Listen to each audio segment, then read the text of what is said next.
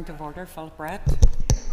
Madam Principal Deputy Speaker, you'll be aware of the written statement issued by the Finance Minister last evening awarding £16.2 million to advance the much-needed Enniskillen bypass. This is of course good for the constituency, improving economic growth and connectivity, and I pay tribute to my colleague Deborah Erskine for pressing the issue. Equally important to my constituency's economic growth and connectivity is the York Street interchange. Could the Principal Deputy Speaker inform this House if Mr Speaker has received notice from the Finance Minister of her intention to come to this House to outline a similar funding award to advance the York Street interchange project? Thank the member for his point of order. Which isn't really a point of order because I don't know if the Speaker has received any notice, but the member has his point of order on the record, and certainly we will refer to the Speaker to see if he's received any notice. Thank you, members. So before we commence the consideration stage of the budget bill, I would like to remind members that the amendments for further consideration stage may be tabled in the bill office for up to 1 hour after the conclusion of the consideration stage. If amendments are made to the bill at further consideration stage, the Assembly will suspend for a period before final stage debate to allow for time for the necessary legal checks to be conducted. At consideration stage of the budget bill, I call upon the Minister for Finance, Dr Caoimhe Archibald, to move the bill. Moved. No amendments have been tabled to the bill. I propose, therefore, by leave of the Assembly, to group 13 clauses of the bill for the question on stand part, followed by the 2 schedules in the long title. The question is that clauses 1 to 13 stand part of the bill. All those in favour say aye. Aye. Contrary if any noes? The ayes have it. The ayes have it.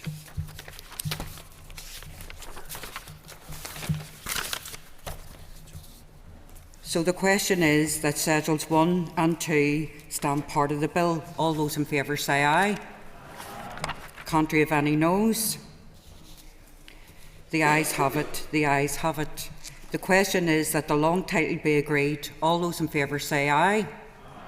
Contrary of any noes? The ayes have it. The ayes have it. That concludes the consideration stage of the budget bill. The bill stands referred to the Speaker. Thank you. The next item on the order paper is a motion on an action plan on waiting lists. Clerk, can you please read the motion?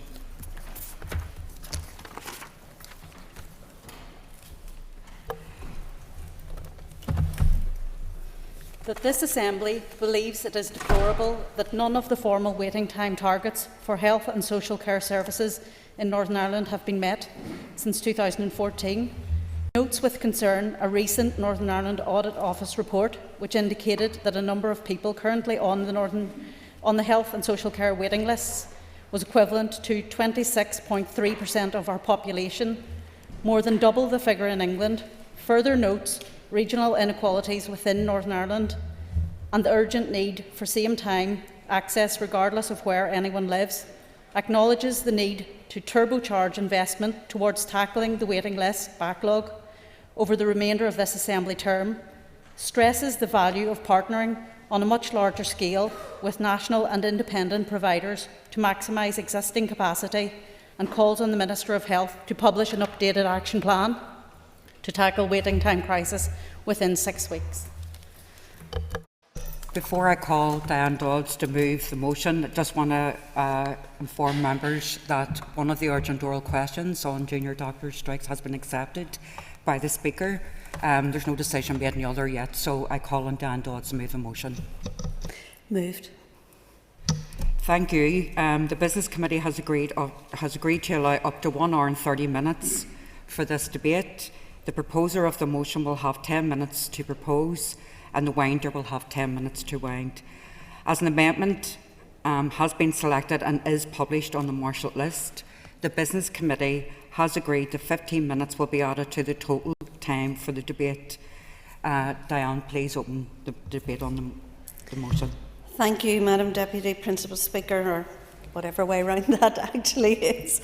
I'm pleased that we're having the opportunity to discuss this important topic, and I want to thank the Health Minister for his attendance in the Chamber. I'm sure that every MLA in this House this morning can attest to the fact that every week they are meeting with constituents who are ill, in pain and on a waiting list. They have lost hope and faith in the very NHS which was meant to look after them from the cradle to the grave. Let me reinforce my belief that a well-funded, properly functioning NHS, free at the point of delivery, is my sincere goal. It saddens me that we are very far from that objective. I would also say, Madam Speaker, that tackling this issue is one of those pivotal issues in which the success or failure of this executive will be judged. We cannot fudge the issue or talk about everything else, but not address this most fundamental of issues that impacts our constituents every day. I would like to make some progress. Minister, I understand and appreciate that you have a challenging brief, and hope that in highlighting this issue in the Chamber today, that we will lend weight to your arguments for resources to tackle the problem. Equally, Minister, this is an issue that will not go away, and we will hold you and your executive colleagues to account on the progress in tackling this one. In bringing this debate, I want to be clear about the uncomfortable truths about waiting lists. The Northern Ireland Audit Office report of 2023 makes stark reading. No formal waiting time targets have been achieved since 2014. Between March 2017 and 23, patient waiting lists exceeding maximum waiting time targets have increased exponentially. The equivalent of 26.3% of the Northern Ireland population is on a waiting list, compared to 12.4% in England. This means that more than twice the proportion of our population are currently on health and social care waiting lists compared to England. In Northern Ireland, 51% of those on a waiting list were waiting over 52 weeks for assessment or treatment, compared to 5.4% in England. From the Department's own waiting time statistics, we know that 87.9% of patients diagnosed with cancer received their treatment within 31 days, versus the 98% target, with gynaecology having the poorest outcome of 78.1%. Within the statistics, there are huge regional variations, with some trusts performing much better than others. This postcode lottery of treatment is unsustainable and unfair.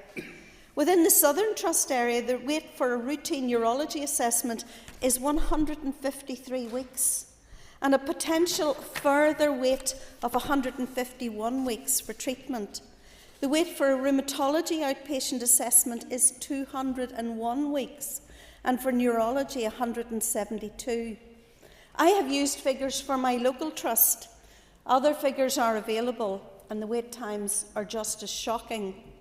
This is long past the point where we can call this a service. It is clear that very poor waiting time performance is significantly increasing the number of patients who are at risk of developing serious conditions and illnesses, and their quality of life will have been reduced by spending protracted time on waiting on tests, treatment or surgery.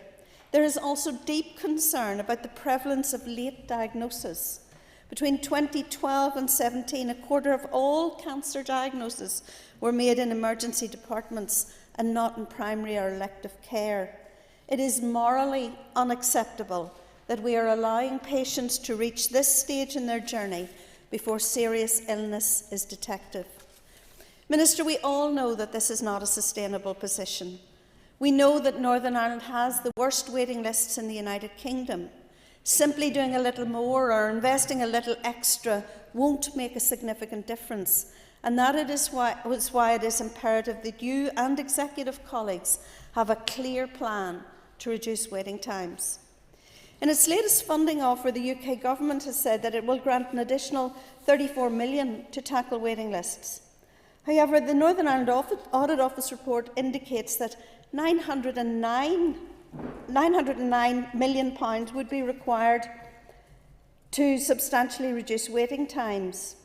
In practice, and the elective care framework estimated at 707 million was required to ensure that by 2026 waiting times do not exceed 1 year.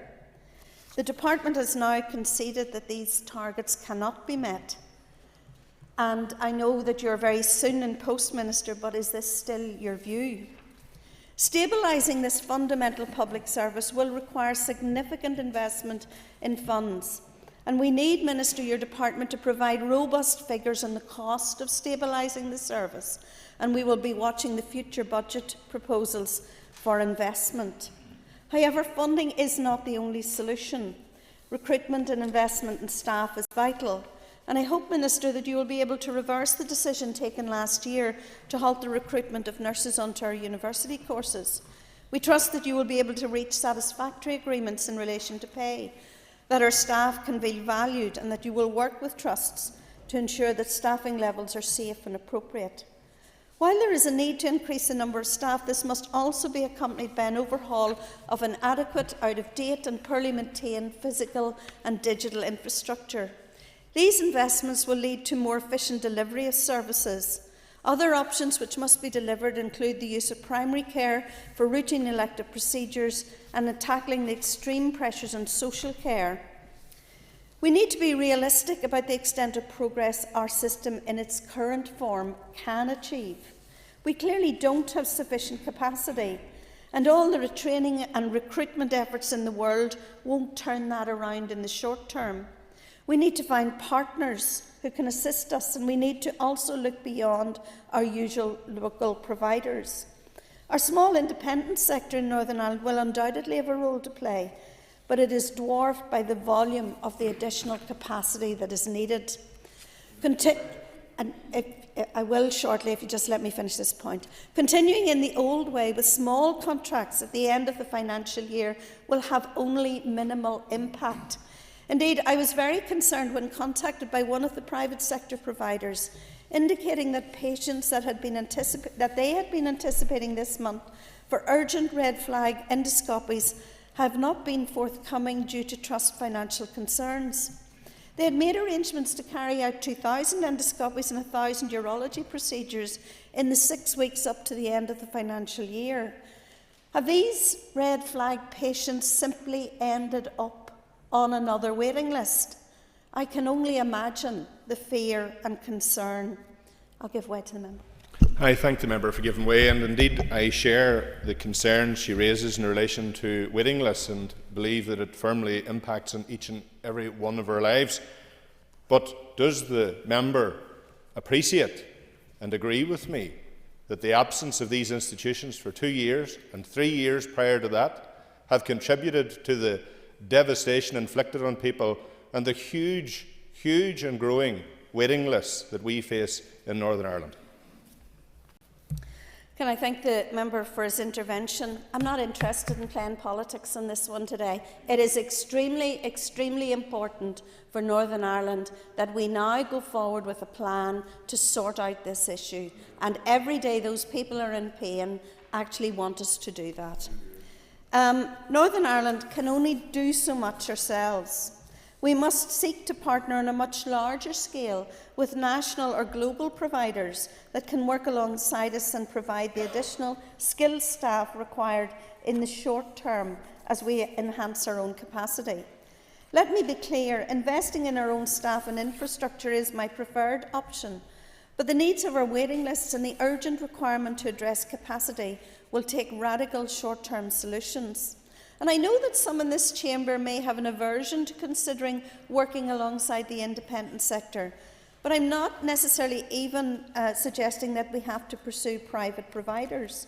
There are a number of non-profit organisations from the United States, for example, which operate internationally. The Pittsburgh Medical Centre is a global non-profit health enterprise with 92,000 employees internationally, 40 hospitals and 70 cancer centres. It has partnered with a number of hospitals in the Republic of Ireland since 2006, providing state-of-the-art radiotherapy treatment in Cork and Waterford, and also involved in hospitals in Kildare and Kilkenny.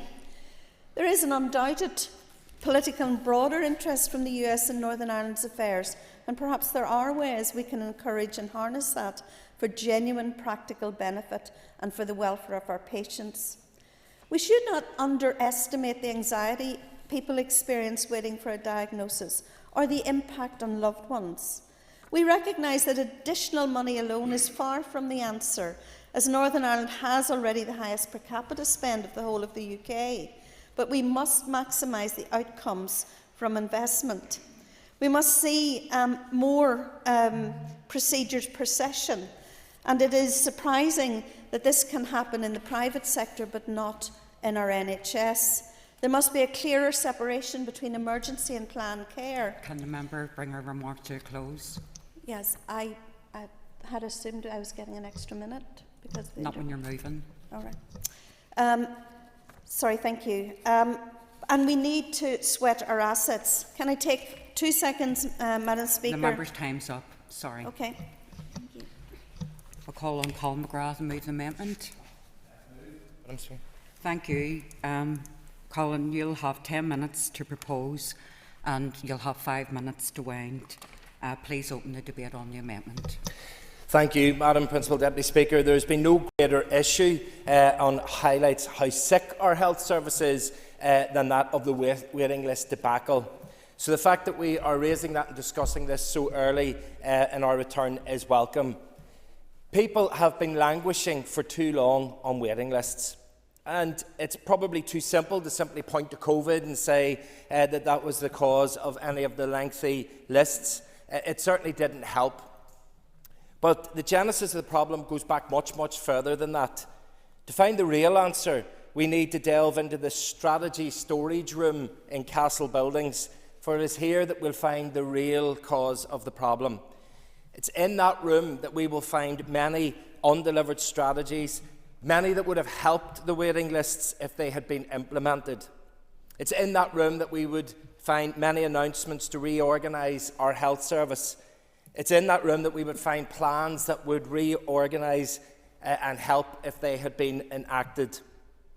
But it's been the inactivity of Health Minister after Health Minister and executive after executive that has meant that we are where we are today with some of the longest waiting lists in Europe. I'll not, because you'll have your chance and I don't get any extra time. And just how bad is that problem? In September past, we had 116,000 waiting on an inpatient or a day case, 429,000 waiting on a first consultant appointment. That's 545,000 people here waiting to see a doctor with a population of 1.8 million. That's nearly 1 in 3 waiting. And the Sinn Féin DUP duopoly of power sharing, the stop-start government, which began whenever you took over back in 2007.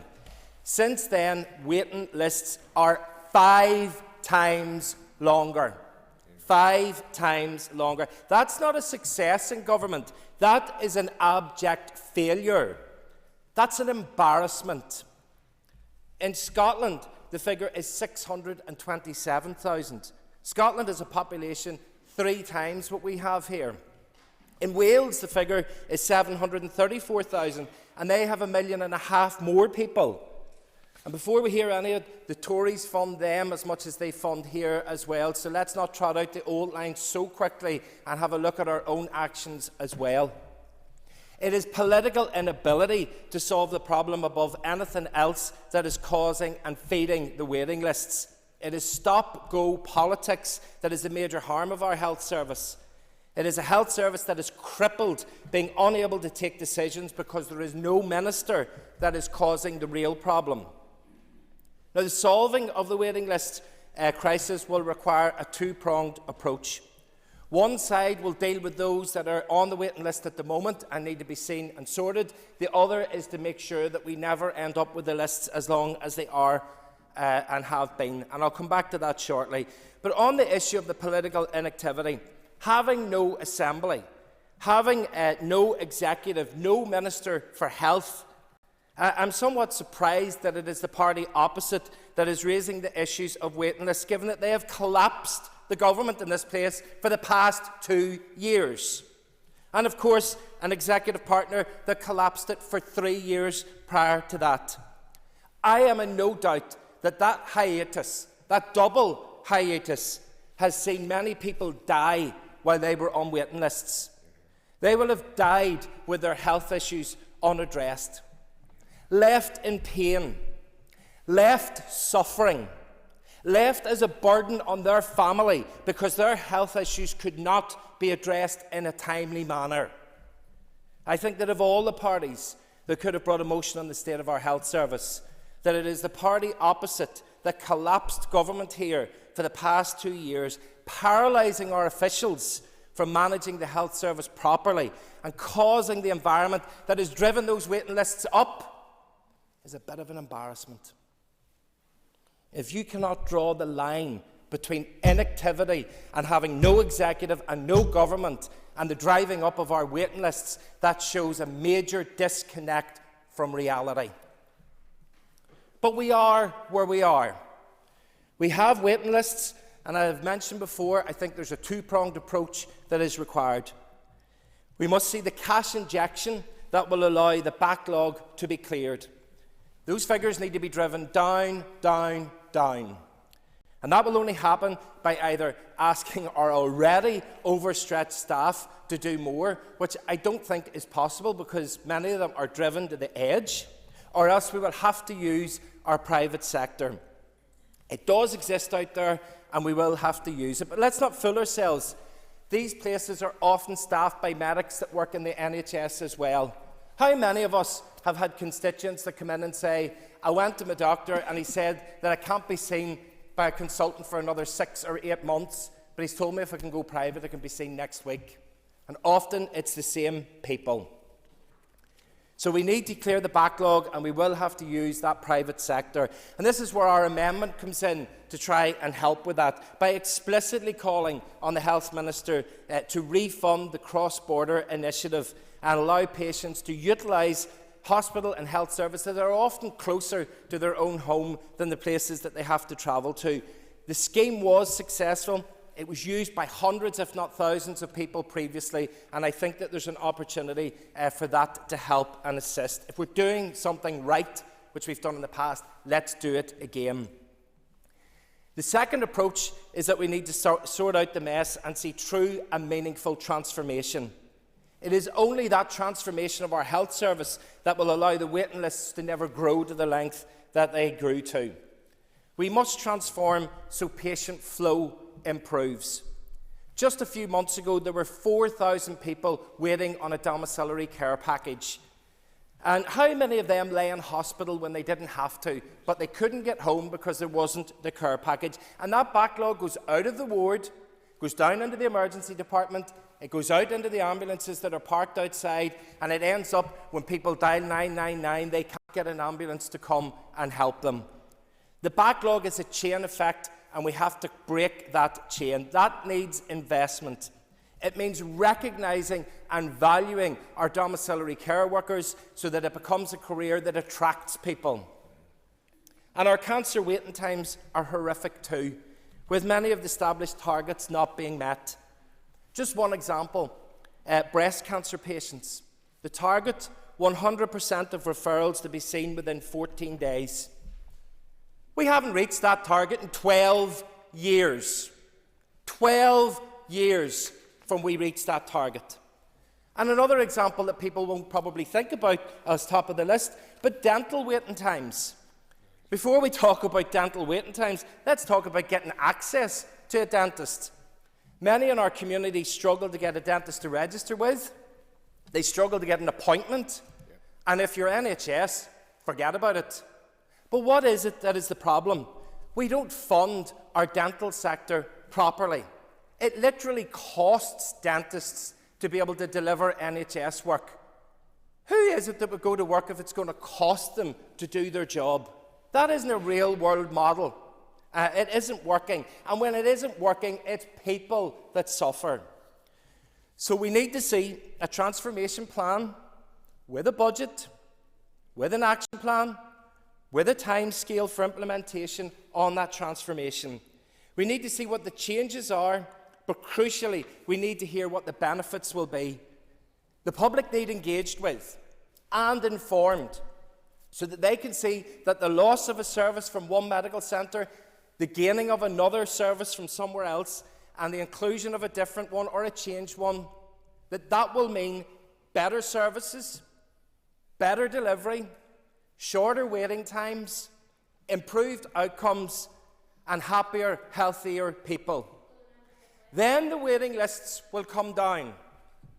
And then this House, if this House is to be an effective, proper, legitimate scrutiny chamber, will never let the waiting lists get to the heights that they have gotten to. Thank you. I call the chairperson of the Health Committee, Liz Kimmins. I welcome this opportunity to make some remarks as Chair of the Committee for Health before speaking as my party's health spokesperson. Tackling waiting lists will be a key priority for the Health Minister in the coming years. The Audit Office report on tackling waiting lists, published in October 2023, outlines some of the key challenges for the Department and the Minister. It outlines waiting time targets have not been achieved since 2013-14, and that the Department has already stated that the current framework will not achieve its waiting time targets by 2026. So we can't keep doing what we're doing and expect lists to get shorter.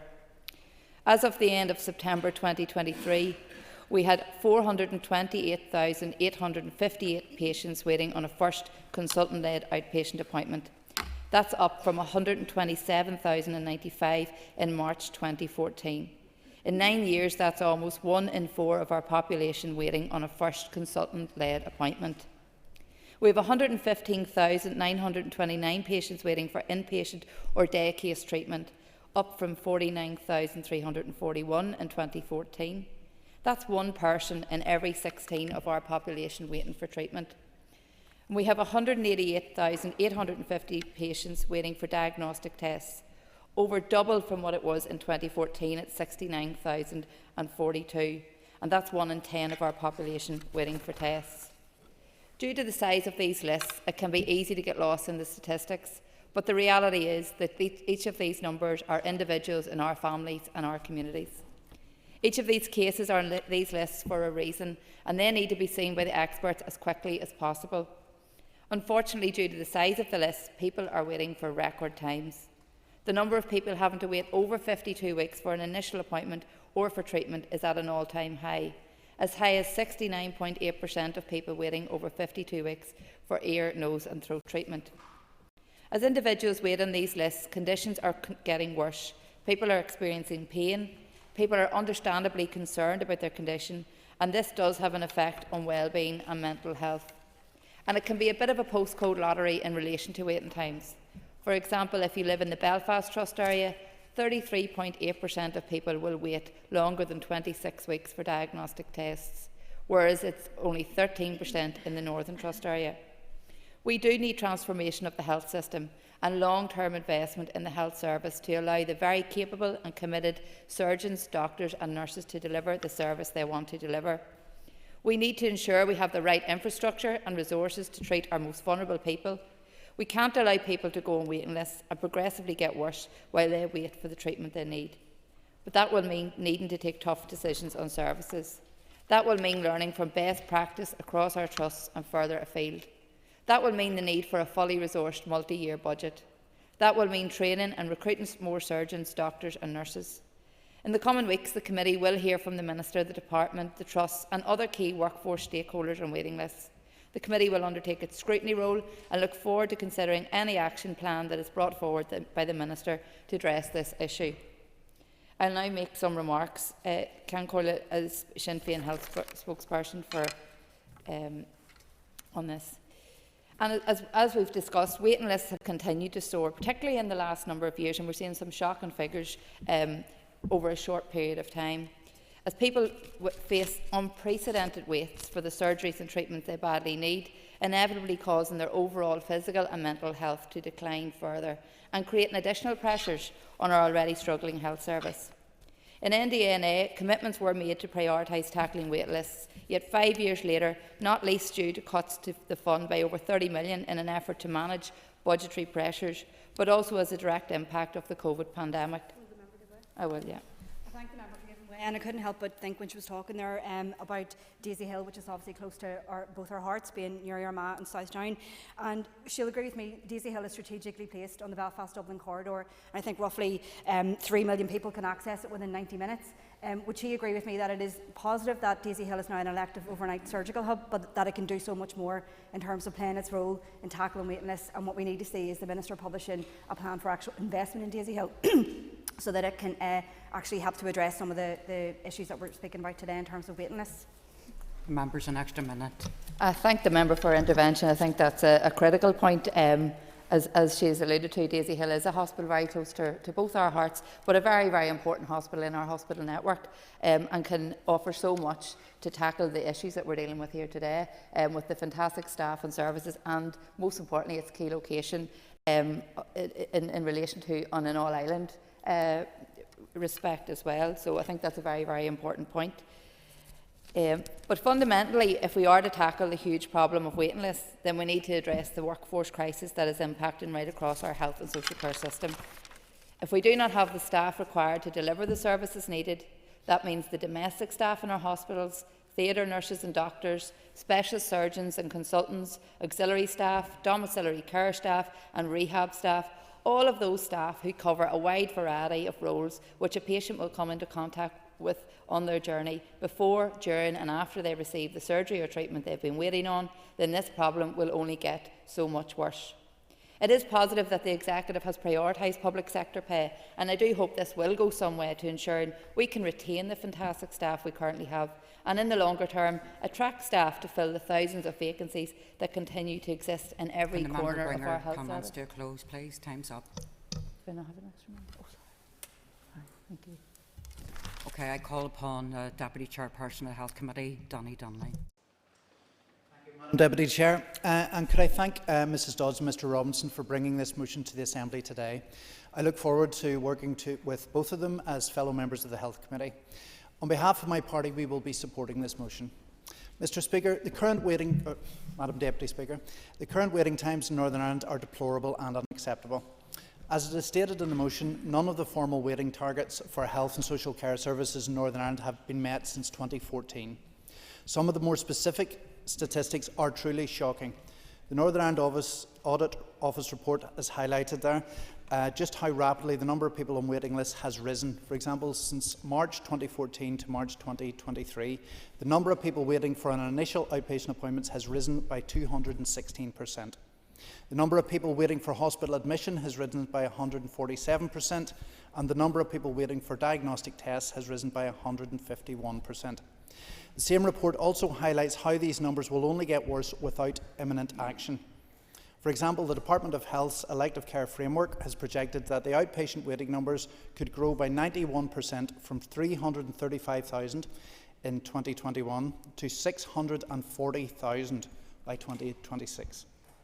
And the inpatient waiting list could grow by 206% from around 100,000 in 2021 to 306,000 in 2026.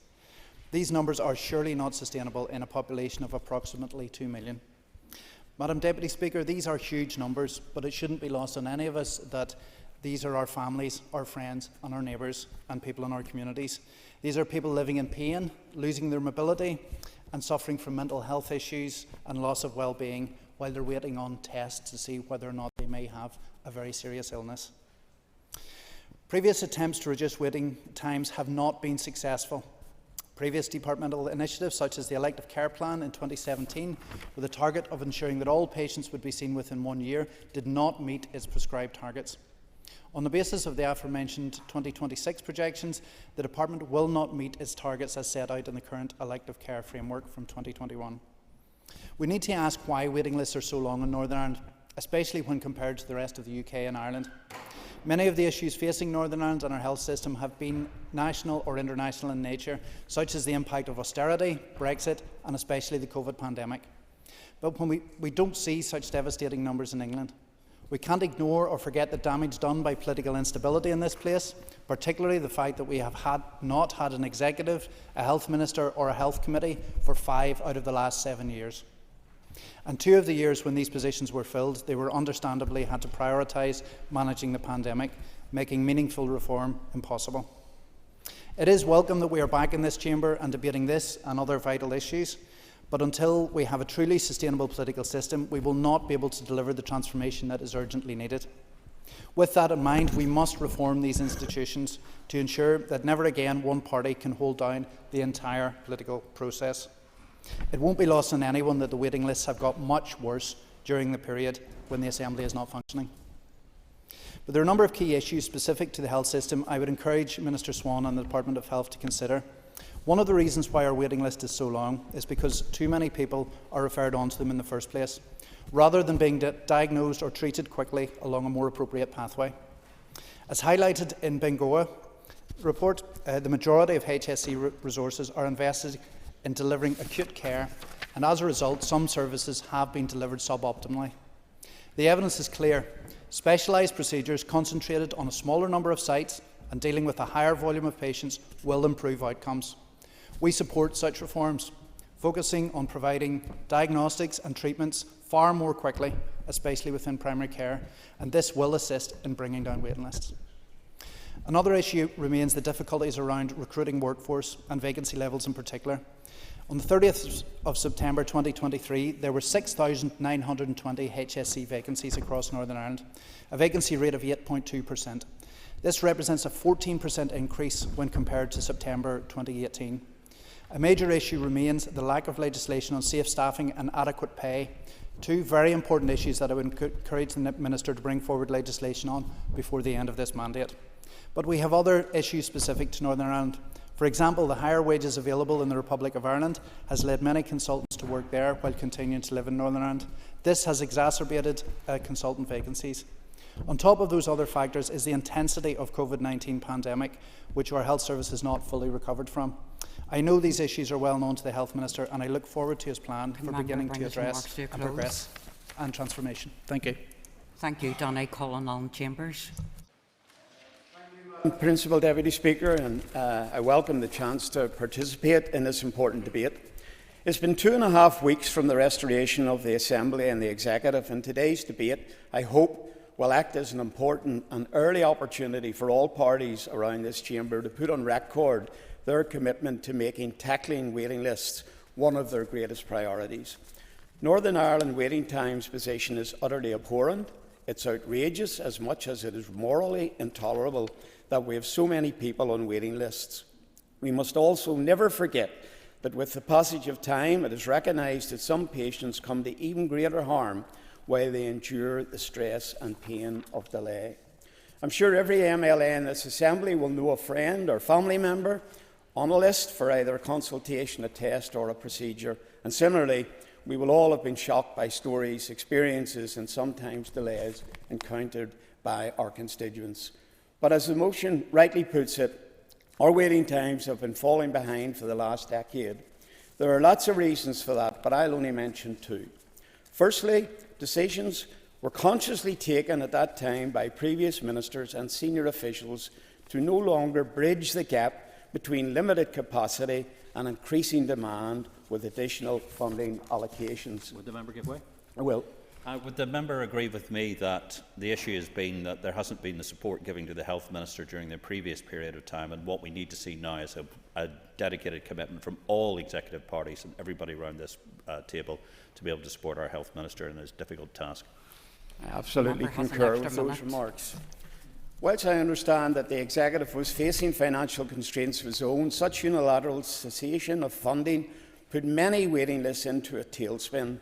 And as I said during the budget debate yesterday, what would benefit the health service most is longer-term funding certainty. But in the absence of that, specific waiting list initiatives would have been critical in slowing the tide. And secondly, an equally damaging slate of decisions or steps were taken in relation to workforce. Critical training positions were either reduced in number or didn't keep up with the rate of expansion which was necessary. That unfortunately left a workforce too small and too fractured to be in a position to reverse what very quickly became a rapidly deteriorating waiting list position.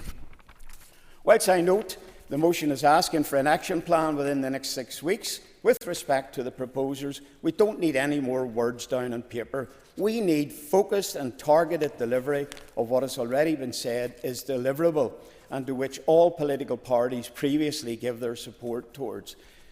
The proposer mentioned the capacity available within the private sector. I suspect that the Minister would love to take up the offer over the next 6 weeks if he had the money.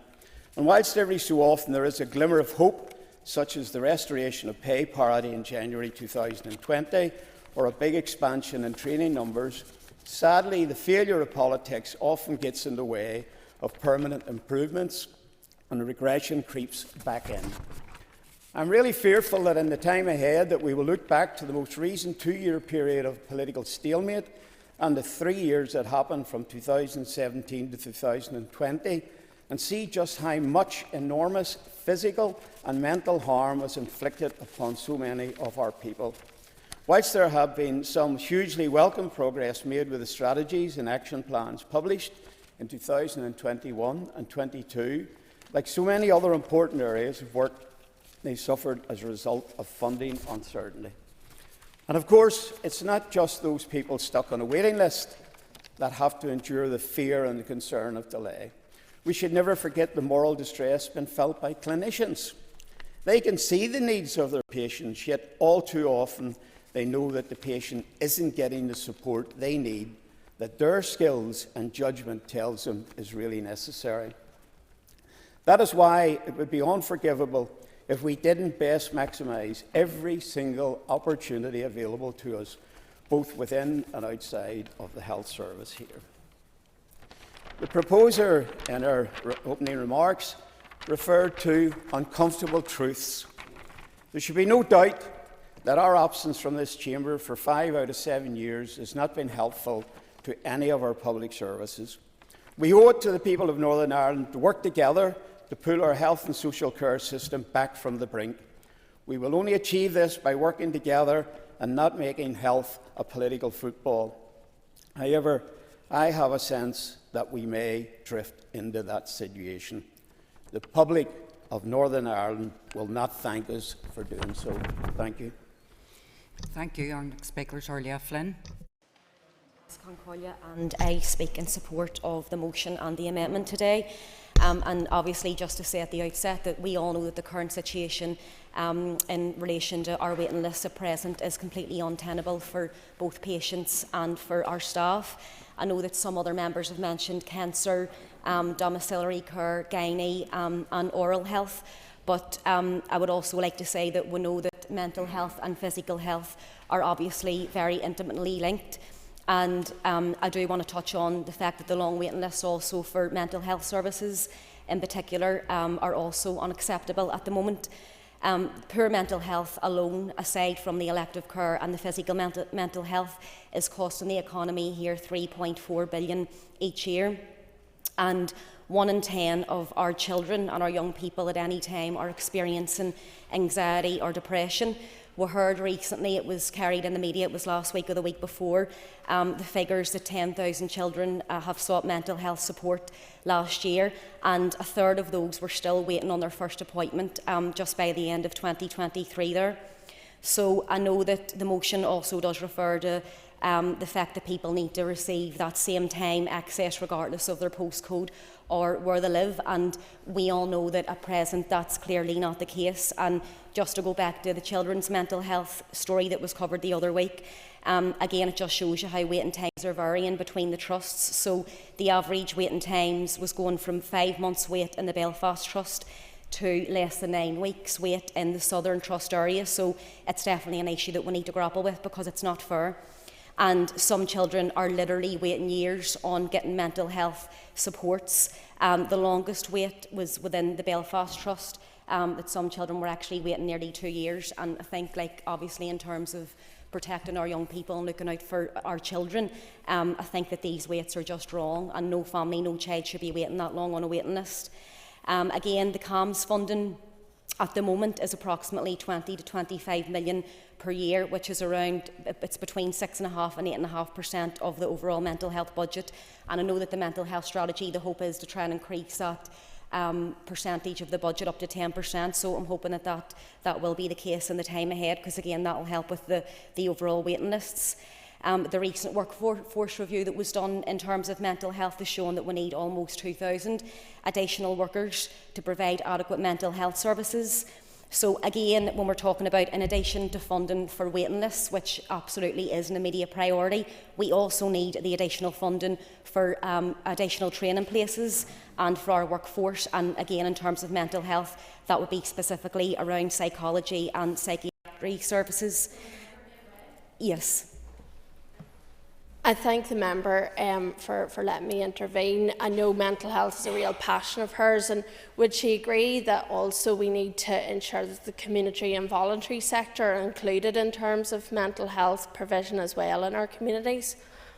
The member has an extra minute. Yes, thanks very much for the intervention, and I completely agree. And my next point was actually coming on to the early intervention and how we can get in there, you know, in some avenues, get in there quicker with children to try and prevent them ending up going on to different waiting lists for different issues when they grow into adults. So the community and voluntary sector are critical to all of that as well. So thank you very much for that.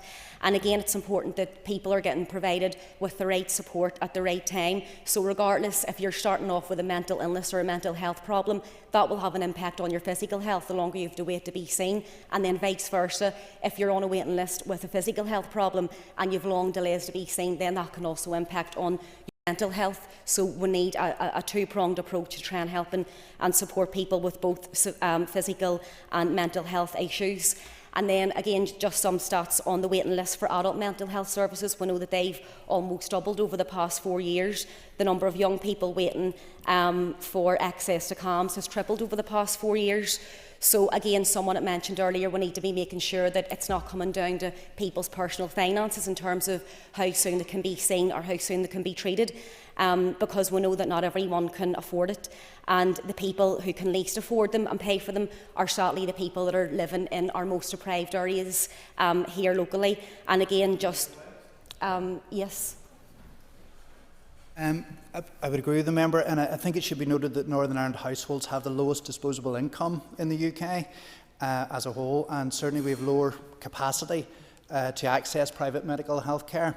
So although I'm aware of people, personally aware of people who have used large chunks of their savings and even borrowed money to access medical care, would you agree with me that this has created a two-tier health system?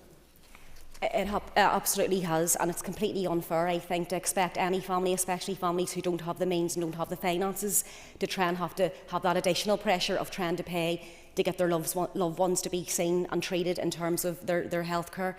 I think I'm out of time, am I, Chair? No.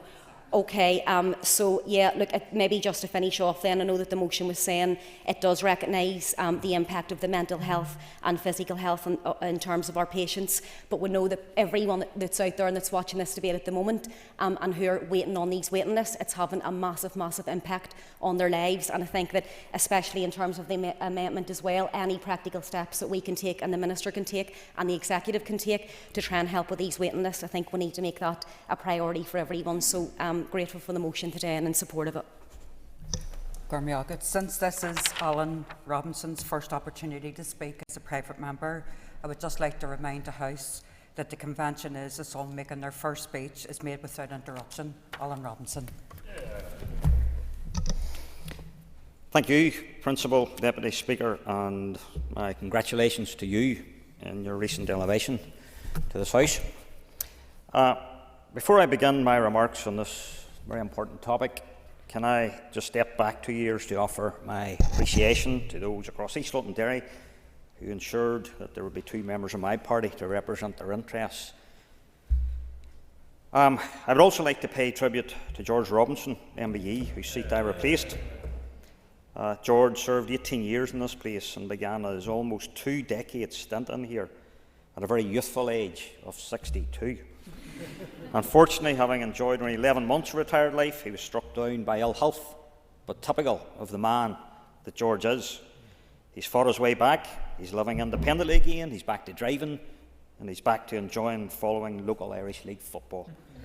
And I'm sure this House, especially those to my right, will extend its good wishes to him as he returns back to good health. Given that this is my maiden speech, I suppose it allows me to speak a little from a very personal perspective today. And it allows me to express my frustrations as someone with long-standing health conditions and with having been on multiple waiting lists and having just recently been put on yet another. Today we will all be able to share stories of constituents who have visited our offices seeking assistance in the hope of climbing a lengthy waiting list.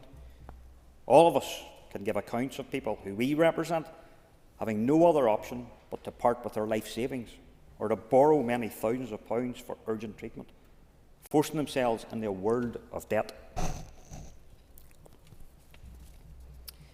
Good, decent, salt-of-the-earth people who may have worked themselves to the bone all their days, who paid into the NHS only to be let down. And I mean this with the greatest of respect, but while they part with money they can ill afford, others cannot.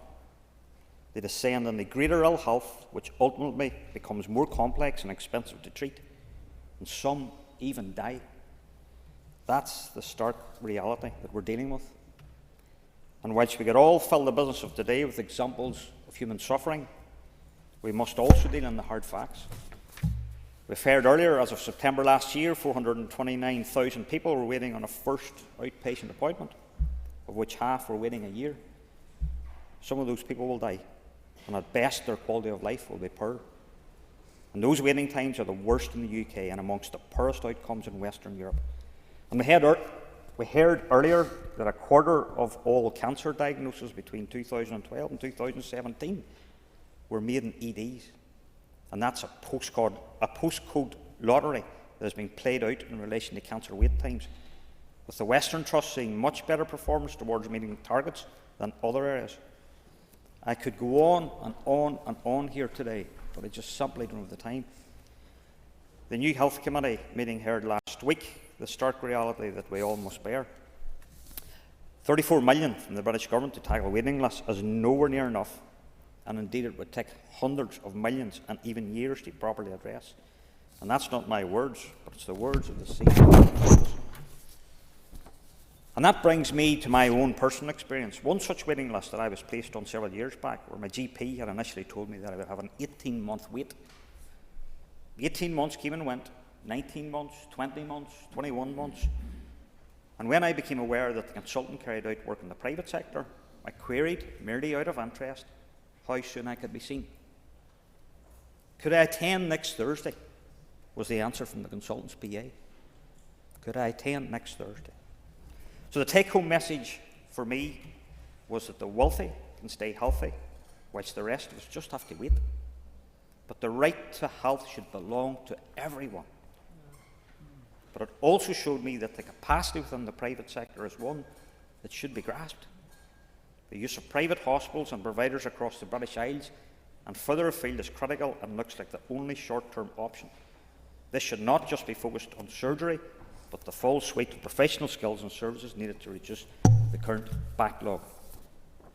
I accept that there have been games in recent times with the ongoing development of dedicated elective sites, including regional daycares and overnight stay centres.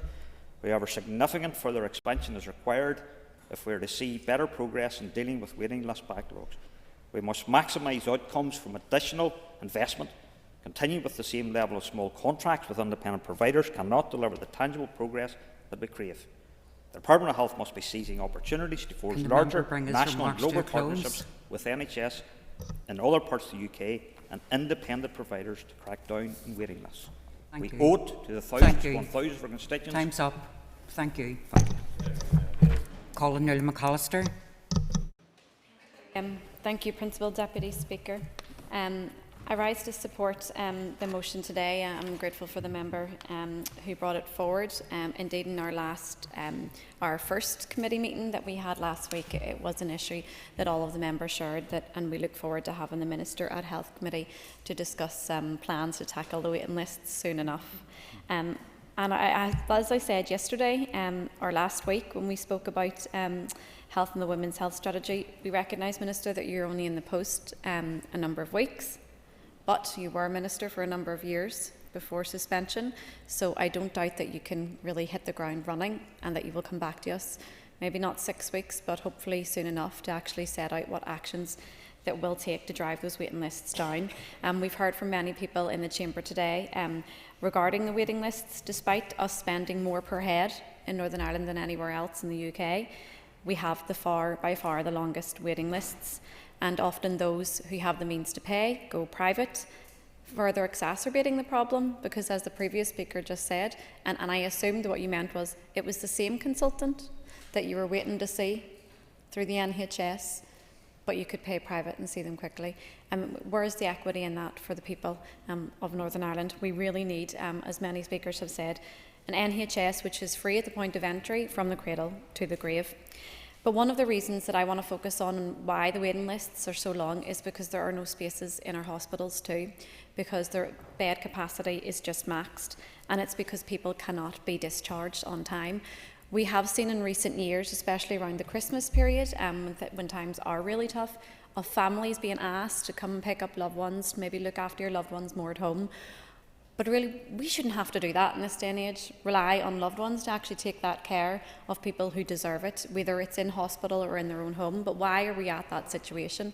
Because domiciliary care is not sufficiently funded, but also it isn't sufficiently tackled in terms of how we appreciate that service. When we pay people the lowest of wages, what do we expect? They're not going to stay. They're going to go elsewhere, and so further exacerbating the problem again. We need to invest in the workforce when it comes to domiciliary care, so those who can enter either through short stays of rehabilitation or at home can actually be sufficiently targeted with doing that. I also raised at the Health Committee last week the options around domiciliary care and where we go with the future, and in particular the 15-minute wait. We all know elderly loved ones who do not want to have people come into their home to take care of them, but they need that, and so they accept it. But when they have people coming in, dropping and going, just doing a check, 15 minutes and out, that's not the service that really we expect. And I did raise that issue of the 15-minute visits, that can we get to a point where we move on from that? But investing in that service, investing in the workforce, upskilling people will really help to create that bed capacity and get people off the waiting lists. Yep, of course. I think she raises a very important point, and it comes back to the issue of workforce. And I think that therein lies the problem. To start to address the workforce crisis, we first need a plan to do this, and we need to see that plan. And I understand there are reviews going on, but we need to see a plan published, and we need the proper funding to support this. And that's why we need to continue making that case to the British Government to be properly funded here, so we can deliver on all these things. No, I would agree. Has an extra minute. Thank you. I would agree, and I don't doubt that the Minister also agrees that the British Government should fund us to our level of need, and we will continue, like all executive parties, to make that case. And I was actually going to bring on to the issue of the Audit Office report in 2023 on tackling waiting lists. A number of people have mentioned it here today, and I hope that perhaps the Minister can give us an update on where we are with 9 of the recommendations within that report. We have a number of organisations here in Northern Ireland who do a lot of work for people within the sector, whether it's CARS NI, the Royal College of GPs, the Royal College of Surgeons, who all have their own thoughts on how we can actually move forward. But we need to listen to them. They are the experts. They work with people every single day. And in fact, one of them, the Royal College of Surgeons, did say that over the next 4 years, 91% we could potentially look at, 91% of surgeons retiring. Where is the succession planning? Where is the workforce training to ensure that there is not a huge gap there and further exacerbating the waiting lists even more? I want to talk about where we should go. We should go to a situation, and Alliance would like to see the policies that are kind of implemented in some of the Nordic countries. We have the 7 and 1990 process for non-emergency care. You see your GP within 7 days, a specialist consultant in diagnosis within 90, and treatment for that within a further 90 days for non-emergency care. That's the long-term vision, and I recognise there's a lot of work to actually get there in the process. But I recognise that this will not be done just by parties speaking up in the chamber. It needs to be done by leadership from the outside too. And I would call on all parties, not just within the executive, but actually the opposition parties too, to get behind the issue of reform in healthcare. I mean, I understand what the members from the opposition said, but whenever members such as Justin McNulty stand up at meetings regarding Daisy Hill Hospital, mocking Bengoa. What does that say about the opposition's credibility in leading on healthcare reform? We need to be serious. Well, I will, because I mentioned you, but I know I'm running out of time. How can the member dare to deride me for standing up for the people I represent and who deserve equality in the healthcare system? How can you possibly dare say that you can stand here today and deride me for standing up for the people I represent and the patients who are struggling and dealing with their inability to access healthcare systems, healthcare the way everybody else can across the north? I think that's very The member's unreasonable. time's up. Well, thank you. A call on Gary Middleton. Principal Deputy Speaker, and can I congratulate you on your elevation to the position, and also congratulate my colleague Alan Robinson on his excellent maiden speech today. I want to begin my remarks by paying tribute to the fantastic and dedicated health and social care staff right across Northern Ireland. Many of them are working in conditions which actually are very difficult and stressful, and I want to put on record, obviously, our thanks to them first and foremost.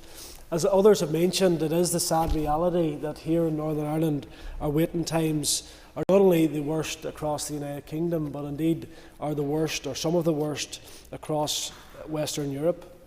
Over a quarter of Northern Ireland population are on a waiting list.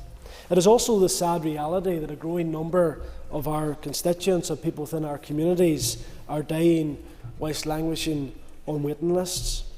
The findings of the Northern Ireland Audit Office report sends a stark signal of the need to urgently address the missed targets and the ever-growing waiting lists across the board. Of course, I have particular concerns around cancer targets. The latest figures I have is that only the Western Trust met their target for patients being diagnosed with cancer receiving their treatment within 31 days. Of course, as a Foyle MLA, I welcome this particular position and the target being met within the Western Trust, but the reality is that there's many different pictures across other trusts in Northern Ireland. Just 34% of patients urgently referred by a GP with suspected cancer began treatment within 62 days. That's against a 95% target. Western Health and Social Care Trust figure was 44%, whereas the Belfast Trust had the lowest percentage at just 22.6%. And of course, there are big disparities as well across the various specialisms within the sector. Just 52.9% of those patients were seen within 14 days of their urgent referral for breast cancer, against the 100% target. And unfortunately, no trust achieved that target. So this postcode lottery of services is simply not sustainable. Yesterday in this chamber, we spoke in terms of the economy and the need to address regional balance. Of course, we need to ensure that the health system is addressed in terms of regional balance and regional inequalities across the health sector. There are similarly concerning statistics right across all levels of the health and social care system. We heard today of the mental health services, drug and alcohol services. People are waiting extraordinary amount of times to access services which would no doubt go towards improving their life or actually saving their lives as well.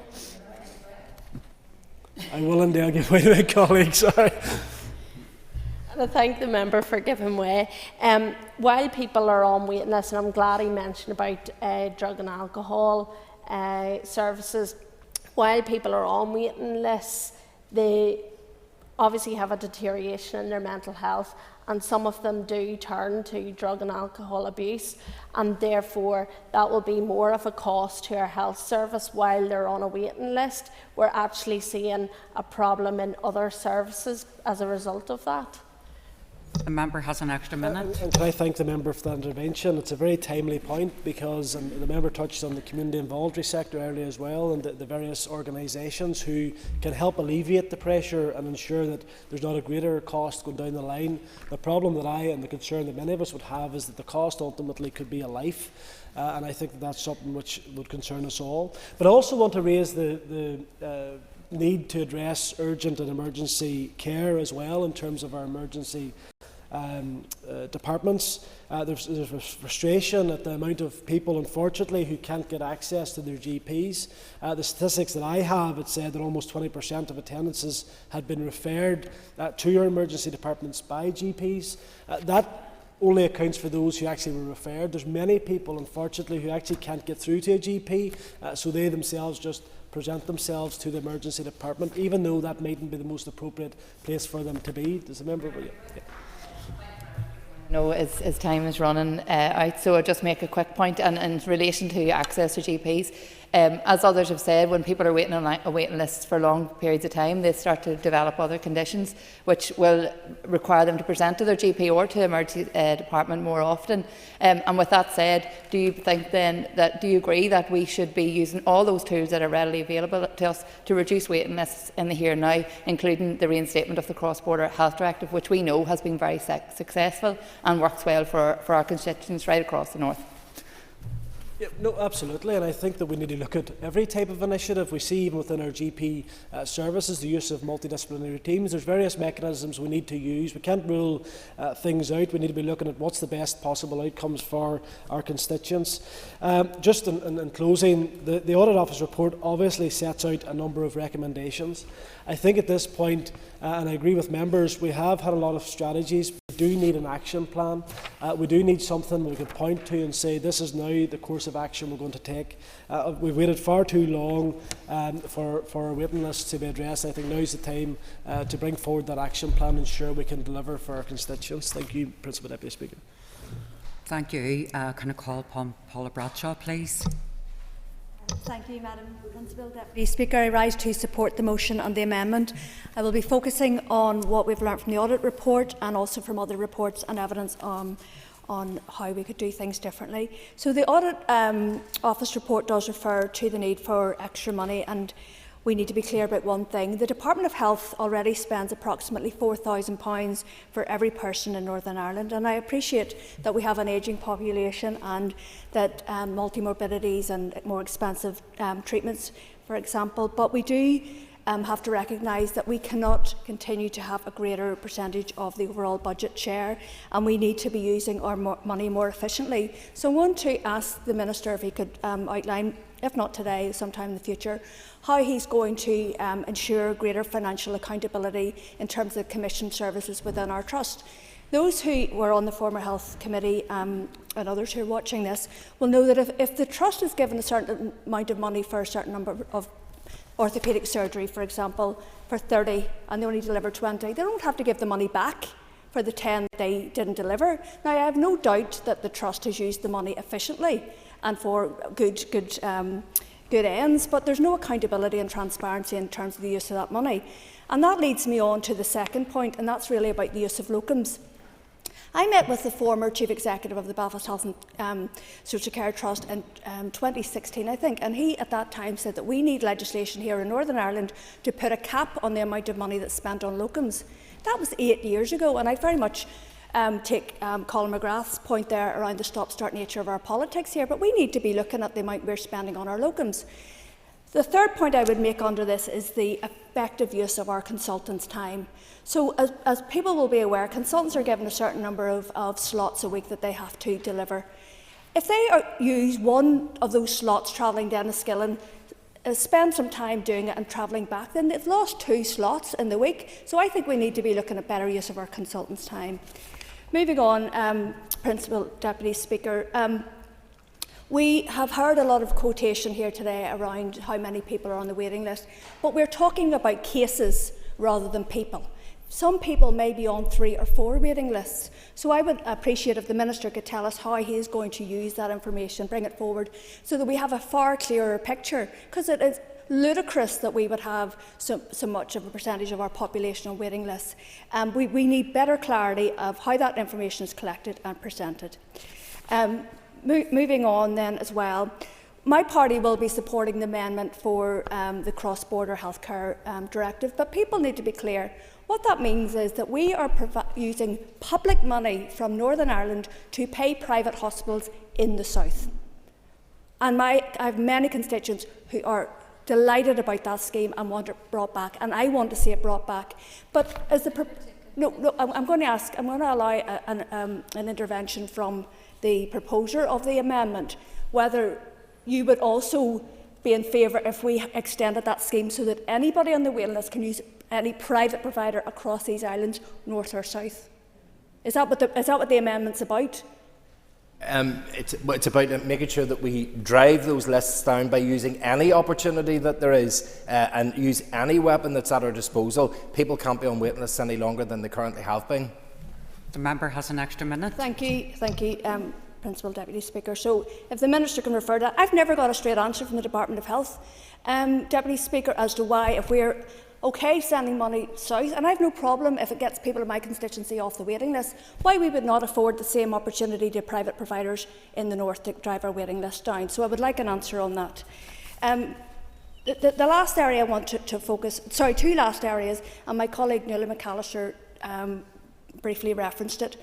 And these are very crude figures. It costs £700 per month for domiciliary care.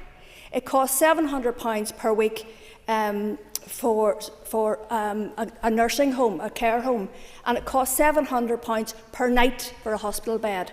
So I would like the Minister at some stage, probably not today, to bring forward his plans for how we're going to bolster our social care sector here in Northern Ireland. I have no doubt that that needs a lot more investment, but I would like to see those plans. We had part of the people in 2016, and whilst there's been great work by the departmental officials, etc., we need firm action, and I would pick up Alan Chambers' point around that. Let's stop talking about it, let's get on with it. And the last thing I would like to say is that we as a party want to see transformation.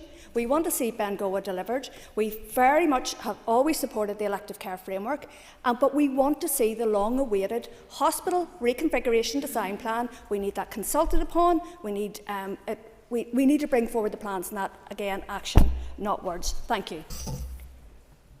Thank you, Pauline, and I call Sinead McLaughlin. Thank you, Principal Deputy Speaker.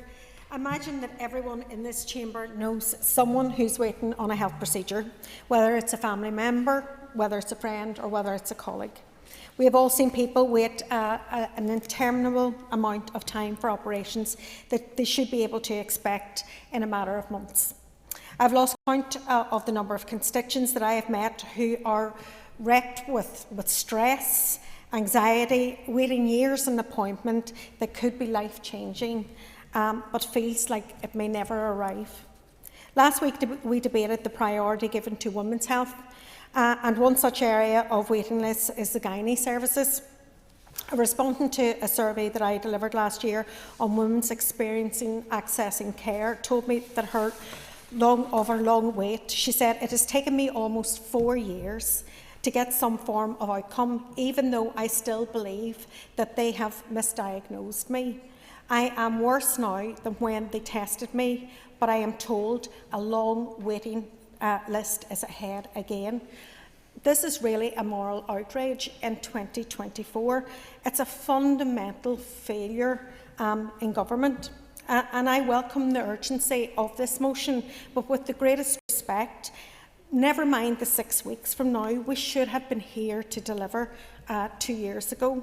The consequence of this latest collapse, and indeed the one before, had been that we have let more people wait in agony in a two-tier system, that where only those who can afford to be seen actually get through the door.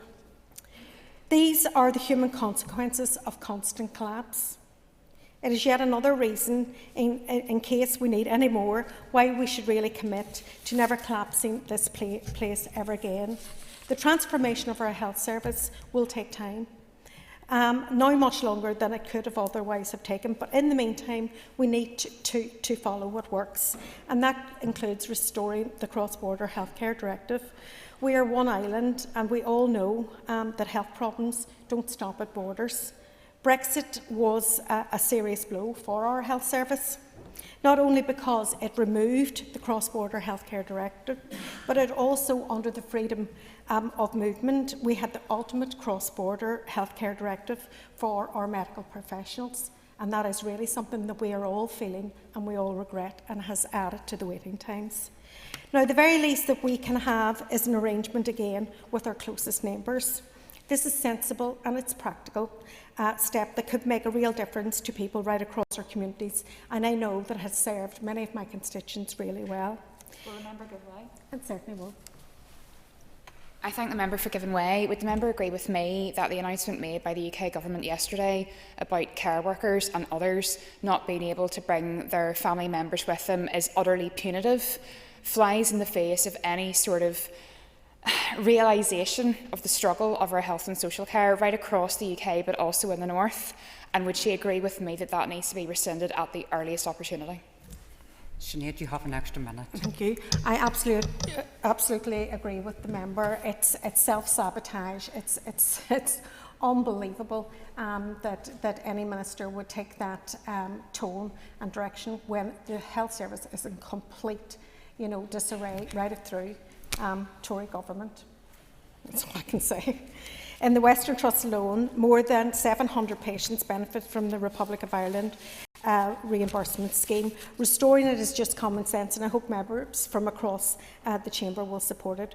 Of course, this is just one measure that will take while we grapple with the longer-term transformation of our health service, that we can bring down waiting lists once and for all.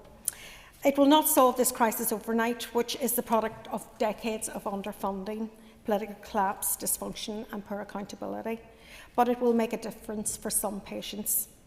Mr. Speaker, Principal Deputy Speaker, the motion rightly calls attention to regional disparities in access to our health service. It is true to say that there are huge imbalances in our health outcomes. Although this is a crisis that affects almost everyone, it doesn't affect everyone equally.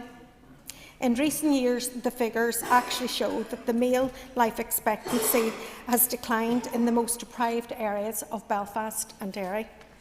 While in the Western Trust, male life expectancy is almost 7 years lower than the Trust average, and 24 of our health outcomes are worse than the Northern Ireland average.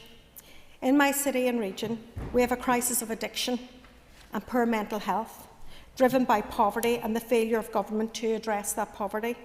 Yet it appears our health service provision has been regionally blind, failing to step in to address the disadvantage with a weighted deprivation formula that is not apparent at all and that actually fuels the poor health outcomes. We actually need a different approach, one that prioritises disadvantage and directs investment where it is most required. So, Deputy Principal Speaker, I hope that this motion is... Sorry? I want to get this finished off, sorry. I hope that this motion is supported across the House, but more importantly, that it actually leads to change for patients who are desperately in need. And finally, can I thank our healthcare workers right across this province who are doing amazing work under very difficult circumstances, and a call out to our community involuntary sector who have stepped in and have lost funding over the years and also deserve our grateful thanks. The member's time's up. Thank you. And before I call the next speaker, which is Saoirse Eastwood, can I just say that Saoirse Eastwood, Justin McNulty and Jerry Carroll are being included on the speakers list known as a grace period. So if you take an intervention, you won't get an extra minute. So if that's understood, I'll call Saoirse. Thank you, Principal Deputy Speaker. I just wanted to take the opportunity to speak on behalf of my constituents who are impacted by cancer. This is something that impacts everybody across Northern Ireland, and at the minute we are dealing on a constant basis with emails from people who are on red flag referral waiting lists, particularly for breast cancer, and these people are living in utter anxiety. Many families know what it's like to get that call or to get that letter or email or whatever the communication is to say, we think you may have cancer. And let me tell you, them hours are the longest hours and minutes you will ever deal with in your life. And we have condemned people right across the north to waiting unnecessarily, meeting our own targets, smashing through the targets that we have set for them. We need to get really serious about the fact that this is causing people hurt and harm. I feel it would be remiss if I didn't speak on behalf of those people today. The other thing that I think is absolutely crucial in addressing this crisis in terms of all waiting lists, not just elective, but every single function that we have out there is that of workforce. And I sit in the Economy Committee, and this is something I have raised at every single turn in the road, to say health can't do this alone. It needs support from right across the board. And whenever it comes to economy, the wee bit of a difference that I can make is saying, what are we doing to make sure that we have enough training places in our universities? What are we doing to make sure that health and social care workers are valued, that they have career progression, that they have career pathways, that we as a society value that work and consider it important? Because let's be honest, in the past, far too many people have been content to sit back and regard that work as low or no skilled, unimportant, and worthy of very little pay. These are the people that pick our families up off the floor whenever they are at their most vulnerable. These are the people that go into our families' homes at 2 and 3 in the morning to help with pick lines or to help with drivers. And these are the people that we are not respecting and giving those pathways and that prestige to. As I've said, this is something we're not going to counter through one ministry alone. But what I do know is that Alliance will not be found wanting whenever it comes to supporting and working with the Minister, and we do so with an open hand and an open heart.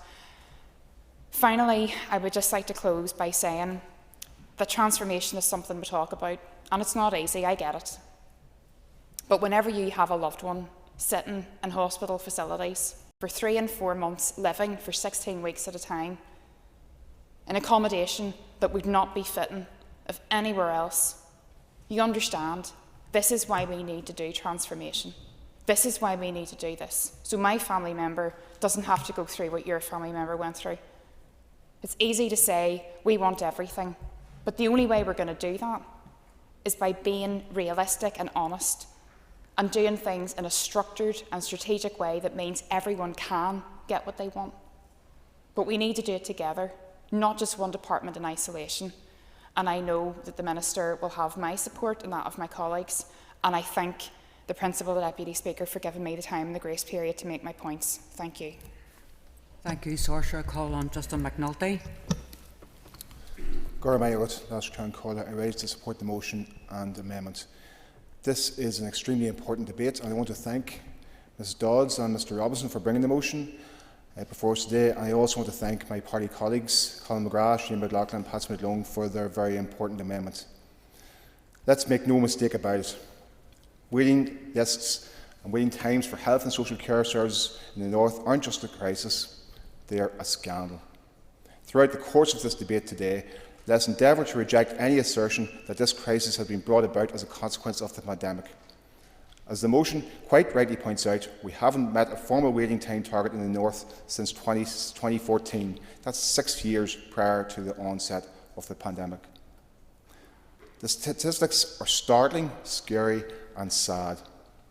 People and family are languishing, trying to manage their pain and languishing, trying to manage their despair. However, I want to guard against the urge to complain about the problem. Instead, I want to focus on identifying solutions. One of the most obvious and inescapable solutions with respect to reviving our health service and addressing the crisis in waiting list centres around pay and conditions for health service staff. Whether it's burnout, sickness rates, attrition levels, forced migration, patient staff safety, or the inability to attract necessary personnel, health service workers are being failed. I've seen this clearly in my own constituency, where there was an exodus of medical specialists from Daisy Hill Hospital when the Southern Trust stonewalled them after raising legitimate concerns about management decisions and genuine grievances about the terms and conditions of their working arrangements. The most critical part of this debate centres around our NH staff. Without them, nothing works. If they aren't being looked after, patients and their clinical outcomes will be impacted. With that in mind, I believe that this Assembly, and indeed the Executive, should be tackling the basic and most fundamental issues first. We know the staff are at breaking point. That's why junior doctors have voted for strike action. That's why there are more nurses leaving the system every year than entering it. That's why bright brains and hard workers are taking their qualifications and practising in the UK, the Republic, Australia, Canada and elsewhere. I wholeheartedly welcome the commitment by the Executive to fund the public sector pay award, but we need to do better than playing catch-up with pay packets. We need decisive action and ambition from this executive to make the North the most rewarding place on these islands in which to be a healthcare worker. I fully appreciate that this would be a long-term and considerable undertaking for the executive, but there is no escaping the fact that we need radical action to address the crisis in our health service. If we need radical action in the long term, then we need sensible action in the short term. It's my belief that the most effective step that the executive could take immediately would be to reinstate the cross-border healthcare directive, as stated in my party, the SDLP's amendment. This would allow people languishing on Northern Ireland waiting lists to access treatment in the Republic as a matter of urgency. This would help to remove the pain and to restore the dignity and quality of life of patients far more quickly than if we try to muddle through on already tried or rehashed solutions. Waiting lists in the North are not just a crisis, they are a scandal. Everyone is watching this place with hope and goodwill. The people we represent will expect an awful lot more than the same old storm of solutions branded differently and trotted out for show. We have heard and undoubtedly will hear more in relation to the transformation and fundamental reform of the health service. I would respectfully contend that the fundamental reform should begin at the fundamental level, with pay and conditions and care and compassion shown for our health service staff. If we get the basics right, then we have a foundation to build on. But if we continue to pay our health service staff poverty wages and expect them to get excited whenever we sign off on a pay rise 2 years late, then none of us can be surprised when doctors, nurses, allied health professionals and medical specialists vote with their feet and take themselves and their talents to a jurisdiction that would pay them what they are worth. And who could blame them? I will finish by saying, Gora Mila Mila Mayogat to our healthcare and social care workers. Gora Mayogat, that's Cancola. Walter, I call Jerry Carroll. Thank you, Deputy Speaker, and thanks for calling me. I think a lot of people, and health workers in particular, will see today's motion as an admission of guilt from those who have gutted our health service. 3 parties from the current executive, the DUP, Sinn Féin and the UUP, have held the health portfolio over the last decade, and all 3 have overseen the growing waiting lists, unsafe staffing levels and attacks on health workers' pay. And I should emphasise the issue of workers' pay, Deputy Speaker, because we cannot hope to deal with waiting lists unless we pay health workers properly. We need to pay them properly so we can recruit and retain the staff in our health service. We need to pay them properly because they deserve it. They deserve to be able to provide for themselves and their families. And they deserve it because it is their self-sacrifice that has kept our health service afloat in the face of Stormon's negligence. It is not by accident, Deputy Speaker, that there are thousands of vacancies in our health service. Those vacancies exist because successive health ministers have cut health workers' pay in real terms and funnelled money away from our health service and into the private sector. And I want to stress and emphasise that the Minister should move immediately to bring private health facilities into public ownership to help tackle these waiting lists. So while I agree with the sentiment of today's motion, these sentiments ring absolutely hollow when they come from parties like the DUP and their executive colleagues. Health workers, like all public sector workers, are tired of the performative nonsense. They are tired of listening to politicians who bemoan the skyrocketing health waiting lists while implementing the cuts that are fueling the exact same crisis. People languishing in health waiting lists don't just want to hear their concerns, they want action to deal with them. And it's important to say, Deputy Speaker, that we are under no illusions about the Tory government. They have no interest in protecting our health service, and they have stripped it of resources time and time again. And indeed, Tory policy is the greatest threat to public health on these islands. The problem, as far as I can see, Deputy Speaker, is that instead of standing with our communities and challenging that policy, parties here have followed the Tories into the mire time and time again. They accepted the Tory logic that there is no money for our health service and implemented some of the most brutal cuts in accordance with that warped logic.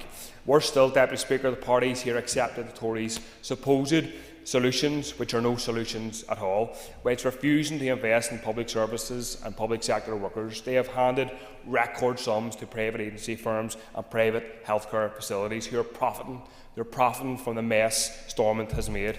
They've surrendered domiciliary care to the private sector, which provides 80% of domiciliary care, giving them carte blanche to exploit health workers and bleed the public purse dry at the same time. Deputy Speaker, I'd love to be able to say those are all things in the past. However, between last night and likely later today, the executive parties are going to ram through another austerity budget with no qualms, no scrutiny and no opposition from the so-called official opposition.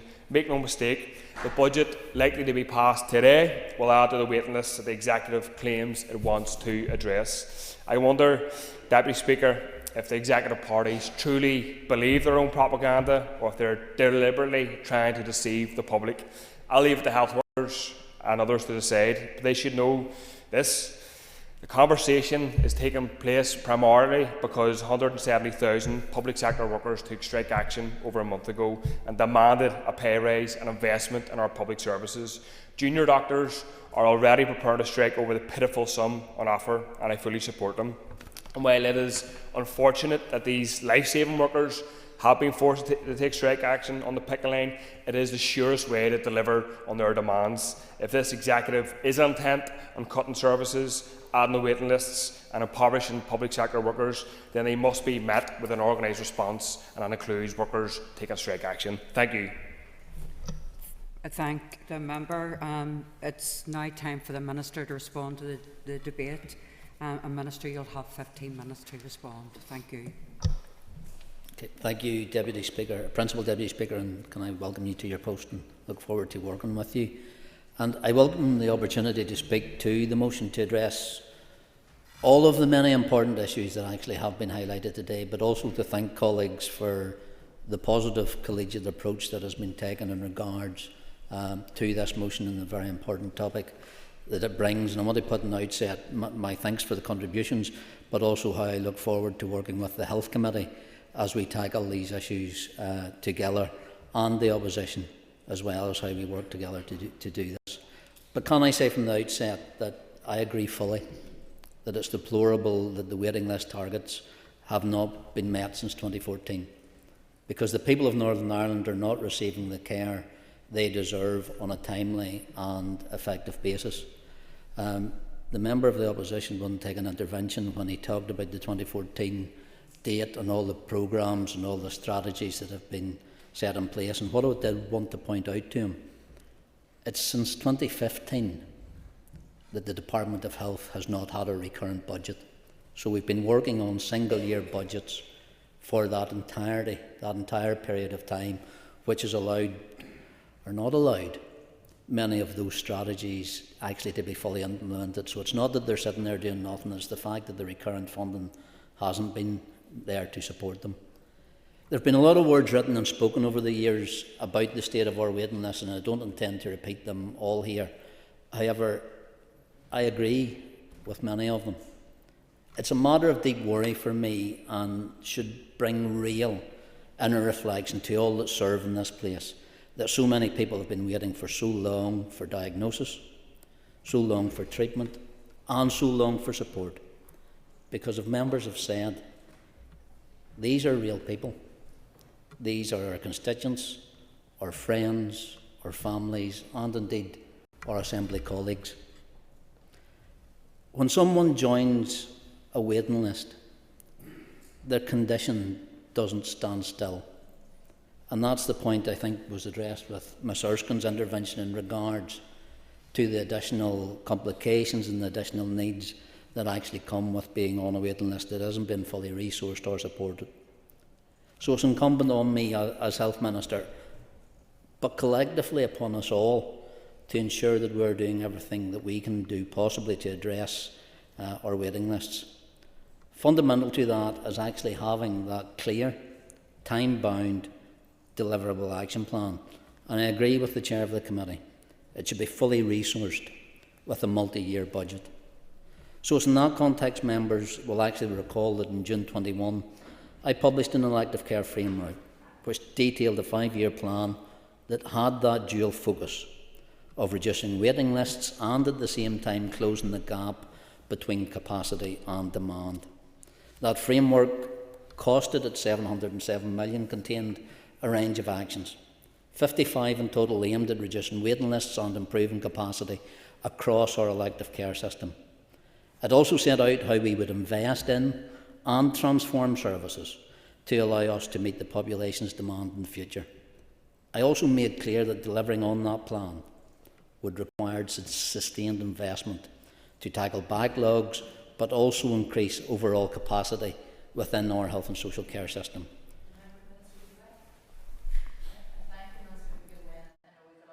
And I take the point around the investment. Would the Minister agree with me that had the budget that had been proposed by my colleague, the former Finance Minister Conor Murphy, for £1 billion for a 3-year budget for health, would have gone some way to tackling the situation we find ourselves in today? I thank the Chair of the Committee for our intervention, and I do look forward to working with him, because that £1 billion that was promised was also in the manifesto for the proposers of this motion as well. And it's also clear, and I've already made it clear, that £1 billion capacity gap, or £1 billion financial gap, was also what my department is already highlighting for next year to allow us to stand still. So I do look forward genuinely to work with all my executive colleagues in regards to honouring the commitments that they have publicly made. But I also made it clear then that delivering on that plan would require that sustained investment to tackle those backlogs, but also, as I said, increase the capacity within our health and social care system. So I was heartened by the fact that the framework was agreed to all the executive parties and commitments were made then that the necessary resources as set out in the accompanying funding plan would be made available. So whilst there has been some progress, of which I will touch on in a moment, no one, including the proposers of this important motion, can have missed the damage that the subsequent further political stalemate and interruption has inflicted.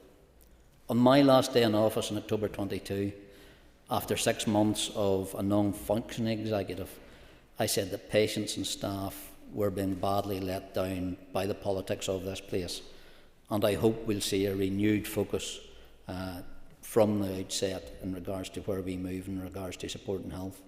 So in the absence of an executive, and critically in the absence of any budgetary certainty, that framework then since has been starved of both the political leadership and the funding that it required. So regrettably, therefore, as we're halfway through the point of that 5-year time frame, my department last year already announced that its targets were no longer within reach. Because the situation we face at present is terrible. At the end of September 23, as has been said, the most recent validated figures, there are 430,000 patients waiting for a first consultant-led outpatient appointment, 115,000 patients waiting for inpatient or day case treatment, and just under 190,000 patients waiting for diagnostic tests. Principal Deputy Speaker, these are eye-watering figures for a population of our size. In addition to the backlog of patients waiting, new patients, of course, continue to be added, and inevitably that gap between demand and capacity means the waiting lists continue to grow. But that said, and I do want to put on record here, there has been some progress. The 4th interim report of our elective care framework, which was published in January of this year, highlights the start of small but tangible improvements to the waiting list position. As of September 23, inpatient or day case treatment waiting lists have seen some promising improvements. So while still at unacceptable levels, there has been an 8.4%, or just under 11,000 people, decrease in numbers waiting since the same month a year earlier. There's been an improvement in the numbers waiting over 13 weeks. 78.6% of patients were waiting more than 13 weeks for admission, compared to 79.8% on the 30th of September 22. And over 52-week waits have also reduced regionally, albeit still remaining far too high. So it's important we acknowledge and build on improvements to ensure any momentum is not just maintained, but increased. But these alone will not address the backlog and need. For giving way, thank you very much. There's an issue in particular in the Southern Trust area with MRI scans for paediatric patients, and I'm not aware if it is at the same level right across the region, but could the Minister look at this, because this is a serious issue. I've been told 51 weeks is the wait time for a child that needs anaesthetic, and I know a family that have been told 18 months. These are children in their formative years who are going backwards in terms of their capacity, their building of their development, because they aren't getting the MRI scans that they badly, badly need? The member will appreciate I don't have a direct answer here today, but I will write to her in regards to that. Because, Principal Deputy Speaker, tackling our lengthy waiting list is undoubtedly a long-term issue that requires sustained and recurrent funding. It requires workforce development and that system-wide transformation. Our health and social care system is complex, and waiting lists are just one component, as has been said here today, when we've expanded the debate into domiciliary care, into care homes, into GPs, and that whole circle approach to health has to be addressed. And as such, our waiting list can't be addressed in isolation. Other fundamentals of the system must be considered and addressed simultaneously. That includes issues such as workforce pay, pressures and capacity in secondary and primary and community care, and ensuring that we maximise the capacity we have within the system. I know that when we see these shocking figures and appalling waiting times, there is an understandable desire to see them reduced immediately. That requires a whole system approach and not just piecemeal interventions that can only deliver for small improvements in the short term or in isolated areas. But that doesn't mean that there are not short-term measures that can be effective. But the key is to achieve the appropriate balance between the short-term effective measures and those longer-term sustainable developments that actually bring about that optimum effect. We know we need to transform our health and social care system to become more effective and efficient, and we know what's required, because that includes the reform and innovation in such areas as our treatment capacity, outpatient reform, imaging, pathology, workforce, and protection of elective care from unscheduled care demands. That work is already well underway, and elective capacity has been enhanced through the continued development of our elective care centres. Key examples that I want to highlight to members are already in place. 2 dedicated day procedure centres at Lagan Valley and Oma hospitals. 3 elective overnight stay centres at Daisy Hill, the Mater and South West acute hospitals. The expansion of 22 post-anaesthetic care unit beds for elective care across all trusts. 3 specialty centres for cataracts at the Down, South Tyrone and Mid-Ulster. An orthopaedic hub at Musgrave Park Hospital, which includes the Duke of Connaught unit, which is a dedicated orthopaedic day procedure centre. 2 rapid diagnostic centres at White Abbey and South Tyrone hospitals.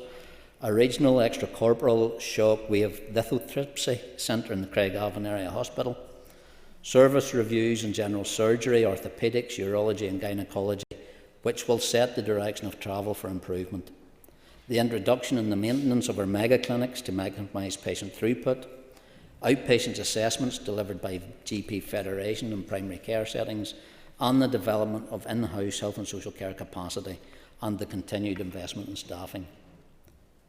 The members in tabling this motion asked that I acknowledge the need to turbocharge investment towards tackling the waiting list backlog. I not only acknowledge that, I stress that investment is actually fundamental to the whole backlog problem that we're facing. And the initiatives for which confirmation of sustainable funding would actually allow further development would include the enhancement of that sustainable workforce capacity through expanding skill mix and the development of specialist nurse roles and those allied health professionals across a range of specialities. The expansion of our pre-op assessment service to improve theatre productivity. Building our own diagnostic capacity to reduce the reliance on the independent sector capacity. Building capacity and throughput across regional elective care services such as urology, paediatrics and orthopaedics. Today's motion asks that I publish an updated action plan to tackle the waiting time crisis within 6 weeks. The action plan to tackle waiting lists within the health and social care system already exists. I don't want to waste time replicating what is already clearly set out in the elective care framework, because I believe enough time has been already lost. It is, however, almost 3 years since the plan was published, and as with all plans, it's important that it is reviewed to ensure that it takes account of relevant changes within our overall health and social care environment and is updated to reflect them. And it's for that reason that I have tasked officials to review the framework, and that review is ongoing and will be completed by June this year. Motion also tabled stresses the value of partnering on a much larger scale with national and independent providers to maximise existing capacity. I believe that's essential, and we take all measures and use all resources within our means to ensure effective delivery of services, and that includes the use of our independent sector. This is what we have been doing with the limited additional resources that have been deployed for waiting list initiatives. We need greater investment in this area, and we want to achieve the results and impact on waiting lists the people of Northern Ireland need and the people of Northern Ireland actually deserve. However, maximum efficiency in the use of the independent sector can also only be achieved in multi-year contracts, or at least 3 years when they're agreed. This will also provide better value for money. As members will be aware, I introduced the Republic of Ireland reimbursement scheme on the 30th of June 2021 as part of the elective care framework. In June 2022, I announced that the scheme would be extended beyond the planned deadline until an additional $5 million of new funding had been committed. The scheme closed to new applicants on Wednesday the 21st of September 2022 when that additional $5 million funding had been exhausted. I can assure members that I will be leaving no stone unturned as part of my broader consideration to resource investment in reducing waiting lists. I will invest what limited funding there is wherever it will have the greatest possible impact. However, the task ahead will be much easier if all parties will do all they can to support the adequate and multi-year funding settlements. In the meantime, work is also currently underway to provide further building blocks to tackle waiting lists. This includes plans for service reviews of paediatric orthopaedics, and I thank the Principal Deputy Speaker for her support in bringing this motion. I thank the members who brought it and the support of the entire House. Thank you, Minister. Cara Hunter is winding on the amendment, and Cara, you have 5 minutes to wind. Thank you, Principal Deputy Speaker, and I'd like to thank the Minister for his contribution here today, and hopefully I can get through this in 5 minutes. But I'd like to thank each and every member who has spoken here today, and I'll touch on some of their contributions and reflections. I'd like to thank Liz Kimmins. She touched on the importance of urgency in making tough decisions. Mr Donnelly touched on the dramatic increase of 216%, highlighting how our lists worsen without intervention and the issues that is causing. Mr Chambers touched on the importance of the point that the pain our patients endure while waiting to be seen, and Jerry Carroll, of course, touched on the importance of paying our workers, something I wholeheartedly share with him. We spoke weeks previous as well about the vital need for a women's health strategy, and I acknowledge Ms Diane Dodd's contribution around gynecological waiting lists.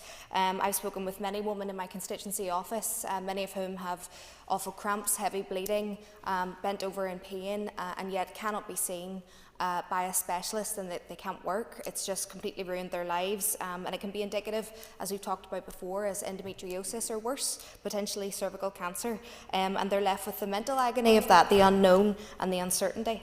And as we stand here today, thousands of our people, our constituents, are waiting on these lists, and oftentimes are untreated and unmedicated.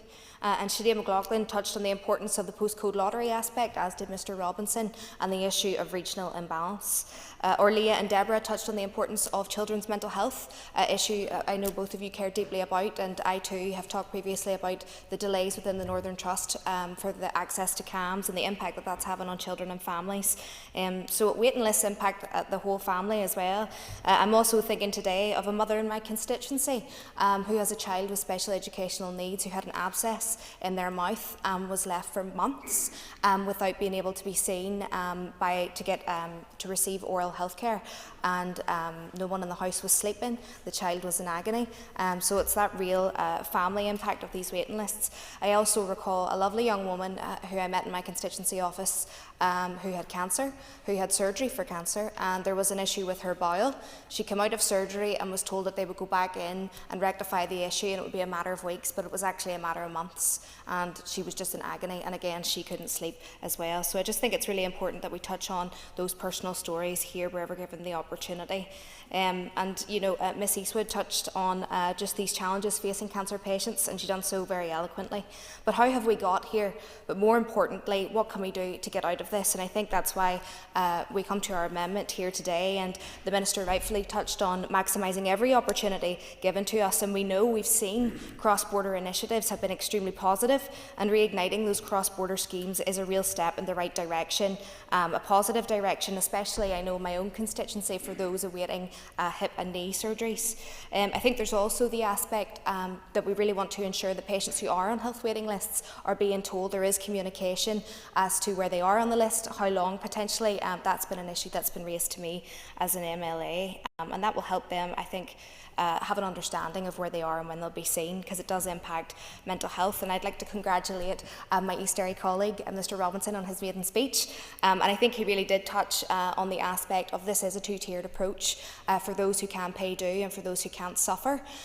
In 2015, I actually went to America for surgery. I had had sepsis twice in a very short period of time, and was told by a specialist in Alton Galvin Hospital that if I had sepsis a third time, it wouldn't be good, but was also told in the same breath that I could be waiting 3-4 years for surgery. So thankfully I have a very good mummy who paid out so I could go see family in America and have surgery, and thankfully my health has been relatively good ever since. But that's just my own personal story, and the uncertainty that is present there when you don't know when you will get the health care that you so desperately need.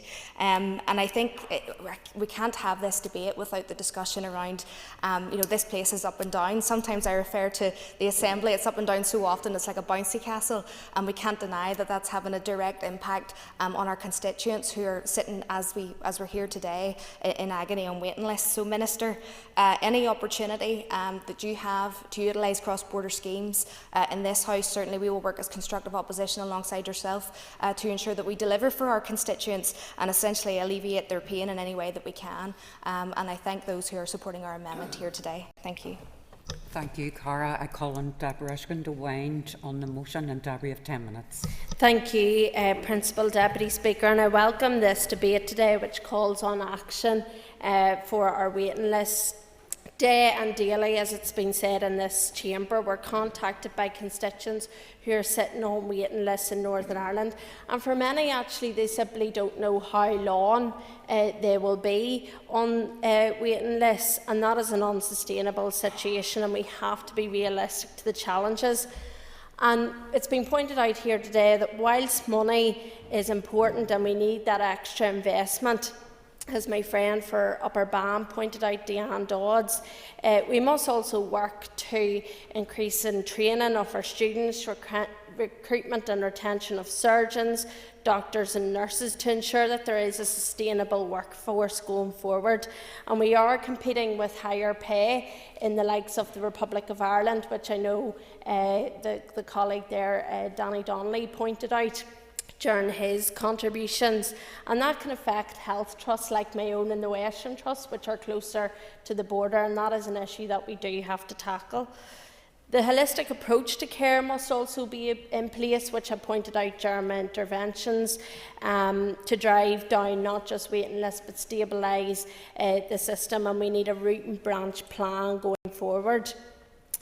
We need to have the maximisation of our existing capacity through, and the Health Minister pointed this out, in terms of designating more sites as dedicated elective centres, 7-day theatre schedules, multidisciplinary mega clinics, and establishing regional diagnostic centres and rapid diagnostic centres, which he pointed out. And there will also be the need to make sure that we organise our services in the most appropriate way as well through our transformation, and actually that's going to take a change of mindset within our public as well. And we must realise that maybe travelling to another site outside of our trust service may be needed, and it's on all of us in this chamber to actually step out of this chamber and make that point to the communities that we represent. And I say that as somebody who comes from a rural area, but I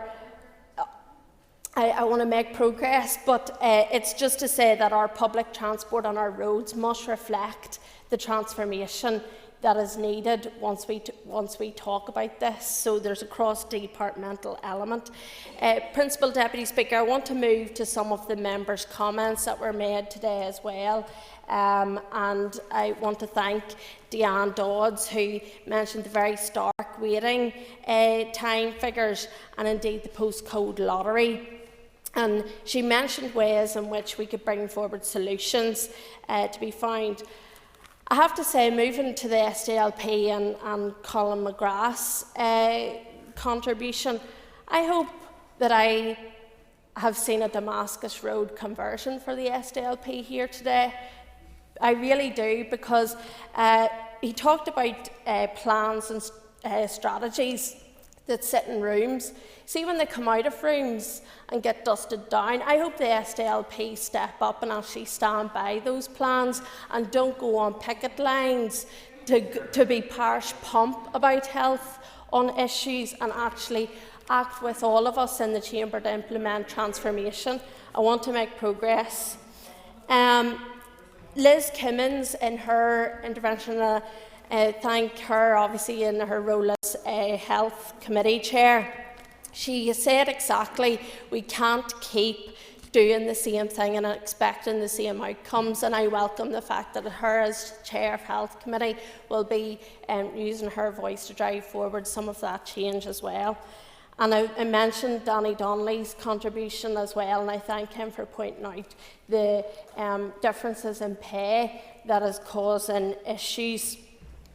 Alan Chambers, he mentioned the stress and pain of those who continue to be on waiting list, and that is going to take further intervention from our health service, which was pointed out.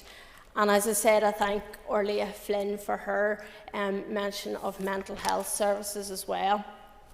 Moving on to my member, Alan Robinson, and I congratulate him on his maiden speech. And please do pass on our good wishes to George Robinson from all of us in this chamber.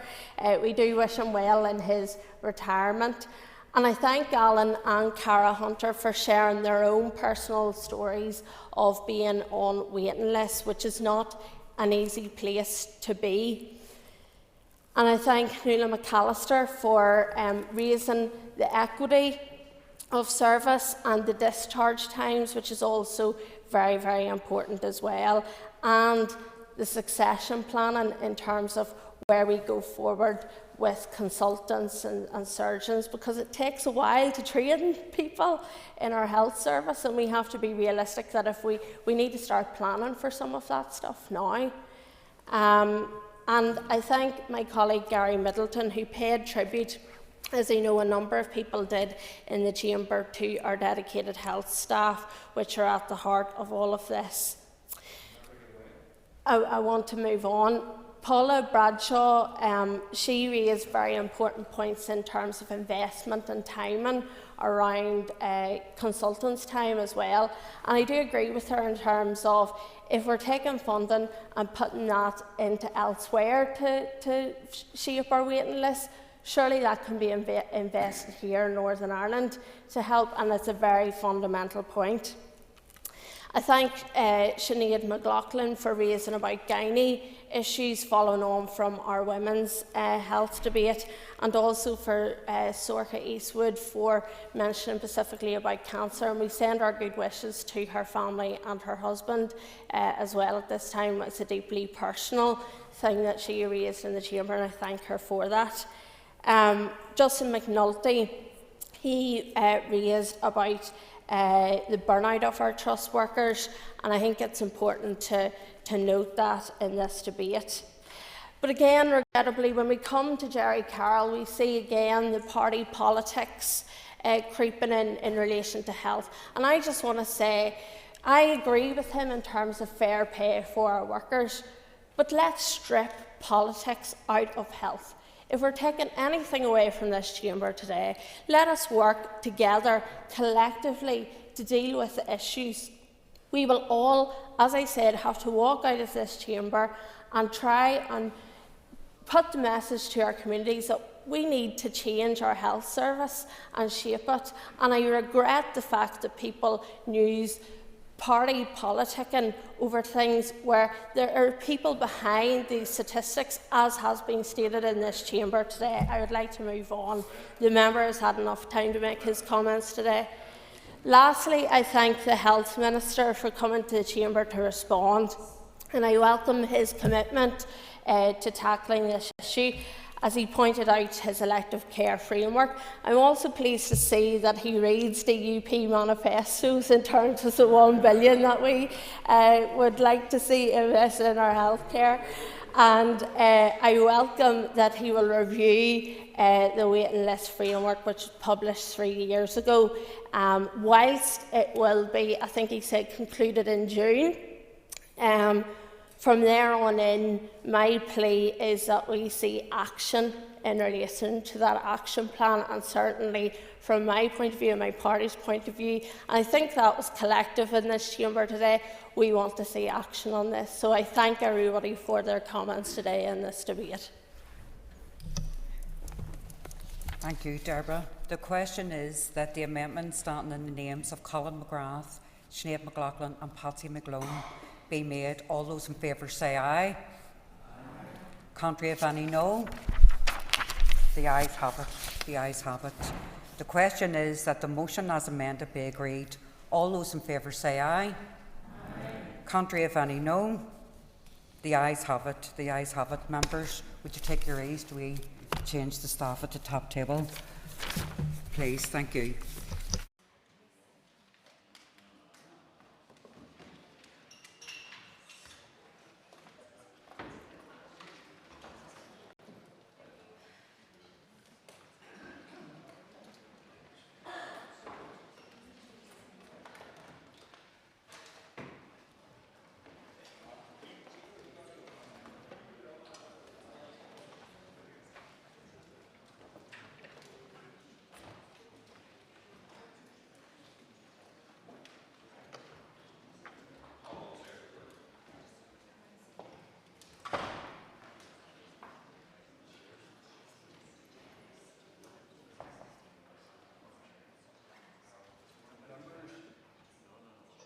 Members, the next item on the order paper is a motion on speech and language therapists. I ask the clerk to read the motion.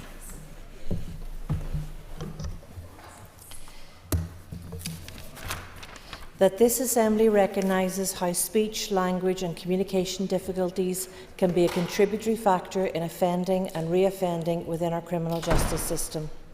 Applauds the work of speech and language therapists while recognising the concerns of the Royal College of Speech and Language Therapists in respect of the impact communication difficulties can have on mental health, and calls on the Minister of Justice, in consultation with other ministers, to examine how speech and language therapists can work with the Youth Justice Agency and all of our prison estate to support the communication needs of prisoners and to develop training for prison officers to allow them to identify and support prisoners with communication difficulties. Thank you. I call on Doug Beattie to move the motion. Moved. Thank you. The Business Committee has agreed to allow up to 1 hour 30 minutes for this debate. The proposer of the motion will have 10 minutes to propose and 10 minutes to wind. All other speakers will have 5 minutes. Please open the debate on the motion. Thank you, Mr. Speaker. And in opening this debate around speech and language within the criminal justice system, I need to acknowledge two things. First of all, to thank the Justice Minister for coming along to respond today, and also wish her well in her role as the Justice Minister. I don't envy her, but she will certainly have my support. The second one is to absolutely be clear that this is not an issue solely for the Justice Department. In fact, it covers so many different departments. Indeed, it's a health issue because it's the Health Department which provides the speech and language therapists to provide the outcomes that we require. It's also an education issue because if we don't find the trouble early on with our children, then it stores up troubles later on. It's an issue for our economy because within our education system we have not got enough places to train people as undergraduates within speech and language, and of course finance, because if we don't get the finance, we don't have the resource, and we can't provide the outcomes that we need. And I hope that within this debate, Mr. Speaker, that other people will outline some of those points that I've made, because it is important to realise this does not just sit on the shoulders of the Justice Minister. But I am talking about the criminal justice system and the youth justice system, and that's where the focus is. But there's so much to it. Mr. Speaker, communication skills are a central plank for social inclusion for a number of reasons. First of all, expression, to make ourselves understood. And just you all know what it's like and the frustration you feel if you cannot make yourself understood. Comprehension, our ability to understand what is being said to us. And if we don't understand what has been said to us, then again, it can lead to poor outcomes. And social communication, how to speak to different people in the right way at the right time. And I think we all take that a little bit for granted, but we shouldn't. Development language disorder is a lifelong condition characterised by significant and persistent impairment in understanding the use of language. Within and that actually goes back to the point that I'm making when we talk about developmental language disorder, that this is something that actually appears at a very early age within our youth. So this is not just about when they get into the criminal justice system, this is when they're at school beforehand. So that just expands that so people understand. But within the youth justice system, a study of 145 young offenders, it was found that 3 in 5 had DLD, DLD being developmental language disorder.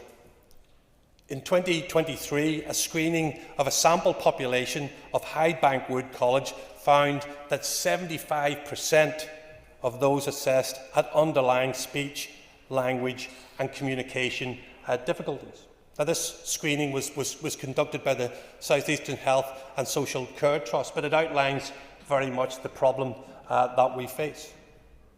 Within the youth justice system, that means that many simply do not understand the terms of their sentence, what is required of them in court orders or under licence. We're literally having young people ending up in the youth justice system, finding themselves at a disposal and not understanding it, and because they don't understand it, they end up reoffending. 62% of people with DLD reoffended.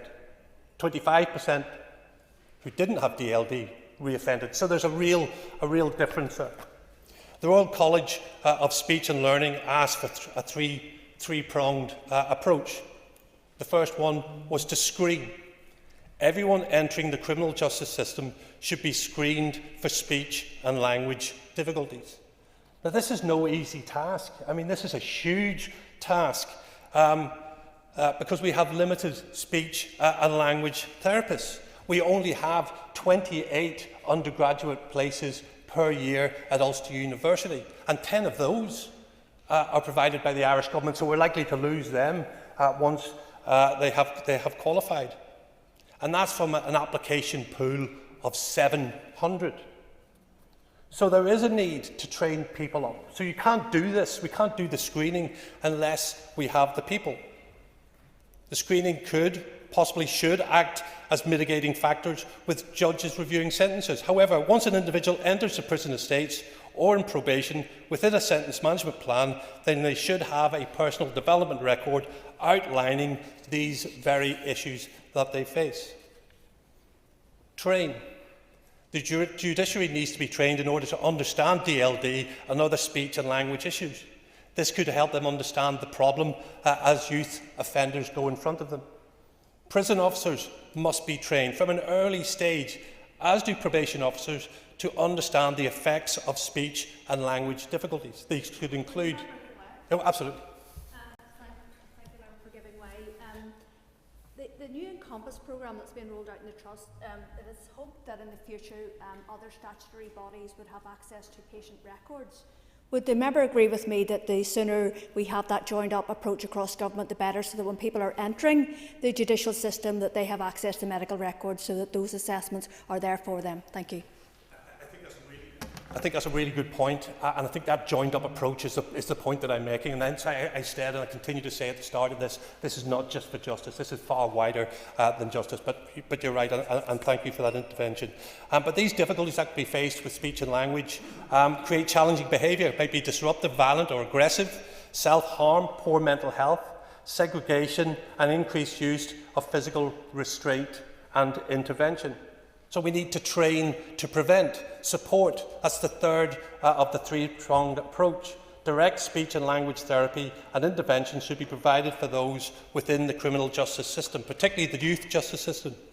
This is provided by the Department for Health, but it must be a structured intervention combined with the screening and the training functions. So support to transform. The advantage of having speech and language therapists within the justice system is extremely clear. For staff, they have an increased knowledge and understanding of the barriers to engagement and helps communication. For those with need, to better understand what is happening to them. Because people fall into that criminal justice system and they find themselves at a disposal and then they simply do not understand it. And it's important that we work with them so they can understand what is happening to them. And the other clear advantage is for society. Speech and language therapist interventions can reduce offending by enabling individuals in the criminal justice system to access a wide range of rehabilitation programmes, empowering change. So it's about empowerment, empowering these young people who find themselves at the wrong end of the law. I want to revert back, if I can, to the very start, and I've repeated time and time again, and others will repeat time and time again, that this is not just for the Justice Department. This really does start from the bottom up. Because if we can't... I will do. Go ahead. Thank you, and can I thank the member for giving away? Does the member agree with me that early intervention is critical to outcomes later on in life, including the predicting of interaction with the justice system, and that is particularly important for people with speech and language communication needs, and that is why another reason that we need to invest on our early years and early education and childcare. Absolutely. I think the point you make is prevention. You know, it's always better to prevent than it is to deal with the aftermath. So I'm 100% with you in regards to that. You know, and I say that as I come to the end of moving this motion, that being proactive is important. It's important that ministries share and pool budgets to get the outcome that we want. We can literally save people, we can save money if we act early on before they end up in the criminal justice system. But once in that criminal justice system, it's incredibly important that we take action to stop them reoffending so we can get them out the other end. I think sometimes speech and language therapists don't get the credit that they deserve. They're not spoken about as often as we should do. The resource isn't there that is needed for them to provide the outcomes that we want them to provide. And I hope today that we can change that other departments can look to see what they can do in a joined-up manner in order to move this forward and in order to support our Justice Minister within that youth justice system and criminal justice system. Because at the end of the day, society will gain from this if we do. Thank you, Mr. Speaker. Thank you, and I call Ciara Ferguson. Thank you, Deputy Speaker. I rise to support this motion today, and can I thank members for bringing it forward. Firstly, I think this is an opportunity, like yourself has mentioned, to commend the work of our Royal College of Speech Language Therapists. We have over 700 plus committed professionals that work in the field here in the North, and they provide vital work in supporting our most vulnerable children, young people and adults who have speech and language communication delays and difficulties. Sinn Féin recognises and very much values the important role that speech and language therapists play, not only in our justice system, but in our schools, in our local communities and in our health service. And I've been fortunate to work closely, particularly in the communities, with our speech and language therapists, supporting particularly in early years with our Sure Start programmes, our communities, and providing language-rich environments to support our young people in the development of their communication skills. Speech and language obviously underpins everything that we all do. So just imagine your life if you struggle to be able to express your own needs to others, to express your own likes and dislikes, struggle to interact with others, build relationships, struggle to learn in school, struggle to understand and control your emotions and feelings.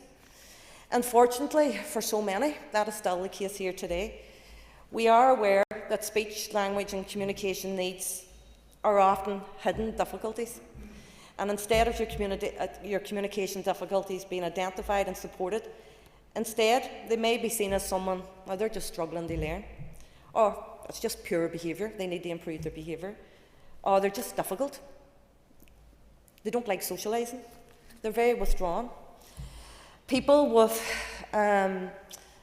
speech, language and communication needs can be so misinterpreted, misdiagnosed and missed altogether in our neighbourhoods and our community.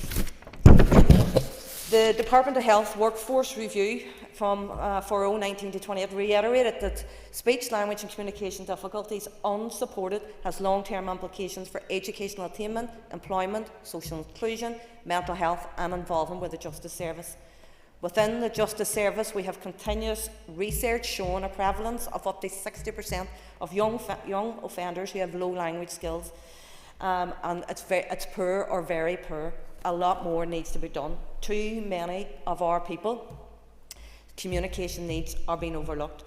The National Institute of Health and Care Research Report in February 21 found that young offenders with undiagnosed language problems are twice as likely to re-offend within a year.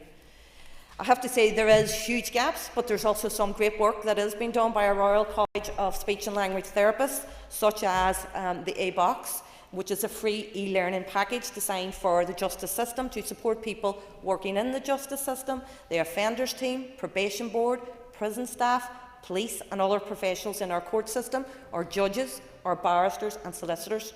Also, I welcome the appointment by the Minister of a speech and language therapist within the prison service back in 2018, but it's not enough.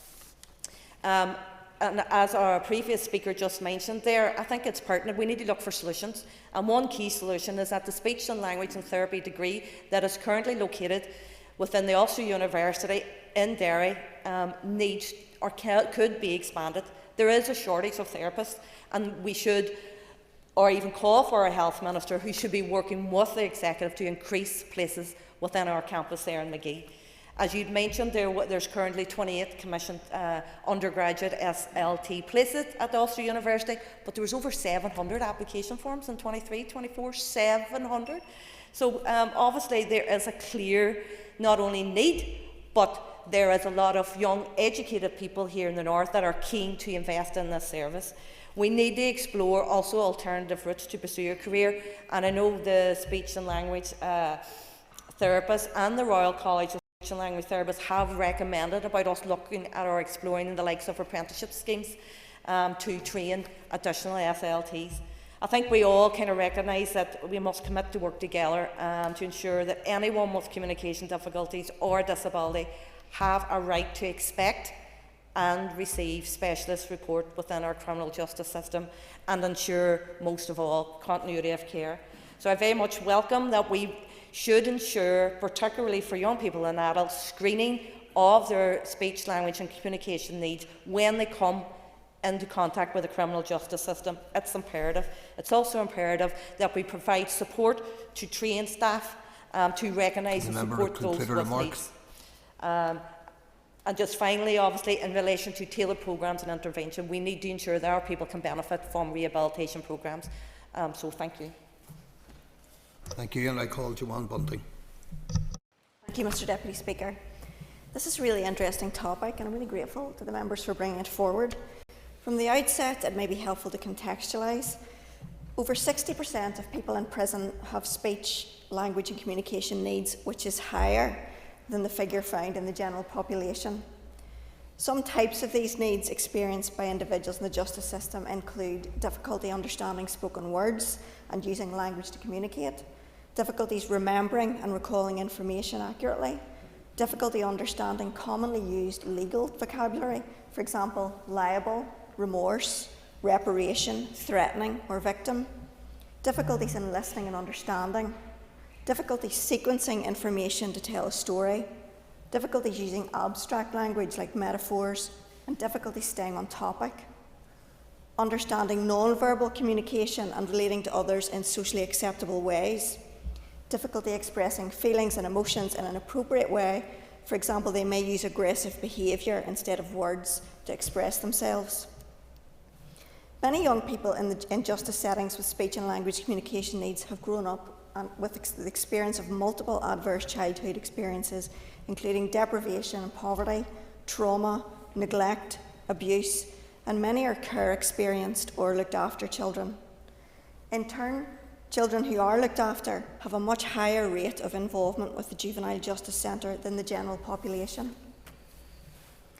Part of the issue is that the screening processes in prisons are still ineffective, and there's no nationally used screening tool for communication needs. Prison staff receive limited training on those vulnerabilities, but we know that failure to appropriately support people in prison can result in disruptive, aggressive, or violent behaviour and increasing self-harm. In my remarks in the budget debate yesterday, I made mention of prisoners having problems with addiction, anxiety, depression, and their inability to control their emotions. That does not just go away. A prime example of what I'm describing can still arise on leaving prison. Until the point at which they are released, their lives have been under the control and responsibility of others. Then they leave. And on exiting the gate, they may be sent to a hostel because they're homeless. And that hostel can be very far from home. And I'm talking Belfast to Londonderry, Belfast to Newry, or vice versa. They may have no family support, and they're supposed to get there on their own devices via public transport, and perhaps with a daily requirement for a prescription in Belfast. They make their way to the pharmacy, something goes awry, the miscommunication cycle starts, and boom. They're tired, they're alone, they're with nothing and nobody, they're afraid, they're anxious, and they're frustrated, and then the temper's lost. Back to square one, defeated. And it can feel like we're teeing them up to fail. If the member, yes, go ahead. The member refers to the number of people involved with the justice system and in prison, the previous speaker as well.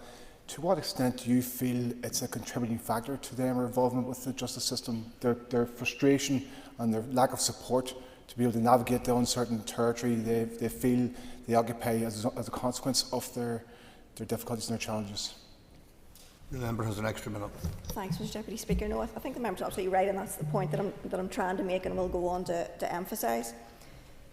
Interventions in the justice settings like counselling or education programmes are often verbal, and therefore they disadvantage those with prior speech, language and communication needs.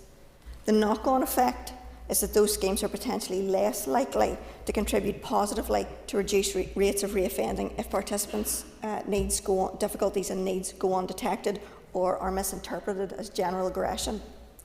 That's why a joined-up approach is also needed, as the proposer has mentioned. There's little point in prison staff being equipped to communicate effectively with prisoners with SLCNs, but external providers delivering rehabilitative or educational initiatives lacking the knowledge on how to identify and address the needs of this particular cohort. Gaps in identifying SLCNs are also exacerbated when sufficient numbers of speech and language therapists are not being trained or in post, as others have mentioned. And we've got higher rates of SLT vacancies than Scotland and Wales, and this limits what can be achieved in terms of ruling out innovative multidisciplinary team working in other aspects of the system where SCNs could be addressed. But the picture's not all gloom. Strides have already been made. Recent examples at Magabry, for example, have highlighted that the provision of speech and language therapy has been very good. There are a number of issues that need concerted action. Training is only one part of the jigsaw. We need to ensure a sustained funding uplift for our prisons and the wider criminal justice system. in order to ensure sufficient numbers of trained allied health professionals are working alongside prison staff and to facilitate adequate and ongoing training for staff in justice settings themselves. Apologies, new placement of microphones. It should also be noted that the Strategic Framework for Youth Justice 2022 to 27 and 5-year action plan led by the Department of Justice and Youth Agency places little emphasis on SLCNs, and there is perhaps a need for the Minister of Justice to revise those strategies and the operation of the Regional Care and Justice Campus to ensure there is a focused strategy when it comes to breaking down communication and language barriers. To conclude, we support the motion and welcome the focus on breaking down barriers to better engagement between those with speech, language and communication needs in our prisons and youth justice populations, those who care for them in justice settings, and the many rehabilitative, restorative and educational programmes in which they participate. Thank you. Thank you, and I call Stuart Dixon. Thank you, Deputy Speaker. Deputy Speaker, when individuals, particularly young people, find themselves entangled in the criminal justice system, caught up in a cycle of offending and reoffending, this is driven by a broad spectrum of underlying issues from poverty, substance abuse, homelessness, mental health, communication problems. A lack of early opportunity from the start of life, making the factors that contribute to criminal behaviour both widespread and deeply ingrained. However, in addressing these issues, we should not overlook the critical aspect that often remains hidden or invisible: the additional needs associated with speech, language and communication challenges. This is an area that is underassessed and can easily go unnoticed until an individual comes against the need to use a particular system. As others have indicated, research has consistently shown the prevalence of these challenges within our judicial system, with over 60% of young offenders and 80% of adult inmates affected by speech, language and communication needs. This starkly contrasts with the general population, highlighting severe disparity and underscores deeply rooted systemic failures. Let me be clear, people do not arrive in the criminal justice system and develop these issues. But once they're involved in the system, these issues can significantly hinder their rehabilitation, thereby fueling a cycle of crime. This not only devastates the individual caught within it, but also has far-reaching consequences for communities and society at large. The Royal College of Speech and Language Therapists has emphasised the profound implications of communication difficulties can have on an individual's mental health. Without timely and effective intervention, this cycle only worsens, adversely influencing behaviour and drastically limiting the opportunities for positive engagement within society. This underscores the necessity of early intervention outside and long before anyone interacts with the justice system, as part of our broader cross-departmental strategy, which undoubtedly could mitigate offending and reoffending rates. Here in Northern Ireland, under the leadership of my colleague, the Justice Minister, Naomi Long, and in conjunction with the Department of Health, the integration of speech and language therapists into our justice system has already begun, making pivotal steps towards systemic improvement. However, we are just at the beginning. The scope of the challenge demands not only continued but expanded efforts to ensure that all individuals within the justice system who struggle with communication difficulties receive the support they need. Therefore, and let us be clear, who delivers that within the justice system? It is actually the Department of Health. They bear the statutory responsibility for the provision of speech and language therapy services, to prioritise and ensure the allocation of adequate funding and resources. This is not merely an investment in the rehabilitation of individuals, but in the safety and well-being of our communities. By improving health outcomes and addressing the communication needs of those in contact with the justice system, we can significantly reduce reoffending rates and facilitate more successful reintegration in society. Moreover, it's crucial to foster a collaborative approach that involves educators, health providers, justice system professionals, the identification and support of individuals with speech, language and communication challenges. We need to create a cohesive support network that can more effectively address the root causes of criminal behaviour and ensure that individuals receive the holistic care that they require. So in conclusion, Deputy Speaker, I extend my appreciation to the members of this House for the recognition of the critical role of speech and language therapists within our judicial system. The journey towards a more inclusive and effective approach to rehabilitation and reintegration is long and complex. However, by committing to address the communication needs of individuals within our justice system, we take a significant step forward. Let us continue to work together to enhance our justice system's responsiveness and ensure that every individual has the opportunity for rehabilitation, recovery and a positive return to society. The focus of this debate today is on justice, but in truth, the focus of this debate should be on all departments from the earliest days of life. Thank you very much, Deputy Speaker. Thank you. Members, the Business Committee has arranged to meet at 1 p.m. today. I propose, therefore, by leave of the Assembly, to suspend the sitting until 2 p.m. This debate will continue after question time and also an urgent oral question, when the next speaker in this debate will be Patsy McGlone.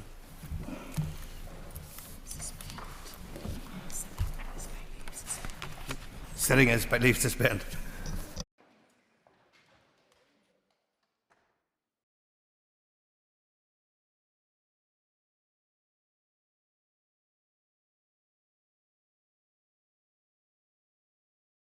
Assembly Chamber. Sound.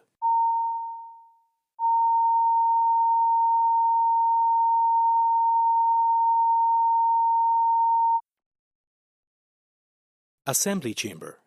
Sound.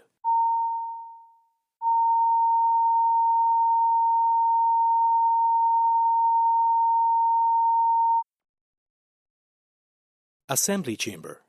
Sound.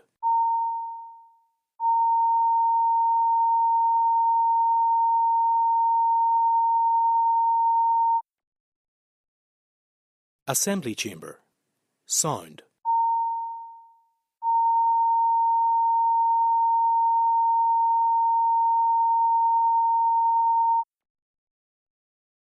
Assembly Chamber. Sound.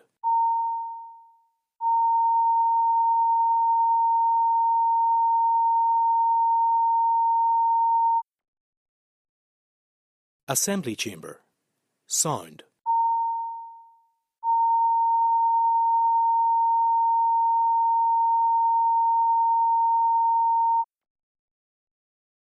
Assembly Chamber. Sound.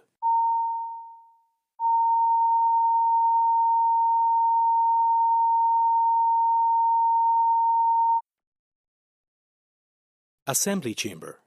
Sound.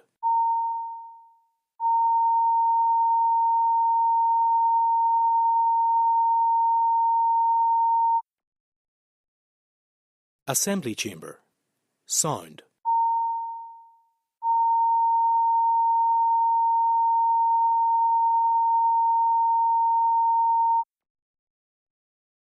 Assembly Chamber. Sound.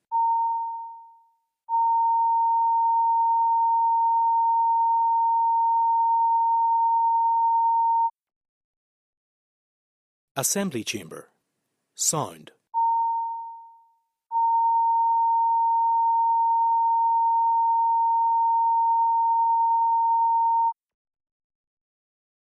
Assembly Chamber. Sound. Assembly Chamber. Sound.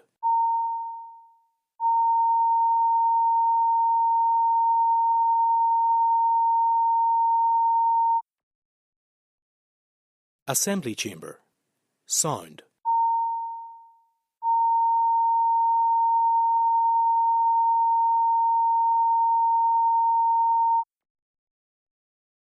Assembly Chamber. Sound.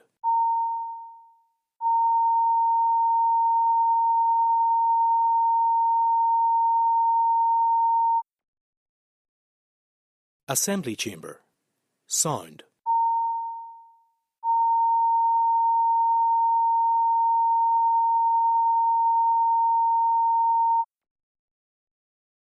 Assembly Chamber. Sound.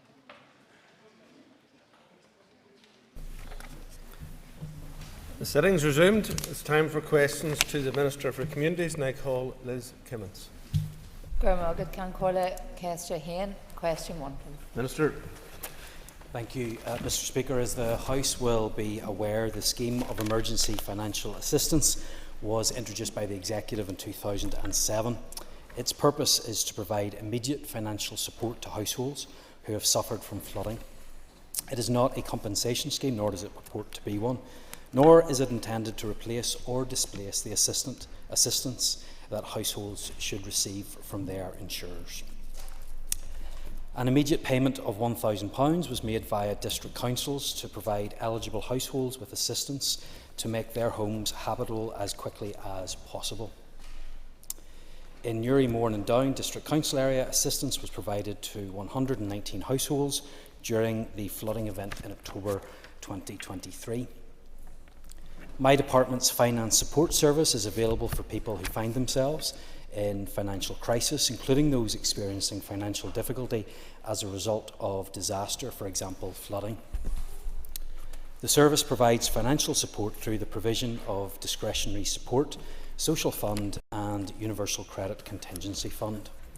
In addition, householders can contact my department's Make the Call service to ensure they're getting all the money and supports they are entitled to. Make the Call offers a telephony service and has a team of community outreach officers who work from regional locations across Northern Ireland to conduct home visits and provide face-to-face assistance and support with benefit claim completion.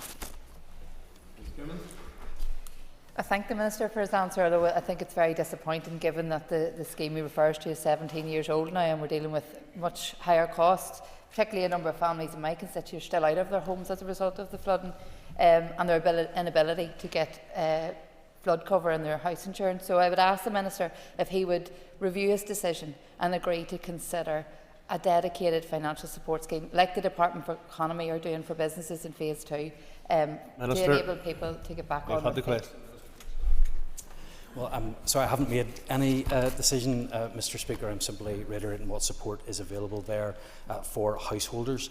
First of all, can I say I completely understand the frustration that many of her constituents and others will be feeling as a result of the flooding issues that have been felt in her and other constituencies in recent months. Unfortunately, I can only operate, and my department can only operate within the scheme that is currently available. And this scheme does not provide any additional support for the uninsured properties that she mentions. And any changes to the scheme or additional financial support that would be required would necessitate legislation and executive approval. Ryan Kingston. Thank you, Mr. Speaker. And I wish to ask the Minister for Communities about flood insurance. What initiatives exist to improve the availability and affordability of flood insurance for those who live in properties in flood risk? Well, Mr. Speaker, I recognise that this is an issue of concern, especially for those that have found themselves having their home flooded in the past and the difficulty that it is in order to secure flood insurance. To that end, Floodry is a joint initiative between the UK Government and insurers, which will run until 2039. And that programme exists to improve the availability and affordability, as the member has said, of flood insurance to those who live in properties in flood risk areas. Every insurer that offers home insurance in the UK pays a levy, and that money is used to fund the flood element of the policy and helps keep premiums down. The member, or indeed any constituent, will be able to check online for eligibility, and I've encouraged those that are affected in this way to do just that. Patrick Brown. Flat rate £1,000 payment is inadequate to cover household damage from flooding in many cases, and that a payment based on actual losses would be preferable? Well, yes, Mr. Speaker, it's obviously the case that £1,000 will not, in the vast majority of cases, not provide the assistance that's required. That's why insurance is what everybody should have. It's not meant to be a compensation scheme. It's not meant to take the place of insurance. It is there to ensure that there can be that one-off payment that's made, and hopefully a very quick period of time to help with the initial cost that some people will be facing. That's why we would encourage people, obviously, to have home insurance. That's why that programme, that's the joint initiative between insurers and the UK Government, is in place. Colin McGrath. Thank you very much, Mr Speaker. Minister, your Permanent Secretary chaired the response to the floods back last November on behalf of the whole ministerial departments. Many of the businesses are desperately waiting on the £100,000 which is to come from another department. But are you aware when that's going to happen? They're crying out for this scheme to be opened. Mr Speaker, I'm not aware of when that will be delivered. As the member said, or has indicated, that is not a responsibility of this department. If there are any responsibilities that fall under the Department of Communities, I will of course look into that and see what can be done. But again, I place on record my sympathy with those who have been affected. It may only be on the news for a few days, but we understand that the impacts last for a long time after, and we want to be able to help where possible to get those businesses back up on their feet as soon as possible. Honeyford. Thank you, Mr Speaker. Question number 2. Stuart. Speaker, the Sports Council for Northern Ireland, Sport NI, is a statutory body set up under the Recreation and Youth Service Order 1986. There are no plans to undertake a reform of Sport NI. However, the New Decade New Approach document stated that there will be a review of arm's-length bodies with a view to their rationalisation. While Sport NI is one of the Department for Communities ALBs identified for review, this has not yet been taken forward. As the sponsor department, Communities continues to work in partnership with Sport NI to support the board and executive team to deliver the necessary changes to the organisation which will allow it to deliver effectively for the sports sector in relation to its core functions and within a proper governance framework. Over the last 3 years, Sport NI has issued exchequer funding of almost £39.4 million and lottery funding of just over £17 million. And this funding consisted of grant awards to over 1,900 organisations. This year, Sport NI plans to invest £7.1 million of national lottery funding across 40 sports governing bodies, with an ambition to boost this figure to almost £8 million next year. In addition, my department and Sport NI published a partnership agreement in November 2022, following the launch of the Northern Ireland Code of Good Practice on partnerships between departments and arm's-length bodies. This was the first such agreement between my department and an arm's-length body and demonstrates the commitment of both our bodies to deliver for the sports sector in Northern Ireland. Now, at the request of Sport NI last May, my department has agreed to carry out an independent strategic review of the organisation. The aim of this strategic review is to identify and understand the cause of governance and control issues so that they can be addressed and that the organisation can be stabilised going forward.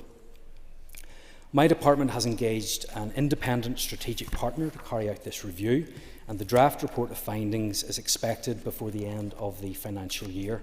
I will take time to consider the findings from the report and assess what further action is required by the department.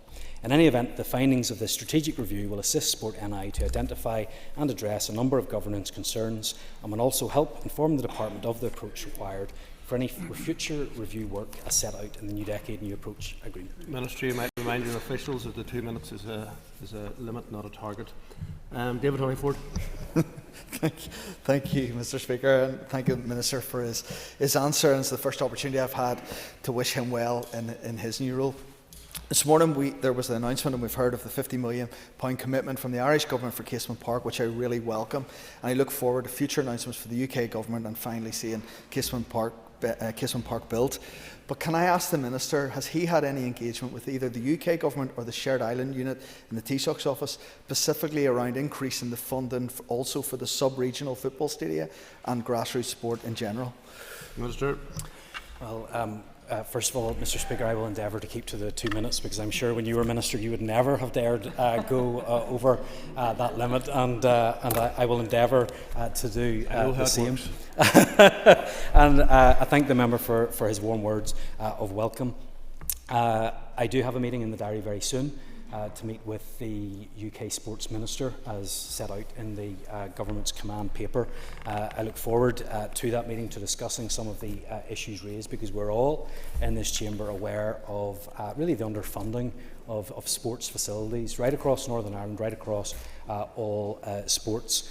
So I'm looking forward to having that conversation to ensure that we do get the adequate resource from the UK Government's funds in order so that we can have new and improve the existing sports facilities in Northern Ireland. Mike Nesbitt. Mr. Speaker, and I wish the member well as Minister. As he suggested, this relationship between the Department of Sport and I has migrated from a management statement financial memorandum to a partnership agreement. Given that there's now a review underway, what does that tell us about the efficacy of these new partnership arrangements? Minister. Well, look, I don't think anybody in here will be surprised at some of the issues that have affected Sport NI over the last number of years, particularly in regards to budget allocations. I think it is important that all those issues are addressed, and the review will look into those as well, because I think we need to have an organisation that is able to deliver the support that is needed to sport and those grassroots facilities as well. And so I look forward to that review being carried out, and we'll see what further action needs to be taken. Mr. McNulty. Minister, wonderful news today with 50 million being agreed from the Shared Island Unit for Casement Park. And Minister, I know you're a soccer man, but would you agree to come into Casement Park to the Ulster final in 2027, the newly built Casement Park, supported by Sport NI, of course, and I will reciprocate by going to the Euros in 2028. Wouldn't that be just wonderful, Minister? Minister. So, Mr. Speaker, there are obviously a number of issues before we get to that stage. The member will be aware that there are still outstanding issues in terms of the quantum of funding that will be required and the quantum of funding that will be made available. Those are outstanding issues for the Department, and we look forward to hearing more about that in due course. Paula Bradshaw. Mr. Speaker, I'm committed to ensuring that members of the deaf community have the same rights and opportunities as those in the hearing community and are able to access services in their own language. I am aware that profoundly deaf people consider themselves as part of a cultural and linguistic minority group rather than a disability group, and view their sign language as their language of need.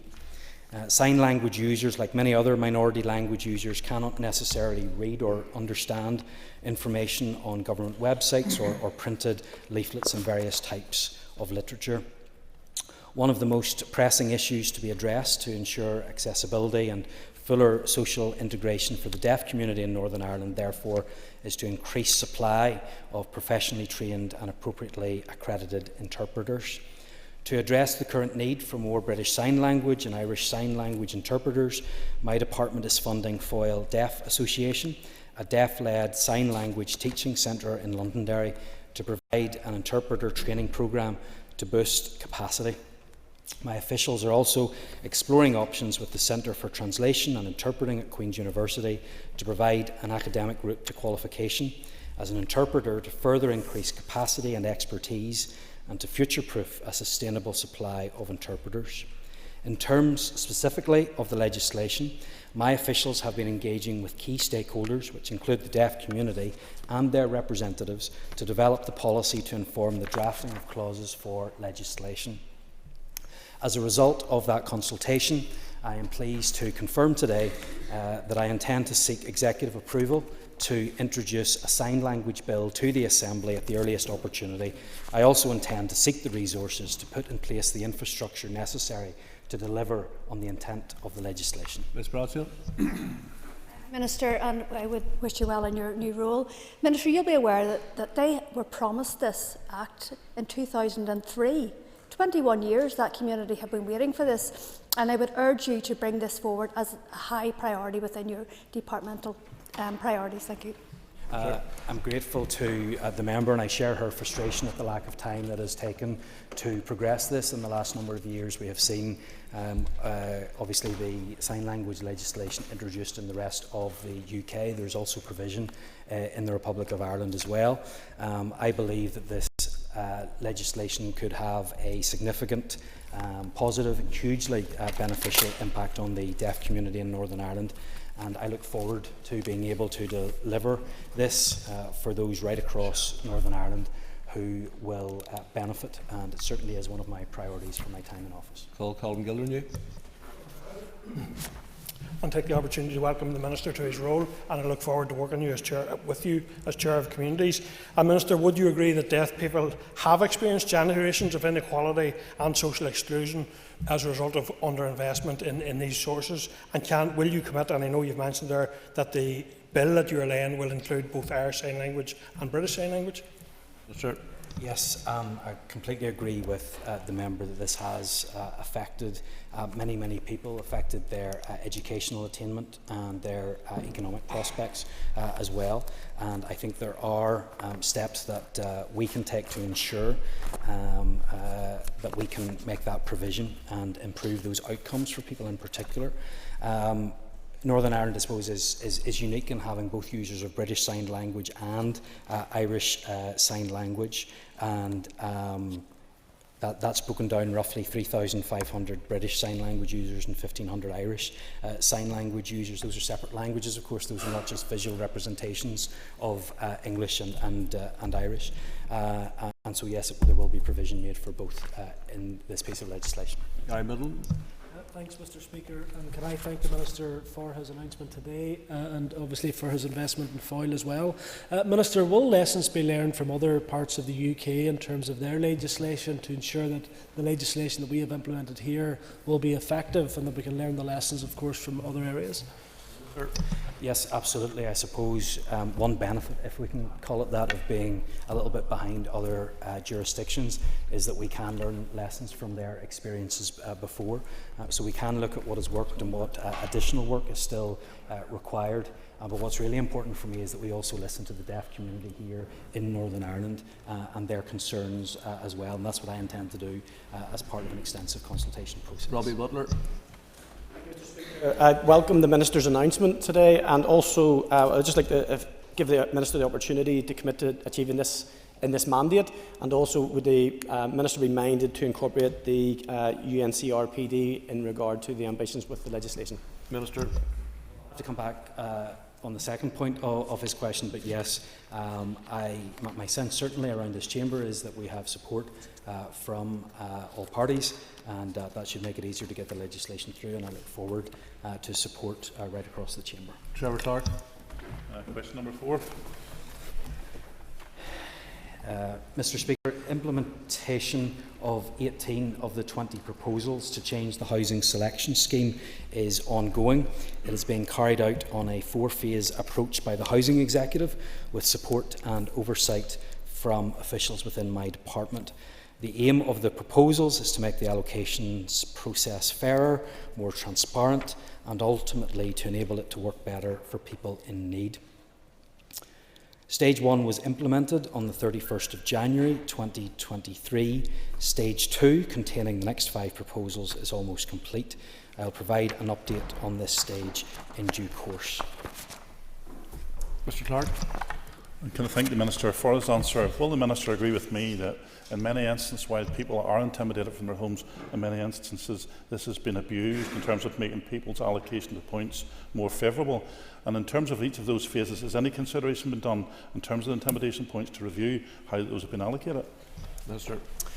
Yes, Mr. Speaker, that is absolutely the case, that intimidation points are being looked at. It's one of the 2 points that weren't progressed in the previous mandate. The previous Minister had asked for additional information, and that research is being carried out. Under the current scheme, those who are subject to intimidation receive 200 points, and I think we can all agree that intimidation, whatever form it takes, is unacceptable. Is the impact that it can have on the wider community, and I can assure you that the immediate personal safety of the applicant will always be addressed first and foremost, but independent research is currently being conducted on this matter. It's due to complete in March 2024 with a view to producing a series of options for the future of these points. I will consider these options, but I've taken on board what the member has said, what many other members have said as well, and look forward then to bringing forward proposals. Andy Allen. Can I echo the comments in welcoming the Minister to his post? He's many challenges ahead, and I hope he faces those head on. Minister, the review of the housing selection scheme is vitally important in delivering housing, but I think we'll all accept that the major challenge is the lack of available housing right across the board. So, Minister, can I ask what thought you've given to leveraging FTC within your department to deliver more social and affordable housing? Minister. Well, Mr. Speaker, obviously it is right that the housing selection scheme it's important that we get that right. But one of the reasons why there is so many difficulties is because we don't have enough housing stock, and that's where there are a lot of difficulties and a lot of people then that are waiting. So I absolutely believe that is an issue that we need to address. We can do that through a number of ways. We need to look at the number of empty homes that we have in Northern Ireland and what we are doing to try and address that issue. We need to look at the model for the housing executive and allow changes to take place so that we can build more houses in Northern Ireland. We need to make sure that we have a greater supply of affordable housing as well for those that are looking to rent or to purchase their own home, and of course looking at opportunities such as FTC as well to see where that can be used in order to build more homes, because so many of the problems that we're facing, the delays that people have in getting housing, is down to a lack of supply, and that's what we need to address. Mark Durgan. Speaker, thanks to the Minister for his answers and congratulate him on his new post. The Minister's outlined his intention to make the housing allocations scheme faster and fairer, and obviously one surefire way of doing that is increasing the supply of homes. Could the Minister outline how many homes he intends to deliver over the remainder of this mandate? Minister. Well, unfortunately, I'm not able to give those figures because so much of what we will be able to do will be dependent upon budget. And unfortunately, the member will be aware of the very constrained environment that we are in terms of our budget. But he was right to indicate at the start that in order to deal with housing in Northern Ireland, we can't just look at the number of houses that we ourselves are intending to build. We need to make it as easy as possible to build houses, to make homes as affordable as we can, and also to look at other ways for houses to be built, not just directly through money that's available in my own department. Neil McAllister.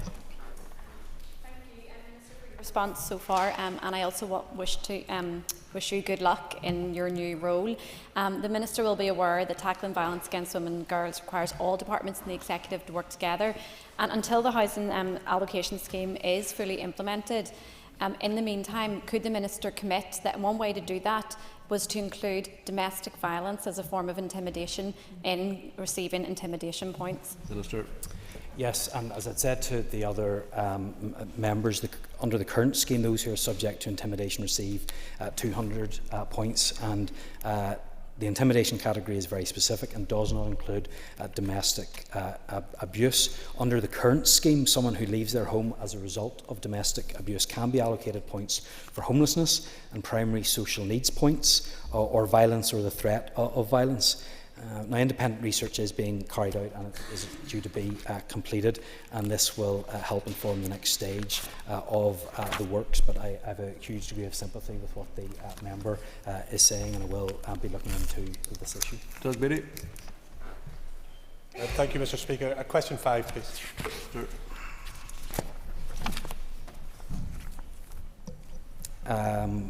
Mr. Speaker, in my department's role as a statutory planning consultee on archaeological matters, the Historic Environment Division continues to provide advice to the Planning Authority regarding the ancient burial cairn at the summit for Knock Ive. This cairn is protected as a scheduled historic monument. There are several long-running planning matters concerning a wind turbine at this important historic site. These issues remain the responsibility of Armagh City, Banbridge and Craigavon Borough Council as the relevant planning authority. Over recent years, my department's officials have also undertaken an enhanced quarterly inspection regime to ensure the appropriate ongoing conservation management of the cairn. My department will continue to fulfil its statutory responsibilities to ensure that the scheduled monument at Knock Ive is appropriately protected under relevant legislation. Mr. Mealy. Thank you, Minister, and best of luck for you in your new role. People will know that I've been pushing this issue for quite some years now. We simply cannot allow our historical wealth to be destroyed in this manner. So my question is reasonably simple, Minister, if you would be willing, along with the Historical Environments Division, to meet the Save Knock Ive campaign group to discuss bringing this historical site into the care of the Northern Ireland Government. Mr.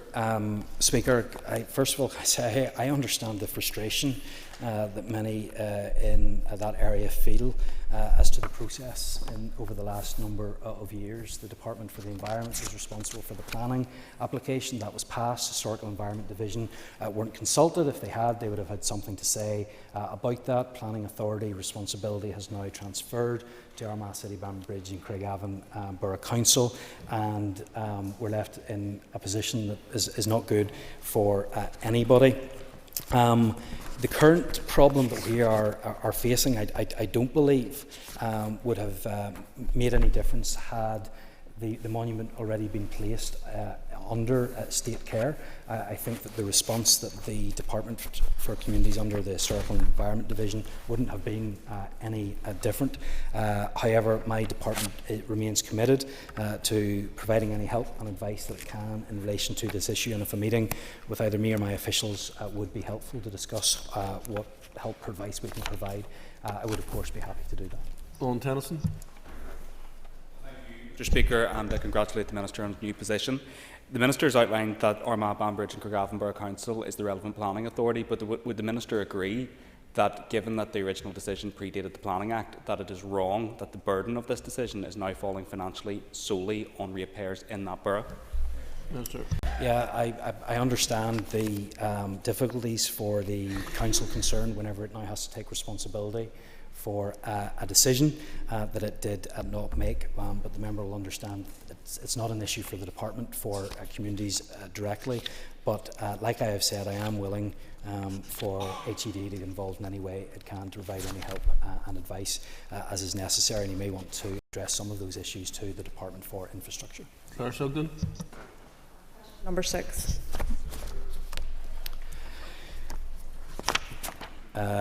With the Speaker's permission, I'm going to group questions 6 and 8 together. I welcome my colleagues' interest in our local footballing infrastructure, which is badly in need of investment. The facilities used to play football across Northern Ireland at all levels are, in many cases, in poor condition and no longer fit for purpose. I recognise and share the deep frustration of many that this long-standing executive commitment has not yet been delivered. My officials are working closely with clubs at all levels to build strong relationships and understand needs, and are developing proposals in partnership with an advisory working group. I have asked my officials to present me with proposals and options for consideration to take this commitment forward as a matter of priority. Once final proposals are confirmed and approvals are secured, I will be able to provide a timescale for the process to apply for funding. I am committed to delivering this important investment, and I recognise the valuable contribution it can deliver for football and for wider society. Ms. Sugden. Thank you, Mr. Speaker. I wish the Minister well in his portfolio. I also wish that he brings some of that money to Korean Football Club. We've been advocating for this funding for quite a while now. Minister, it seems, or it's expected, that there's not going to be enough money. Are you going to be advocating to the Executive to give more money so that it's not just Korean Football Club who benefits from this funding? Minister.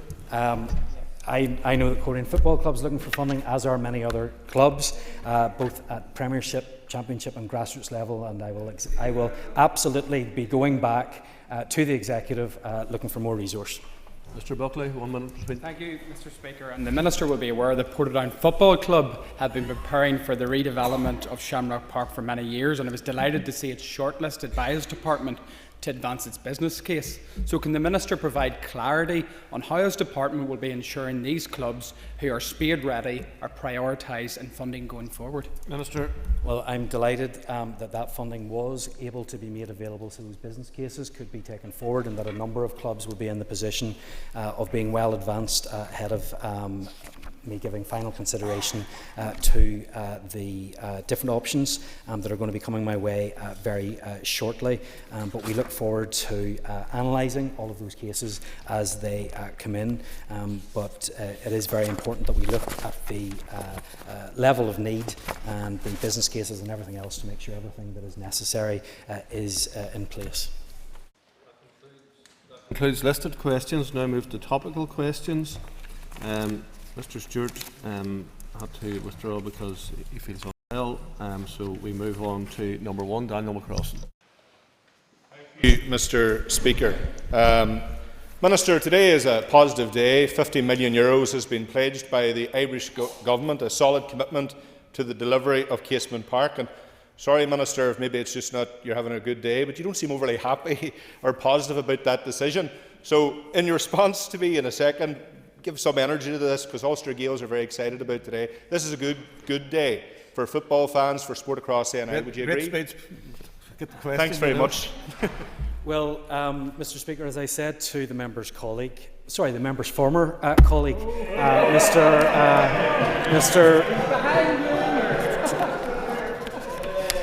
as I said to Mr. McNulty, there are a number of outstanding issues, both in terms of the quantum of funding and in terms of the total cost and where that funding is coming from. And I look forward to further clarity on that. Mr. McCrossan. Thank you, Mr. Speaker, and thank you, Minister. But, Minister, 50 million is a fantastic start. It's a springboard. Have you had conversations with the Secretary of State of British Government about finding the rest of that money, or executive colleagues indeed, and will you commit to this House that you'll do whatever within your gift to ensure that Casement is delivered? Minister. Well, Mr. Speaker, I have to be honest with the House and say that it is not going to be within my gift. This is outside of the control of any one department, or outside of the control of the Northern Ireland Executive. I have explained to the member the difficulties that exist around uncertainty in terms of cost, uncertainty in terms of funding. But I can commit that I will provide that information to the House as soon as I can. And I'll join the others when welcoming you, Minister, to the Department for Communities, the best department, if I may say. But I will ask the Minister, have you any plans in this mandate to deliver a national strategy on retrofitting that will take community-based area approach to include options for social housing?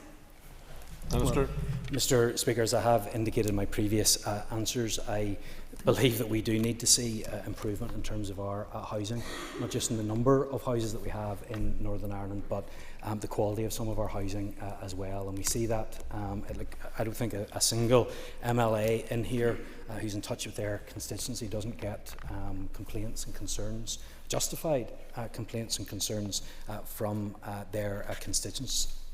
As I've said, and this may indeed be a frequent refrain from me, we are living in a very tight budgetary environment, but that's why we also need to look at alternative funding measures. Ms McAllister.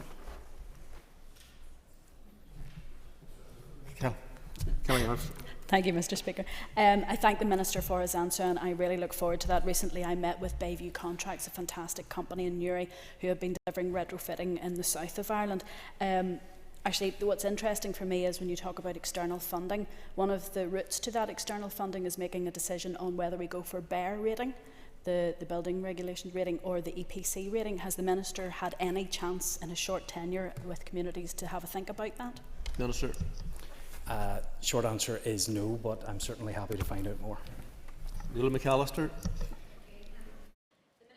Aware that last year over 3 families had their discretionary housing payments removed. These families, often without security of tenancy, who will then go on to waiting lists and exacerbate the housing crisis in all of our constituencies. Will the Minister today commit that there will be an equality impact assessment before any more cuts are made to services on the most vulnerable in our society? Well, Mr. Speaker, can I say at the outset, my job is to protect the most vulnerable in society. There are many different ways in which I can do this within this portfolio. I have also committed to looking at where we are spending our resource and to make sure that we spend every pound that we have in the way that makes the greatest impact upon people in Northern Ireland. I wasn't aware of the exact figure that you had quoted to me, but I am more than happy to look at it and come back to you. In that case, Minister, might I be cheeky then and ask if you would consider reversing that decision that was made, subject to a business case made to the Department of Finance, because it is the most vulnerable in society that continue to be affected?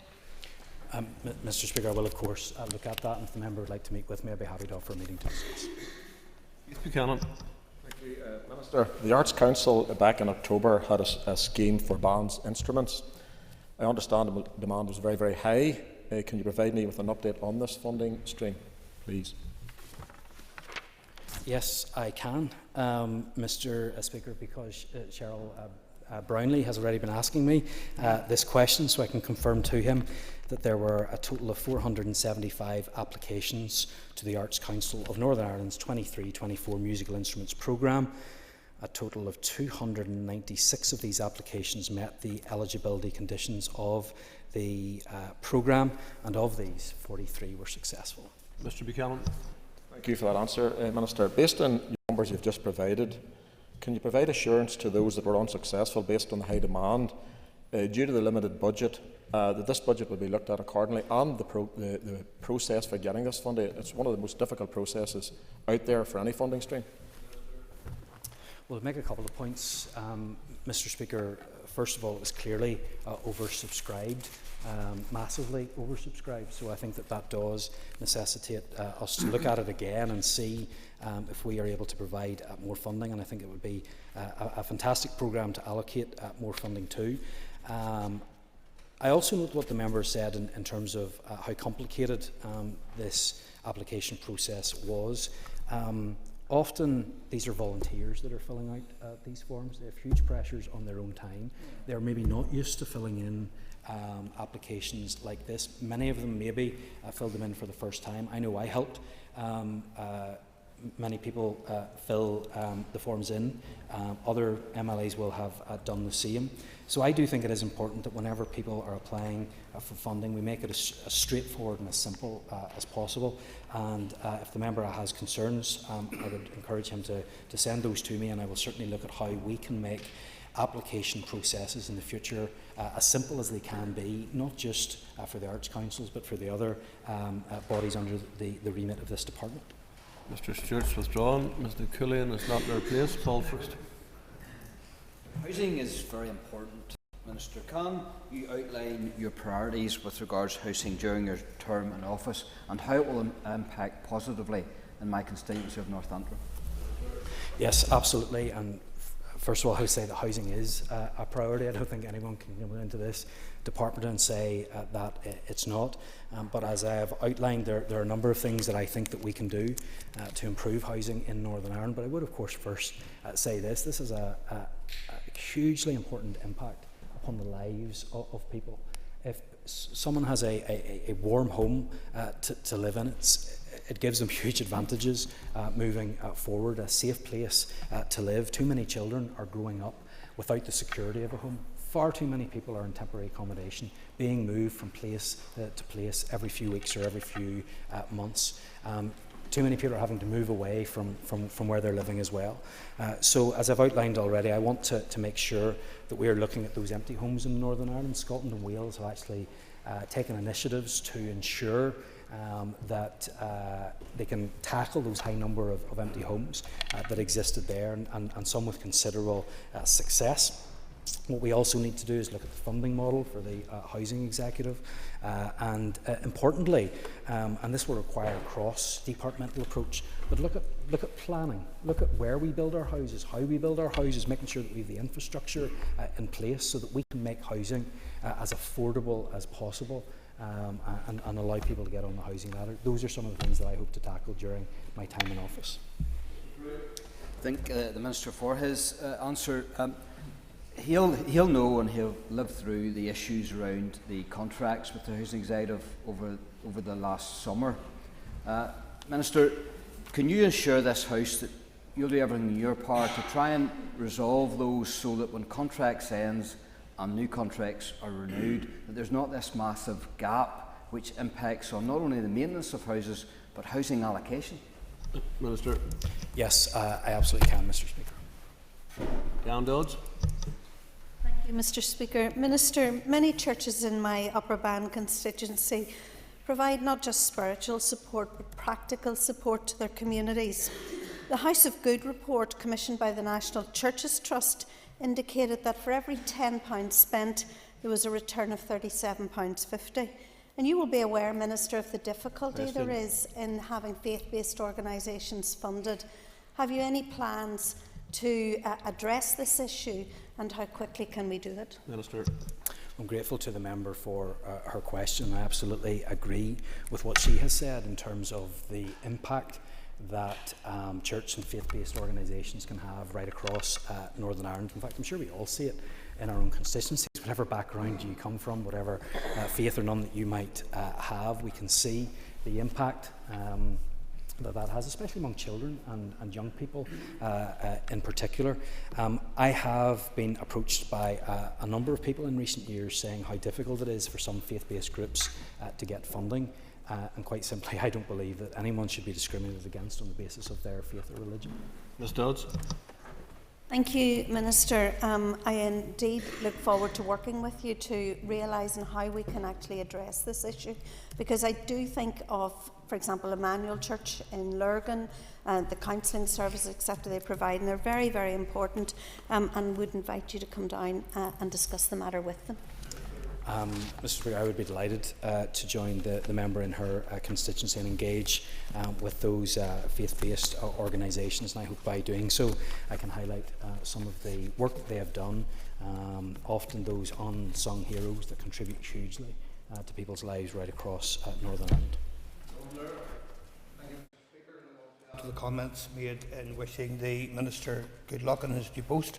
Can I ask the Minister if at long last we are any closer to seeing the local and regenerational town powers transferred to local councils? Well, Mr. Speaker, that would be a cross-cutting issue and therefore one for the Executive.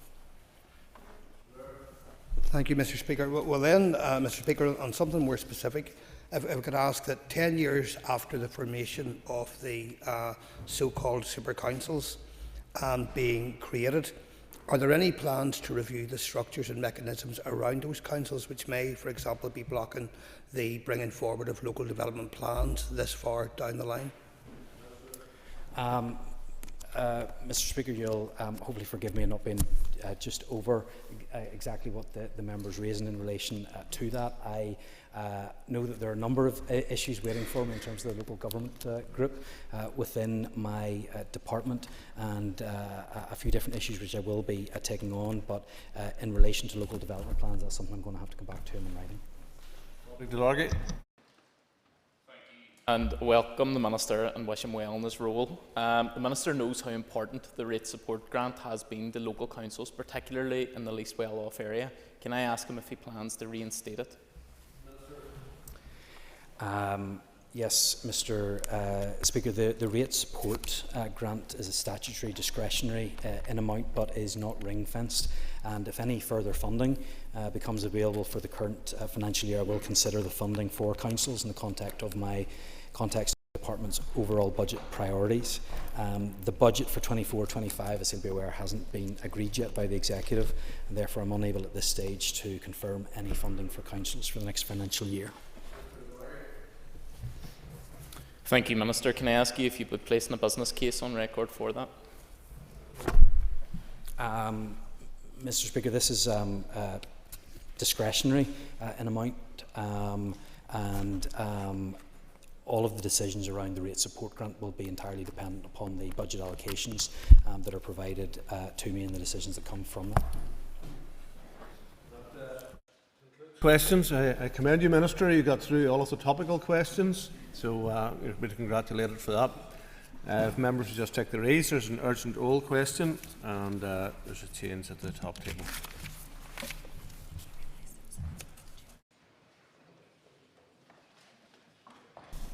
I'm going to conduct the urgent oral. So, Colin McGrath has given notice of an urgent oral question to the Minister of Health. I would remind members that if they wish to ask a supplementary question, they should rise continually to their places. The member who tabled the question will be called automatically for a supplementary. Clerk, please read the question. To ask the Minister of Health to outline what steps he is taking to prevent the strike action announced by junior doctors on the 19th of February 2024. For Health. Thank you, Speaker. I am acutely aware of the pressures faced by doctors and the concerns raised in relation to pay. I've been clear that resolving the ongoing pay disputes is my immediate priority, and that is why I have tasked my officials to move to immediately implement the DDRB recommendations for 23-24 pay for all doctors employed in health and social care. For junior doctors, this will bring an average pay increase of 9.07% in 23-24, with those in their first year receiving a 10.68% uplift. So that is not an insubstantial pay award when viewed across public and indeed private sectors, and will be backdated till April 23. The award will bring junior doctor basic pay above the level in Wales and closer to the rate in England. As members will be aware, there is a different contract in place for junior doctors in England, so precise like-for-like salary comparisons are not possible.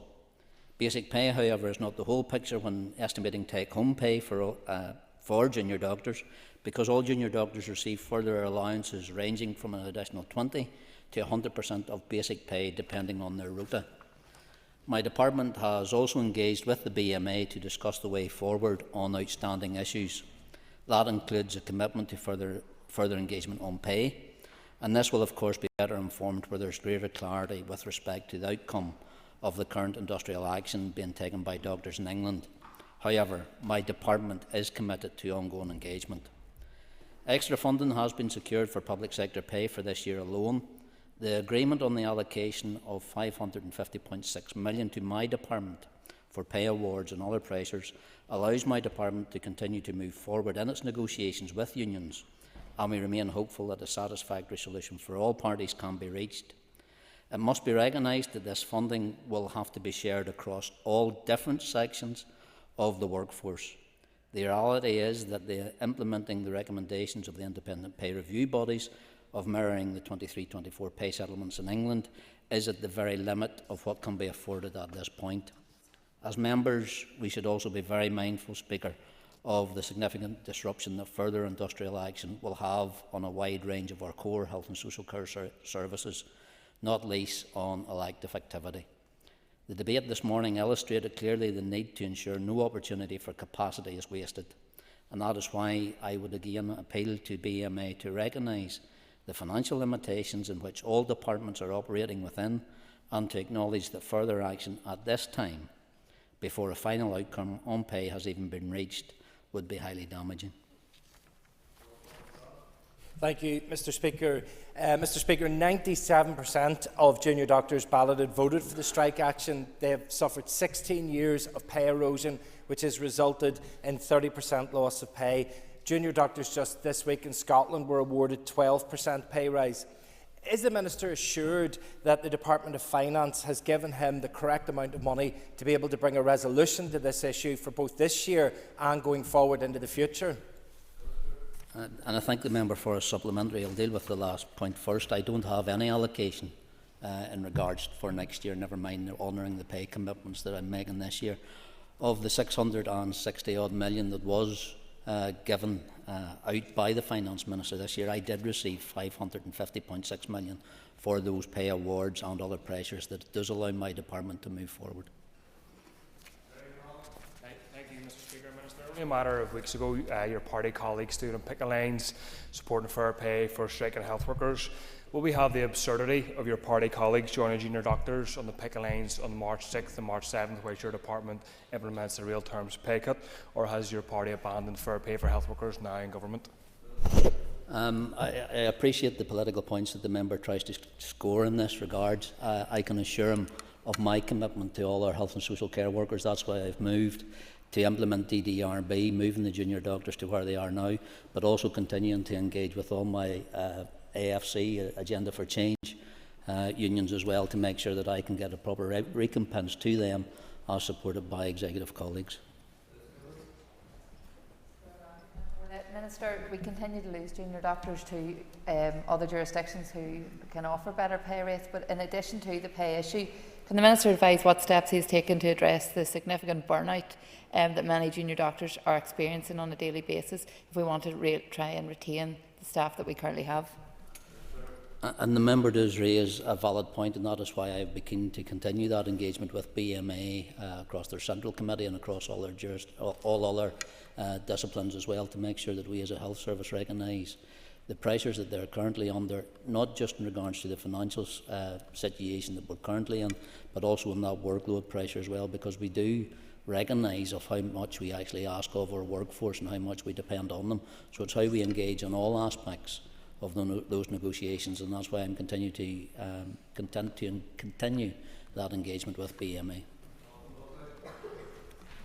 Mr. Speaker, and whilst fully understanding the level of hurt and anger that there is among junior doctors who have faced a real-time pay cut, Minister, we have had a year of continued strike actions across our health service, so I ask sincerely, Minister, how impactful has the year-long strike action been on patient health outcomes in Northern Ireland? I'll be honest, it has been impactful in regards to the waiting list, and that's why I would encourage junior doctors not to take that industrial action in March, because I am aware the ballot was taken while this place didn't sit, and I think that's the point the member needs to reflect on as well, for those 2 years that was missed in regards to actually implementing this DDRB pay award and Agenda for Change pay awards that could have been implemented in the past 2 years rather than leaving it to this late stage.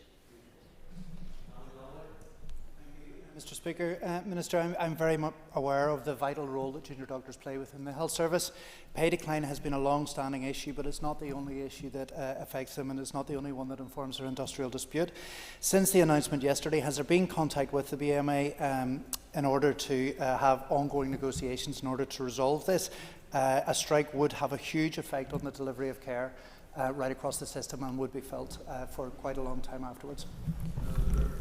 My officials are continuing to engage with BMA, and I've a call out to meet with the chair of BMA Council next week, and that will be scheduled. We'll meet then, because we have, and I've always had a good working relationship with all healthcare sector unions, because our workforce is the core of what we do. So I've always been open to them, I've always been engaging with them, and I continue to be so, but it has to be a two-way street. Thank you, Mr. Speaker. I thank the Minister for his responses thus far, and I agree that our junior doctors are an absolutely essential component of the local service. Despite no dedicated funding being immediately available to the Minister, is he considering contract negotiations, and if so, what would that look like? I thank the member for a valid point. I am very keen to discuss a new contract for our junior and trainee doctors, because their contract was actually last updated in 2002, and I believe it actually no longer reflects the way in which a modern health and social care system works. The current contract gives a trainee junior doctor a basic salary with an additional supplementary payment for those out-of-hours work and the frequency of weekends worked, and that supplements those ranges that I mentioned earlier, from an additional 20% to an additional 100%. So that's added to their basic salary as a multiplier of their pay point, which has resulted in a lower basic salary and higher variable supplement, leading to a large variation in pay. And I've already received evidence from trainees and employers that has indicated that this system of payment does not adequately reflect the work undertaken. The contract that was changed in England actually recognised that and introduced a higher basic pay and a lower variable rate that provided those trainees and junior doctors with a more stable income. And that's something that I would like to review in any contract negotiations. Well, others, it would seem, would even prioritise funding for Casement Park over health. Could I ask the Minister if he even had a fraction of the cash to be splashed on the A5 and on Casement Park, could he more than generously meet the junior doctors' claims? And in terms of the hemorrhaging of junior doctors away from Northern Ireland, are there other incentives as well as extra pay which you could provide to them to ensure that we retain those we train? And the member makes a valid point in his last point in regards to my answer to Mr Chambers in regards to how we actually look at that contract. So it's how we get the balance of a basic pay as to the supplements they actually get and realign that the way it currently is in England. And I think there's a considerable piece of work that has to be done in regards to that, because that last contract review was in 2002, so almost over 22 years ago. So some of our junior doctors wouldn't even been about at that point in time. So there is something can be done in regards to that contract. In regards to the spends of other monies, I'll always make bids in regards to where I think that money can be spent, and I did receive the 550.6 million in regards to those pressure points to honour the 23-24 pay awards, which I'm moving to do. Corlia, thank you, Mr Speaker, and I thank the Minister for his answers so far, particularly in relation to looking at renewing the contract. I think this is a really important point. Included in that as well as pay, can you look at the conditions that some of these junior doctors are working under, and actually in some cases living under, in some of our trusts and some of our hospitals that they're expected to work in, sleep in, live in, and the conditions that they are currently in are absolutely disgraceful. So there's a capital element to this as well. Can you give us some reassurance around that for junior doctors also? And I thank the member, because it is a valid point, and I've actually had the same and side conversations since I came back into the office in regards to even some of our consultants who have travelled to other hospitals to provide support, being put in inadequate substandard accommodation as well that has been used by our junior doctors. So there is a piece of that comfort and care that we have a duty of care to our junior doctors and all our health service workers in regards to those who have to work overnight, spend allocations, actually working weekends, night shifts, all the rest of it. I think it was actually raised yesterday in a debate in regards where junior doctors were concerned they couldn't even leave personal possessions in regards to coats, handbags, purses, wallets, all the rest of it, that they were actually in fear of them being stolen when they're being actually on the wards doing their duty of care. So that's something that has been raised with the Trust. It's something I would like officials to further engage with BMA and junior doctors in regards to those ongoing engagements, rather than just solely about pay. There's so much more we could be talking about to support them. Thank you, Mr Speaker, and thank you, Minister. We are all aware that we had a debate this morning on the impact of waiting lists on people. I know it's early days, but does the Minister have a sense of what industrial action will mean for patients in the coming days, should the action go ahead and the pay negotiations not be successful? And I thank the member, in light of this morning's conversation, is a debate as well in regards to the support that we need to give to our healthcare workers, and that would be across all our healthcare workers, including our junior doctors. And I did, in my initial answer, acknowledge that further action at this time will be highly damaging, because it's not just the removal of the junior doctor workforce from our wards, from our A&Es, from our GPs. It's the fact that they then have to be backfilled by consultants and other doctors as well. So it's how we have to move them away from the service. And that's why, again, I would ask for the BMA to recognise the financial limitations that departments are operating in, and acknowledging that further action at this time, before that final outcome on pay has even been reached, is going to be highly damaging. Minister, thank you for coming here today and answering these questions. There was a report in BBC Northern Ireland in the last day or two about the epidemic of what's called quiet quitting among junior doctors. Does your department collect information on the destination of junior doctors when they leave? Because we do know there is an epidemic of people leaving, whether it's to the south of Ireland, across the water, to Australia, or simply out of the profession. We are losing people at an epidemic rate. Does the Minister's department collect that information, and will they use it to better design a long-term strategy for keeping and recruiting junior doctors? And I thank the member. And it was a piece of work I commenced across all health and social care workforces before I left the last time, in regards to not just recruitment but retention across all structures, not just junior doctors but across our nurses, our AHPs and all professions as well. So I don't have the updated detail in regards to where that looks at specifically in junior doctors, but the retention piece was a high-profile piece of work that my department was undertaking. Okay, members, that concludes the urgent question. We're now going to resume the debate. I'm going to change the top table here, so take your ease for a moment, and the next speaker will be Patsy McGlone.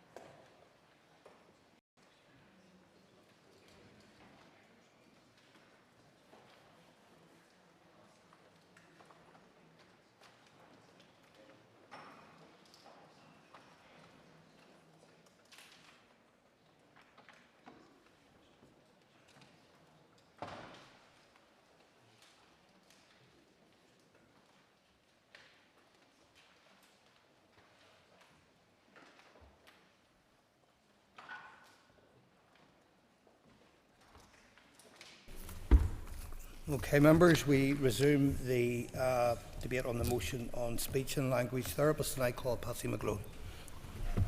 Good last Corlia, and I would like to say I welcome the motion and the opportunity to debate this issue today.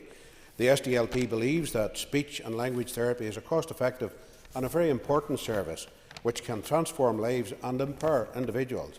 If unaddressed, however, speech, language and communication needs can have a long-term impact on an individual's educational, employment, social inclusion and mobility with mental health, and as reflected in the motion, involvement with the justice system.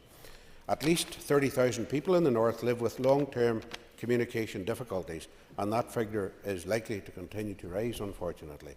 A large percentage of people with learning disabilities have communication difficulties too, along with around a third that is, of stroke victims and over a fifth of people with brain injuries. In the criminal justice system, research by the Royal College of Speech and Language Therapists has indicated that up to 60% of young people who offend in Northern Ireland have low language skills. The RCSL screening of a sample of residents at Hydebank Wood College found that 75% of the women and 100% of the men assessed had speech, language and communication difficulties. Studies have repeatedly shown that speech and language therapy results in better language and educational outcomes, and it can be particularly effective with young offenders. Furthermore, it has been demonstrated in the United States that an institution with a full-time speech and language therapy provision can have a reoffending rate less than half of the national average level. Better communication benefits the criminal justice system too. It enables provision of a specialist support to help reduce antisocial and offending behaviours. So, the SDLP is happy to support the motion. However, we would like to see resources made available to support interventions at much earlier points in people's lives.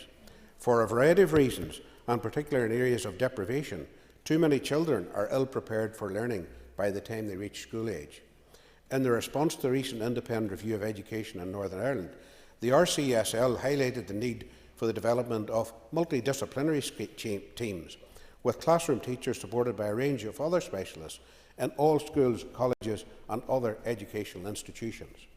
They also argued very persuasively that early years settings and primary schools should have greater access to play therapists, speech and language therapists and educational psychologists, and I'm sure all of us know that from our experiences within our constituency offices.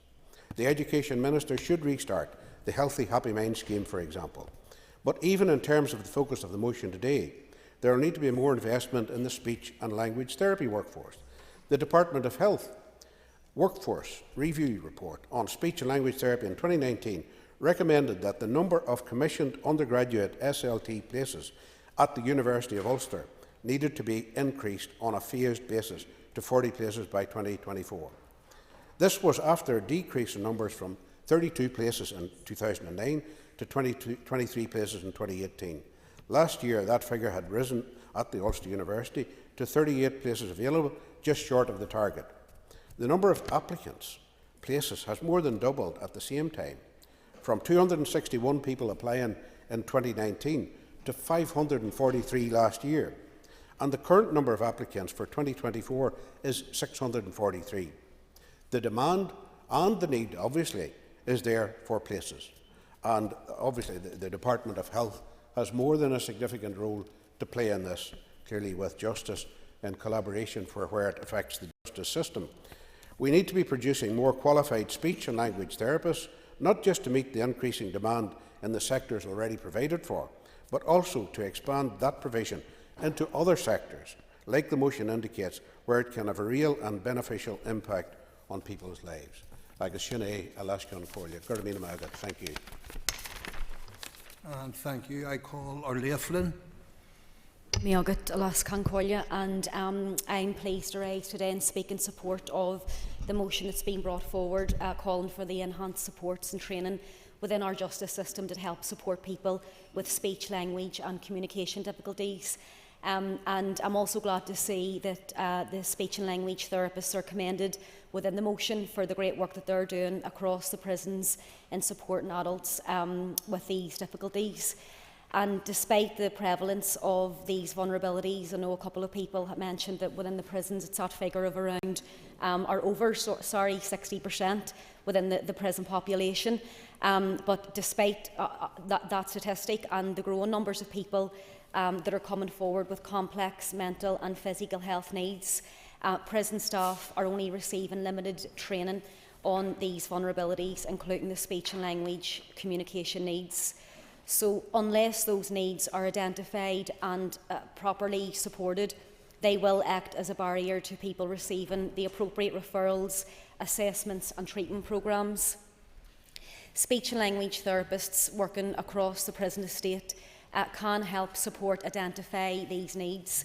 They can provide people with a proper diagnosis, and they can also train the workforce on the links, the important links between mental health, speech, language, communication and swallowing needs, and how to respond to them.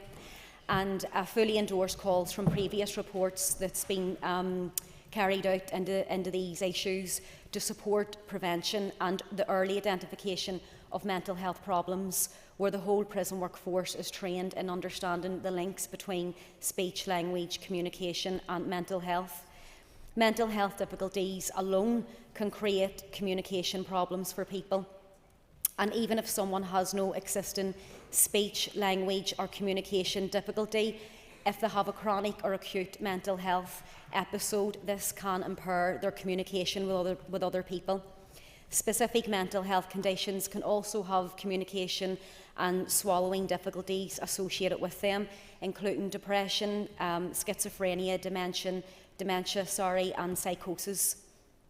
And there are also many people in prison with a primary mental health diagnosis who also might have dementia, brain injury or other long-term conditions. So again, this indicates a greater need for critical speech and language therapy support within this environment. Speech and language therapists can enable people who have mental health disorders to develop the skills that they need to access information about their condition, and also to give them the ability on how to express themselves more effectively. And crucially then, they can provide that support to the wider prison staff and the multidisciplinary teams in terms of how they can communicate effectively with people who are battling with these issues. Due to the high prevalence of speech, language and communication needs and other complex needs in the prison population, it is important that the entire prison workforce should be able to recognise these vulnerabilities, and they should be equipped on how to deal with them when they arise. And so, yeah, it was a couple of years ago now, our own Audit Office report was published. I think it was in 2019. It was more specifically around mental health within the prison system. But again, it's obviously relevant to this particular motion in terms of speech and language therapists. And in that report, it had outlined back then how organisations across all stages of the justice system were facing significant pressures as a result of the growing mental health needs among the general population. And just as the health system here has found it challenging to respond to this huge growth, our justice system is now also coming into contact with these increasing numbers of people who haven't been able to access key health and social care services that they need. So I hope that today's motion can obviously help support the Minister. I know it's not obviously just on the Department of Justice, it's also on the Department of Education, and I know that the Minister in the past has been supportive of different pilots and programmes in terms of mental health, justice and health, the pilots around the custody suites, around the multi-agency triage teams. So I know that the will and the want is there, but she'll obviously need support from other colleagues, particularly health, to try and bring the detail of this motion forward. Thank you. And I call Maurice Bradley. Thank you very much, Mr. Deputy Speaker, and I thank the members for bringing this motion before us today. Mr. Speaker, screening and assessing young people to determine their speech, language and communication needs is vital to assist those inmates who may have a high prevalence of language and communication disorders and could end up being more vulnerable within the prison system itself. Speech therapists are more important members of the legal workforce and improve the health, well-being and participation of people in contact with or at risk of contact with the judicial system through the prevention, early detection, assessment and treatment of communication disorders. Supporting young people to develop their own strategies to facilitate communication to aid working with others to make treatment, education and information more accessible is vital.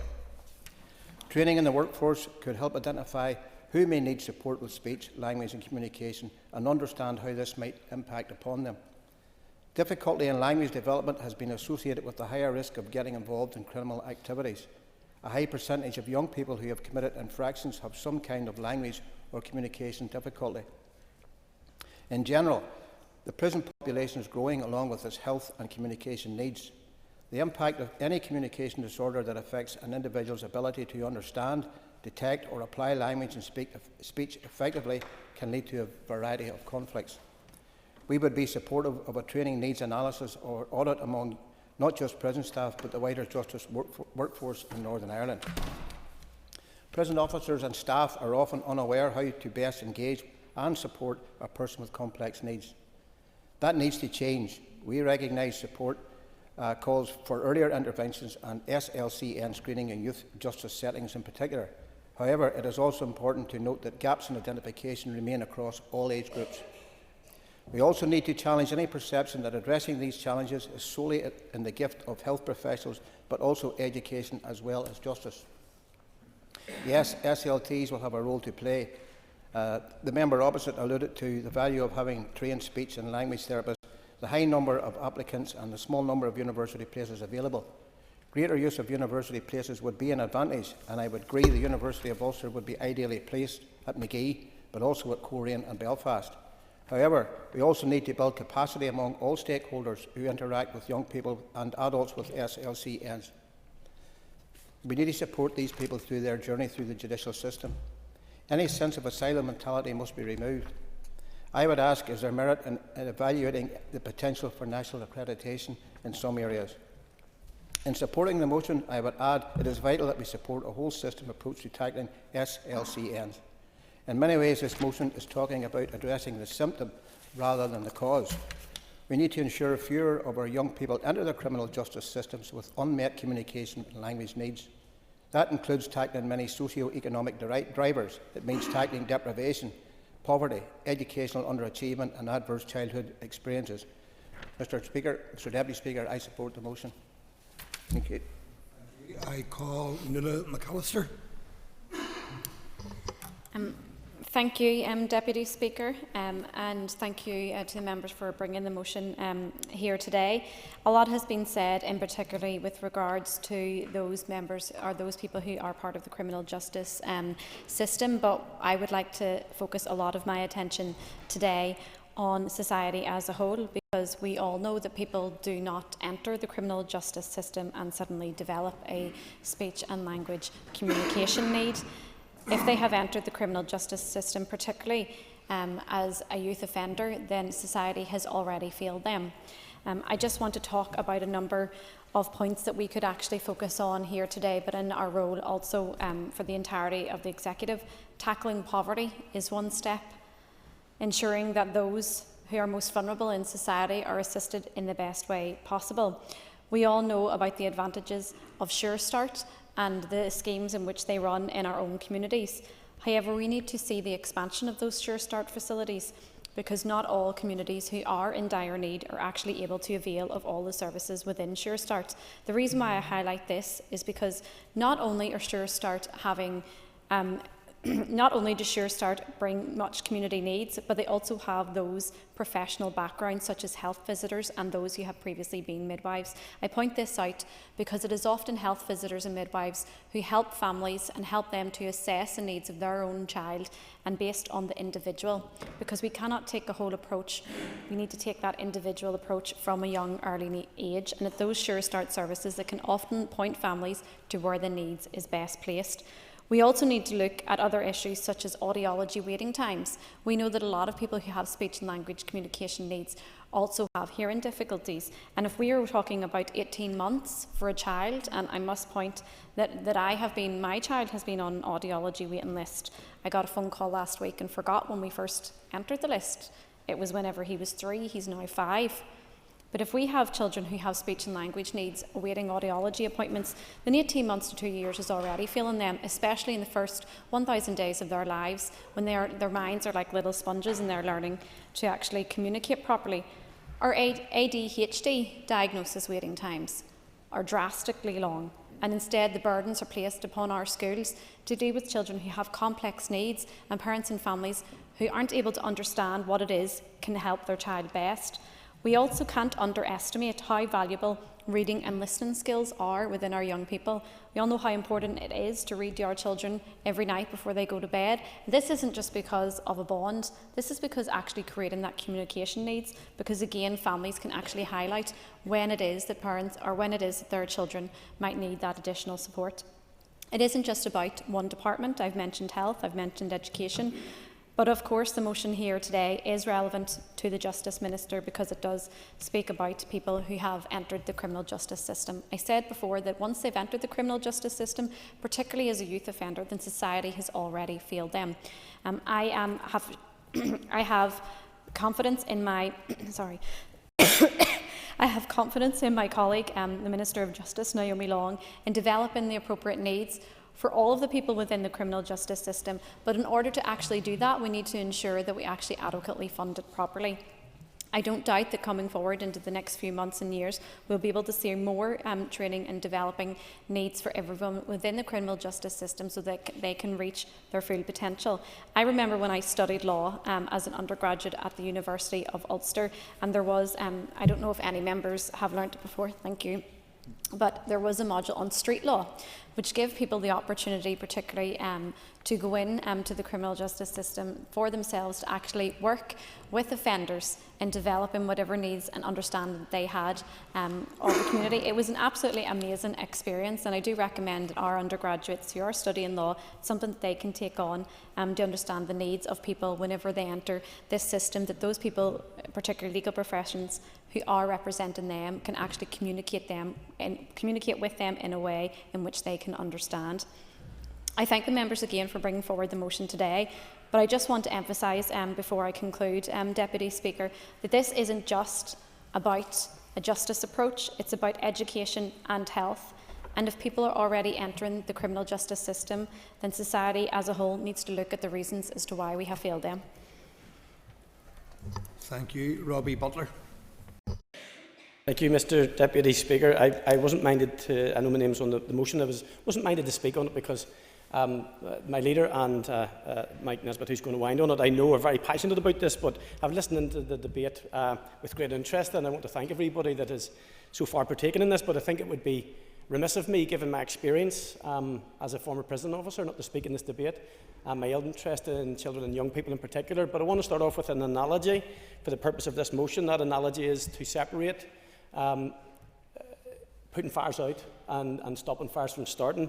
This one here deals specifically with putting fires out as opposed to the preventative piece. And people have spoken very eloquently and rightly so in this debate, and they've intertwined the need to get upstream to stop our young people from falling into difficulties with the criminal justice system. And one of those quantifiable elements of that is the barriers that some young people find in their inability to communicate effectively or indeed be understood.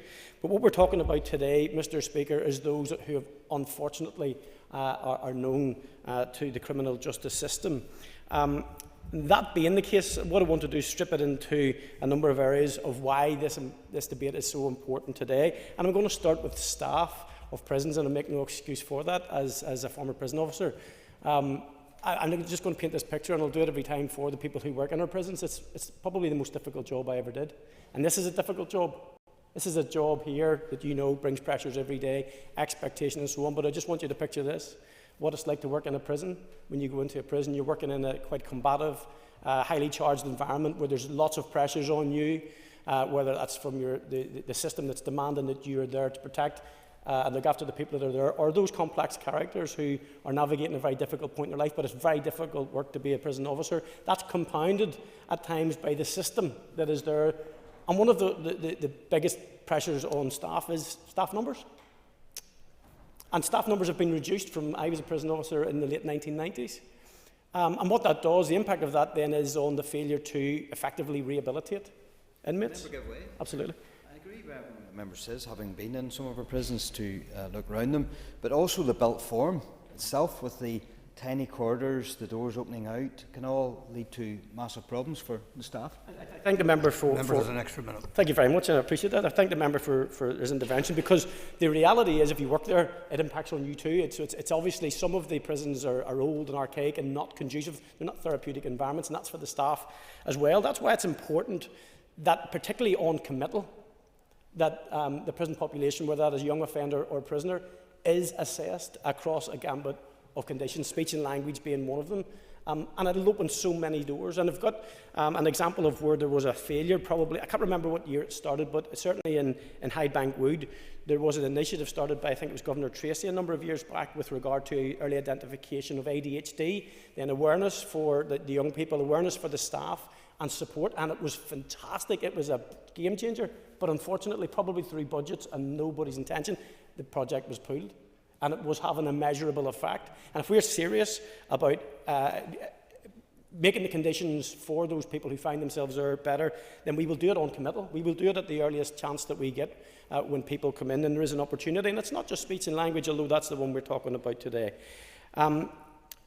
Why else we do it for the staff? We also obviously do it for the young offender or indeed the prisoner. And it's easy to understand the piece, and people have talked about it, rehabilitation and to stop reoffending. But I'm going to paint another picture of you. One of the saddest things that I witnessed when I worked in the prison was the families who visited those people who were in prison, particularly the kids. And there's an unfortunate trend that happens, and not very often, but it's not unusual, to find that kids follow their parents into the system.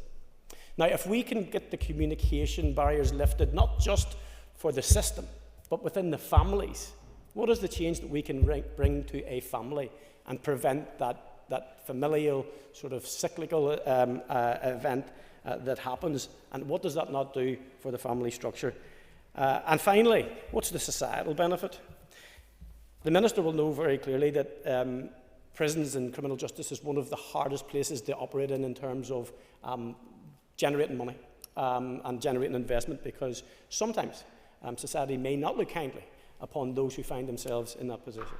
However, I do believe that if there is a root and branch approach to this, and that we do take the opportunity that this gives, and this motion gives us the very early genesis of it, that if we take rehabilitation seriously, and we see this as a fundamental seed in reversing the trend of ever-growing prison numbers, then it's perhaps something that we can all rally behind. But if there's something I just want to leave you with, that is, it's twofold. It is there are two things that we're trying to do here, and we will have many more discussions about what we can do for young people, and that is rightly so. But for those people who are already known by the criminal justice system, unfortunately, the fire has already started, and it is our job to put that fire out.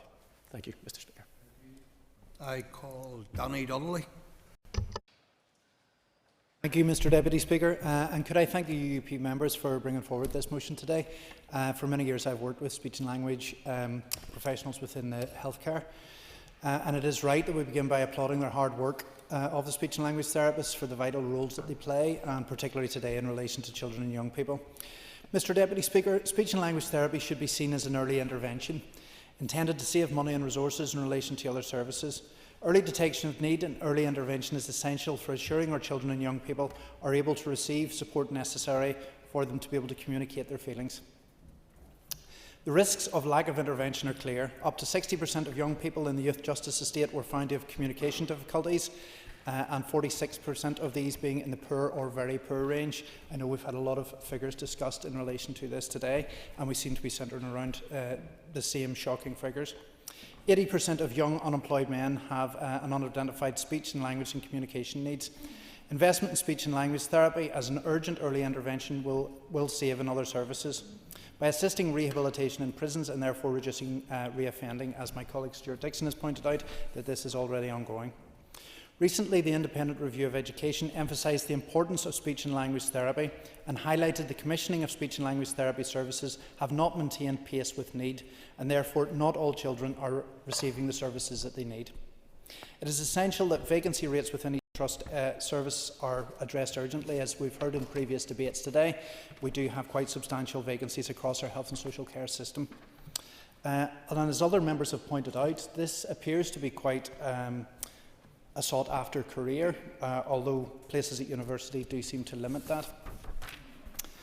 Childcare is another important part of this debate which should not be underestimated. More needs to be done to connect the importance of speech and language therapy to the development of a childcare strategy, which we discussed last week. The development of a childcare strategy debate, my colleagues Kate Nicholl and Nick Matheson highlighted the work that we have done as a party through our policy document on childcare, Children First. Within this document is a commitment for child-centred care, particularly that providers should work with speech and language therapists and other education and health professionals to provide an integrated support system for children who need such additional support, to ensure that every child has the same standard of life and same standards in terms of health and education. I welcome the proposal within the motion for a cross-departmental approach to this issue, and given the overlap between health, education and justice in particular, I encourage Minister Given to consider the importance of early intervention in terms of speech and language therapy to the early learning childcare strategy that he is intending to bring forward to the Executive. I also want to highlight the links between communication difficulties and mental health challenges, as Orla Flynn has already highlighted today. This is a concern that has rightly been mentioned in the motion and appropriate in the terms of timing, given that we have recently marked Children's Mental Health Week earlier in February. For many children, speech, language and communication needs can impact on a child's ability to learn in school, to make friends and to join in the more sociable parts of their school day. This is exacerbated when children get older and move through the school system. Research has indicated that 45% of young people referred for mental health services also have communication difficulties, while 81% of children with emotional and behavioural disorders have significant language deficits, which are often undefined. Proper investment in speech and language therapy can reduce many of these difficulties and therefore avoid the problems within the justice system we often see later in life. Thank you, Mr. Deputy Speaker.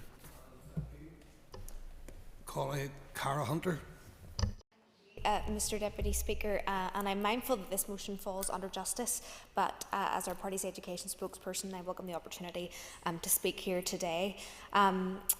I'm mindful of the huge challenges that our children face with speech, language and communication difficulties, and I'm also mindful of the strong association of children's early language development and educational outcomes and behaviour and life choices later in life. Good spoken language is central to children's literacy and numeracy skills, their academic achievement, self-confidence and positive life outcomes. Sadly, evidence indicates that children from the most deprived backgrounds are most likely to have speech, language and communication needs. And we know sadly that 1 in 10 children here in the North experience poverty, so that's extremely worrying, as this is an unmet need that impacts those across our classrooms each and every day. I'd like to thank the Royal College of Speech and Language Therapists and all those therapists out there who are wonderful at what they do. I attended one of their events a number of months ago and I had the opportunity to really get a look at what they do each and every day in our schools.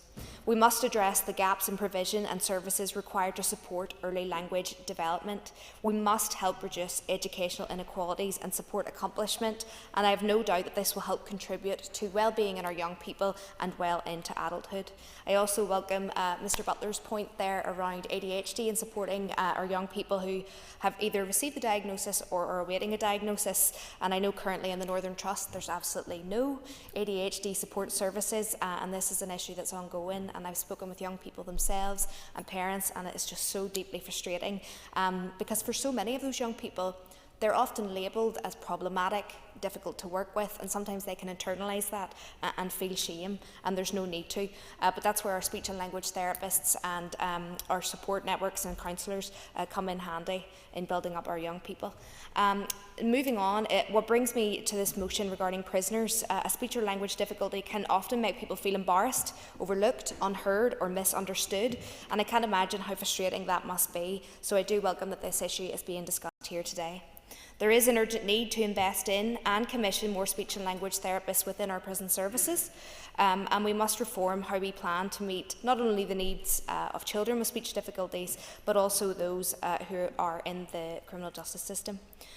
We must address and get support in our Sure Start facilities across our health service for our adults in justice and our young people in the education sector. And I would ask the Justice Minister in her summary today to tell us a little bit more about how her department will assist prisoners struggling with speech and language difficulties, how she can provide training for prison officers, what might that look like, what steps have already been taken within her department to tackle this issue, and how long will training take to implement. And again, I really do welcome that this is being discussed here today. Thank you. I thank the member for that. I now call on the Minister of Justice to respond. And Minister, you will have up to 15 minutes.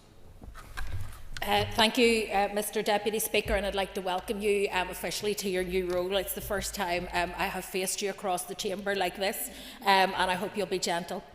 Mr Speaker, I'm very grateful to the members for Upper Bann, Lagan Valley and Strangford for bringing this important motion before the House, and I welcome the opportunity to respond to it. I want to thank all the members who contributed and participated in the debate today because it is an important one. Whilst I'm responding to this motion as Minister of Justice, it is important to explain, particularly for newer members of the Assembly at the outset, that statutory responsibility for the adequate provision of speech and language therapy, including for children in the justice system, rests with the Department of Health, as with all healthcare provision in the justice sector. Mr Speaker, I'll outline shortly the important work that speech and language therapists perform within the justice system. But the reality of the situation is that people arrive in the justice system with pre-existing, often complex and sometimes undiagnosed needs. Like Robbie Butler, I am constantly impressed by the work of prison officers in engaging with and challenging behaviours amongst the prison population. However, ultimately the best solution is more investment in early intervention, where it would achieve the greatest impact via early years, education and community provision, as highlighted by a number of members, including Patsy McGlone, Orlia Flynn and Nuala McAllister. There is recognition across government and society that the most effective route to positive outcomes in adult life is to provide early help and support to individuals, families and communities by intervening early before problems become entrenched. That is also critical to reducing interaction with the justice system, which regrettably too often becomes a provider of last resort for those who have fallen through the gaps in other services in the community. As the financial pressures increase, so do the gaps, and more the department's already overstretched resources, whether in probation, prisons, youth justice or policing, are under pressure to plug those gaps. That is not a sustainable model for justice delivery, and it needs to be addressed. I want to work with my executive colleagues to deliver a coherent approach to early intervention with the aim of creating a long-term, whole systems approach in collaboration with other departments, criminal justice agencies and the voluntary and community sector. With that in mind, the aim of my department and its agencies, NDPBs and other partners, particularly those in the voluntary and community sector, is to align activities, support rehabilitation, improve outcomes for those in our care and ultimately build a safer Northern Ireland through a long-term reduction in offending behaviour. Evidence shows that it is only by working with those who offend that we can make communities safer and reduce future harm to victims. However, the criminal justice system on its own cannot provide the knowledge, expertise or access to the services needed to truly reduce offending alone. As my colleague Stuart Dixon highlighted, there are a range of socio-economic factors which have been shown to have an impact on offending, including poverty and social deprivation, mental health issues, substance misuse, homelessness, a lack of educational attainment and employment opportunities.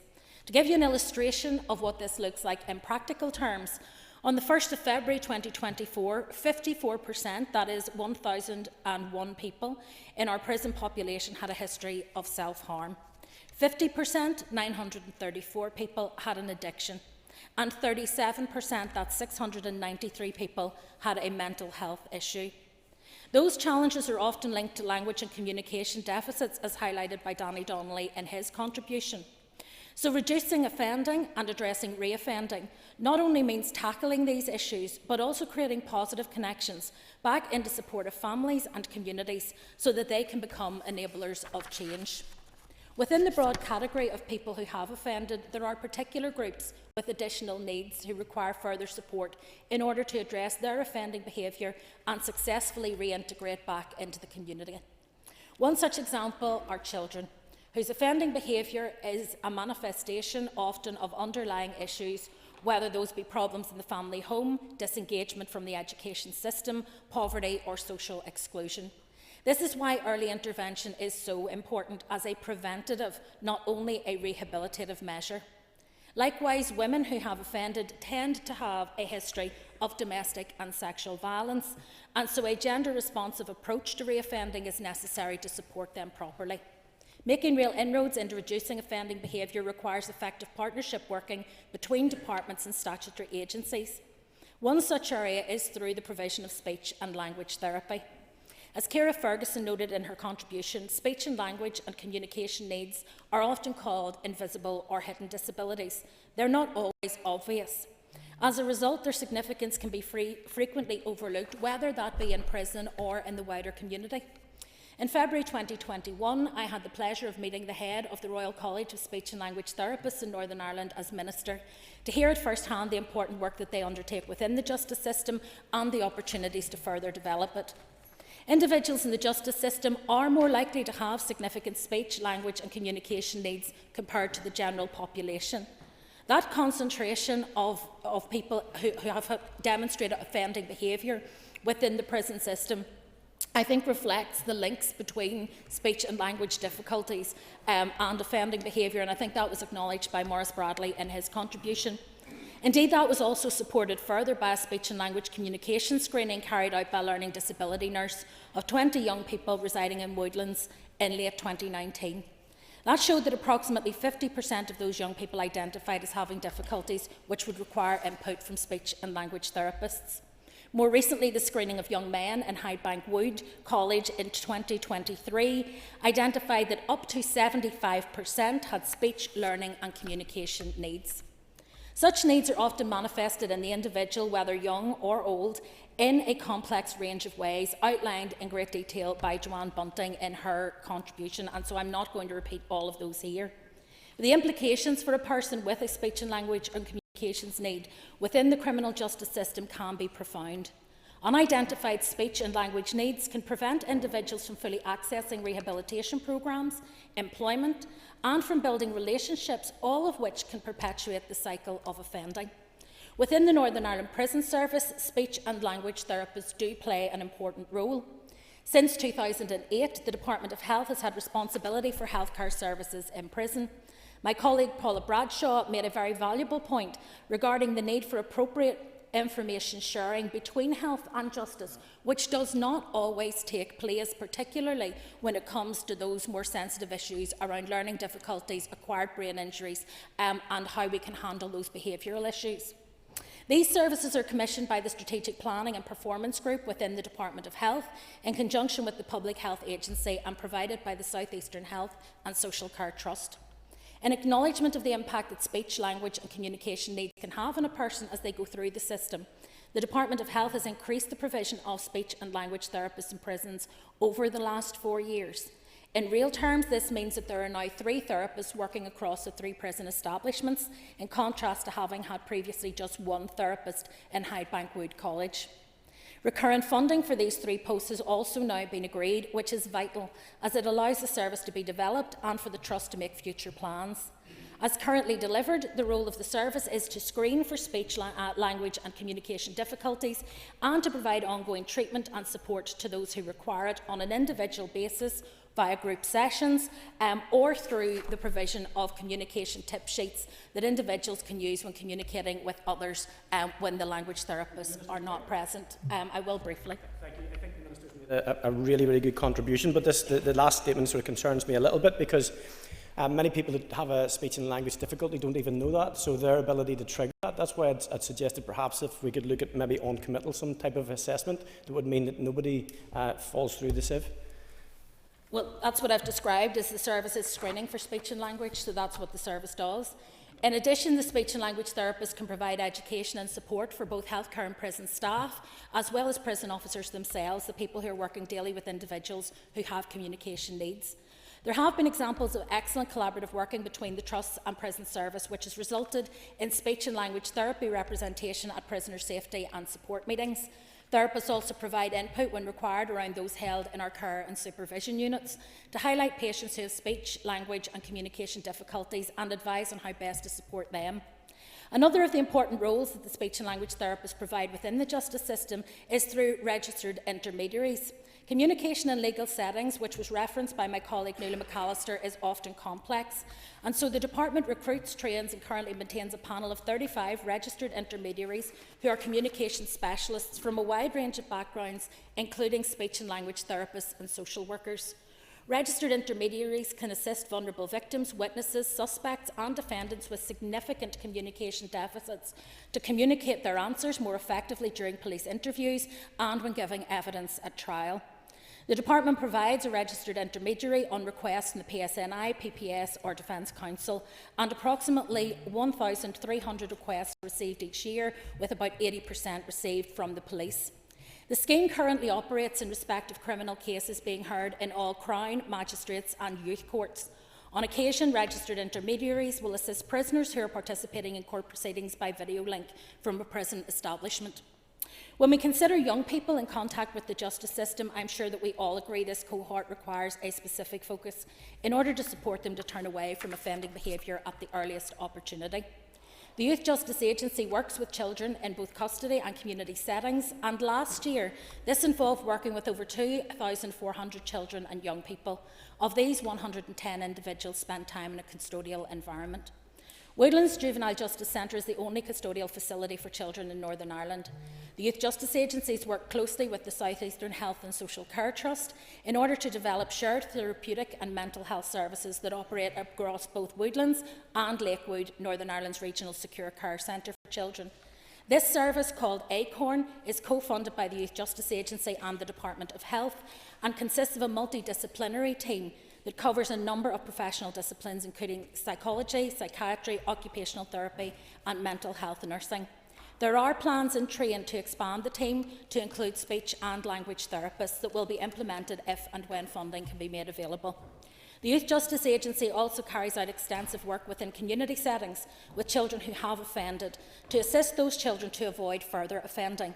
The agency also advocates on their behalf with relevant statutory services, such as health-related, like speech and language, to help the child address their offending behaviour and reach their full potential.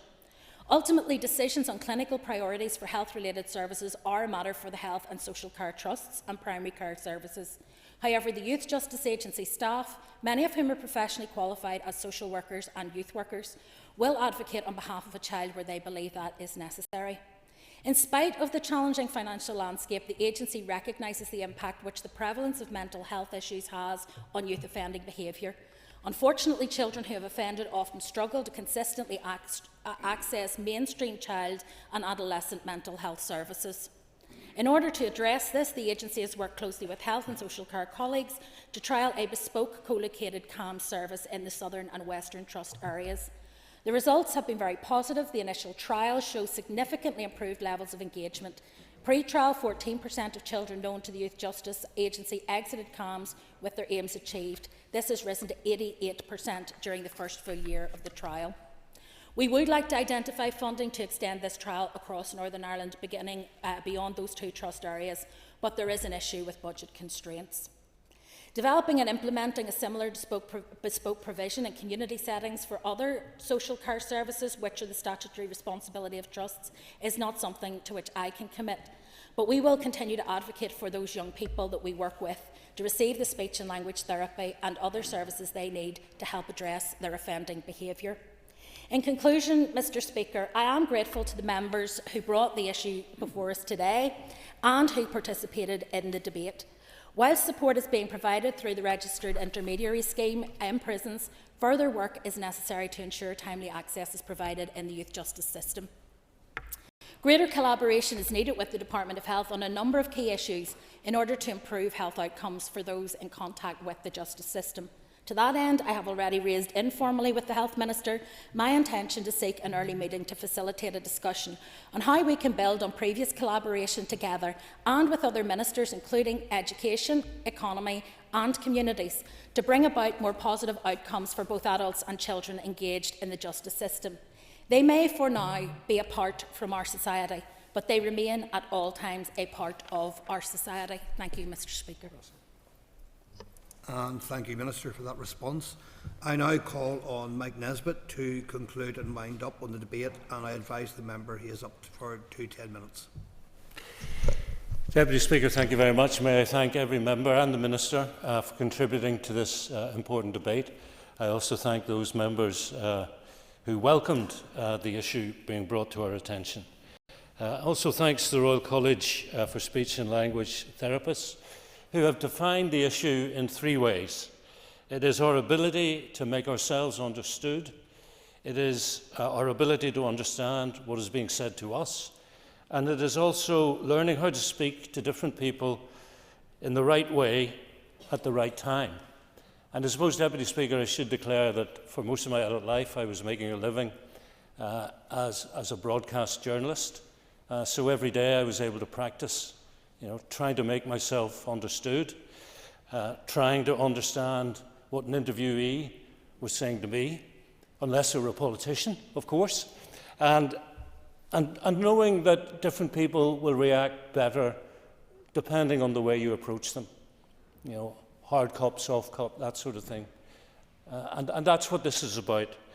And, I think it's scary enough for a young person when a police officer comes knocking on their door or figuratively feels their collar, when they know why the officer is doing that.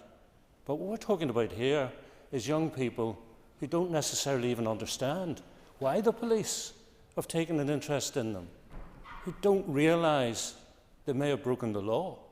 And they may be in serious trouble. So I've listened carefully to the comments from members, and I think I've broken it down into 4 categories. And first of all, perhaps being understood, and Mr. Beattie opened the debate by talking about how not being understood results in poor outcomes, in frustration, in not understanding what is happening to you. And Joanne Dobson, who I wish well in her new role as Chair, Joanne Bunting, beg your pardon, who I wish well in her new role. That's a blast for the past. Sorry about that. Yeah. I wish you well as Chair of the Justice Committee. And as you put it, these frustrations can actually end up in people becoming violent. They're so frustrated about their inability to articulate what it is that they want to say. And I should say, of course, I think this debate points out that this is a cross-cutting issue. And Mr. Beattie, of course, said it's not just the Department of Justice, it's the Department of Health, it's the Department of Education, the Department for the Economy, and the Department of Finance. So I think it's an excellent example of the need for an outcome-based accountable programme for government, which is all about cross-cutting. And I make no apology for repeating what I said last night. That programme for government must move from just looking at the inputs and the outputs of what we do and focus on the outcomes. Are we actually achieving better results? And if we think about the last programme for government, which sadly never made it beyond the draft stage, one of the high-end outcomes was to give people, children, young people, the best possible start in life. And I think this plays exactly into that. And as Stuart Dixon and indeed Nuala McAllister said, these issues don't develop in prison. These people, these young people who go to prison, they've already got these problems. And therefore, we owe it to them to have a regime which is fit to try and do our best for them. And Mr. Dixon, of course, developed the role of the Department of Health. Patsy McGlone talked about the role of education, of early years, of the requirement for multidisciplinary teams, for the return of the Healthy, Happy Minds scheme. Mr. Donnelly, talking from personal experience, also talked about early interventions and the need to embed this in the childcare strategy, something that we've already debated since we returned. And I very much take his point that certainly my emphasis in that debate was about the economically inactive, in other words, getting the parents back into the workplace. But the other side of the coin is the one Mr. Donnelly has referred to, is that using childcare to give the child the best possible start in life. And I think that cross-cutting was also mentioned by Orlia Flynn and Maurice Bradley, who interestingly said, does this motion address the symptoms, or does it actually address the underlying cause? And there are many causes, and Nuala McAllister pointed out many of them: poverty, failure to look after the vulnerable in the best possible way, calling for the Sure Start scheme to be expanded, talking about the implications of a long wait for an audiology department appointment, or an assessment for ADHD. And these are all complex issues that we have to look at. The other thing that members focused on, of course, was youth. Mr. Beattie talking about the high percentage of young people going into Hydebank with language issues. Patsy McGlone referred to that as well. Ciara Ferguson talked about the need for young people to grow up in a language-rich environment where they will learn to struggle to express their issues. She also suggested that the problem with many children is that they are misdiagnosed. They are felt to be maybe outsiders, problem children, when they're not. They're just children who need help. Mr. Dixon thought perhaps rather than misdiagnosis, the problem was underdiagnosis of the issues. And again, he said it's potentially about poverty, about mental health, about deprivation, about substance abuse, a lot of problems, which again emphasise the fact that this is a cross-cutting issue. And in a similar vein, Cara Hunter talked about people from deprived backgrounds being the most likely to present with speech and language and communication issues. And I move then, Deputy Speaker, to the asks which came, I think, from the Royal College of Speech and Language Therapists. There was screening, a screening of everybody entering the criminal justice system, and Paula Bradshaw very thoughtfully pointed out that actually assessments are held by the Department of Health and is calling for information sharing. And I understand, Deputy Speaker, that is a very difficult thing to achieve in the modern age with GDPR, but that doesn't mean it's not something that we should tackle just because it's difficult. If it's the right thing to do, I think we should do it. There was also the question of training, and Mr. Butler, speaking from lived experience, talked about the impact of prison officers who potentially don't understand exactly how to deal with this thing. Mr. Bradley talked about the need to train to understand who needs help. In fact, he called for a training needs analysis across the criminal justice system.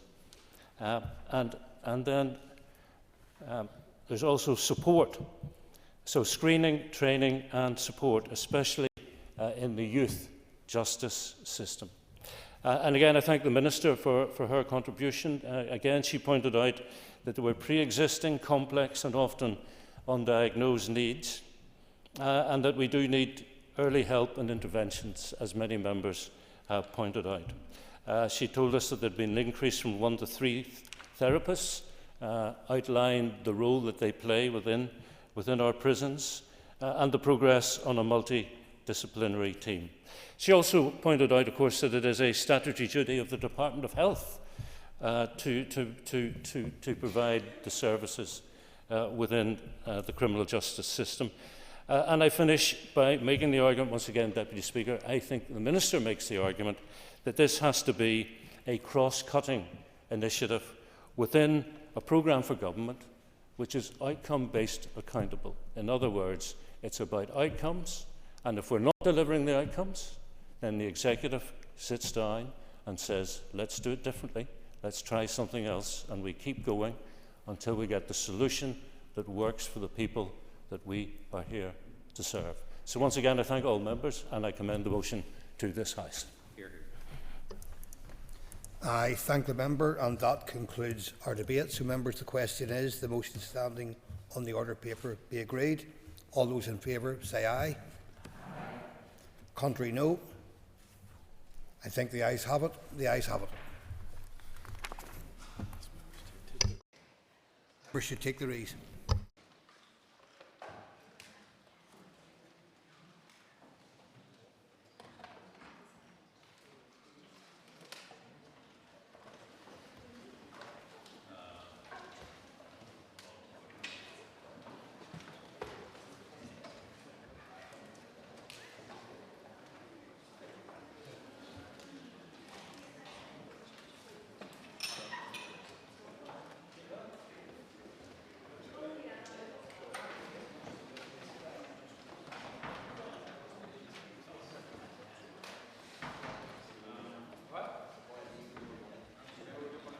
All right, members, if you can take your seats, please.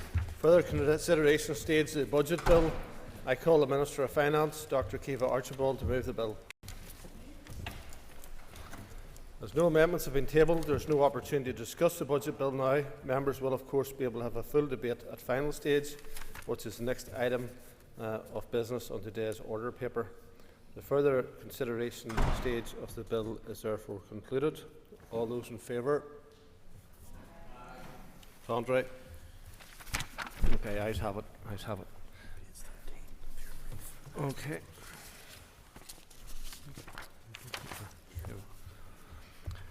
Next item of business is the final stage of the budget bill. I call the Minister of Finance to move the final stage.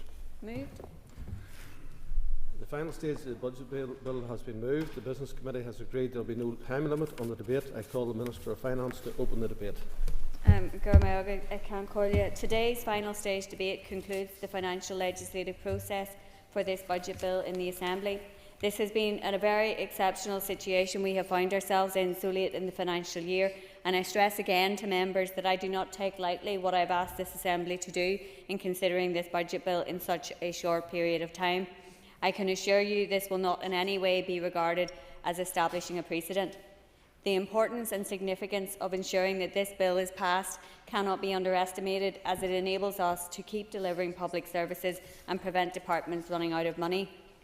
Money and financial packages have dominated the agenda since this executive returned, and I, along with my executive colleagues, have been determined to take swift action to address the challenges we face. The executive has acted to prioritise public sector pay with an allocation of £688 million for public sector workers.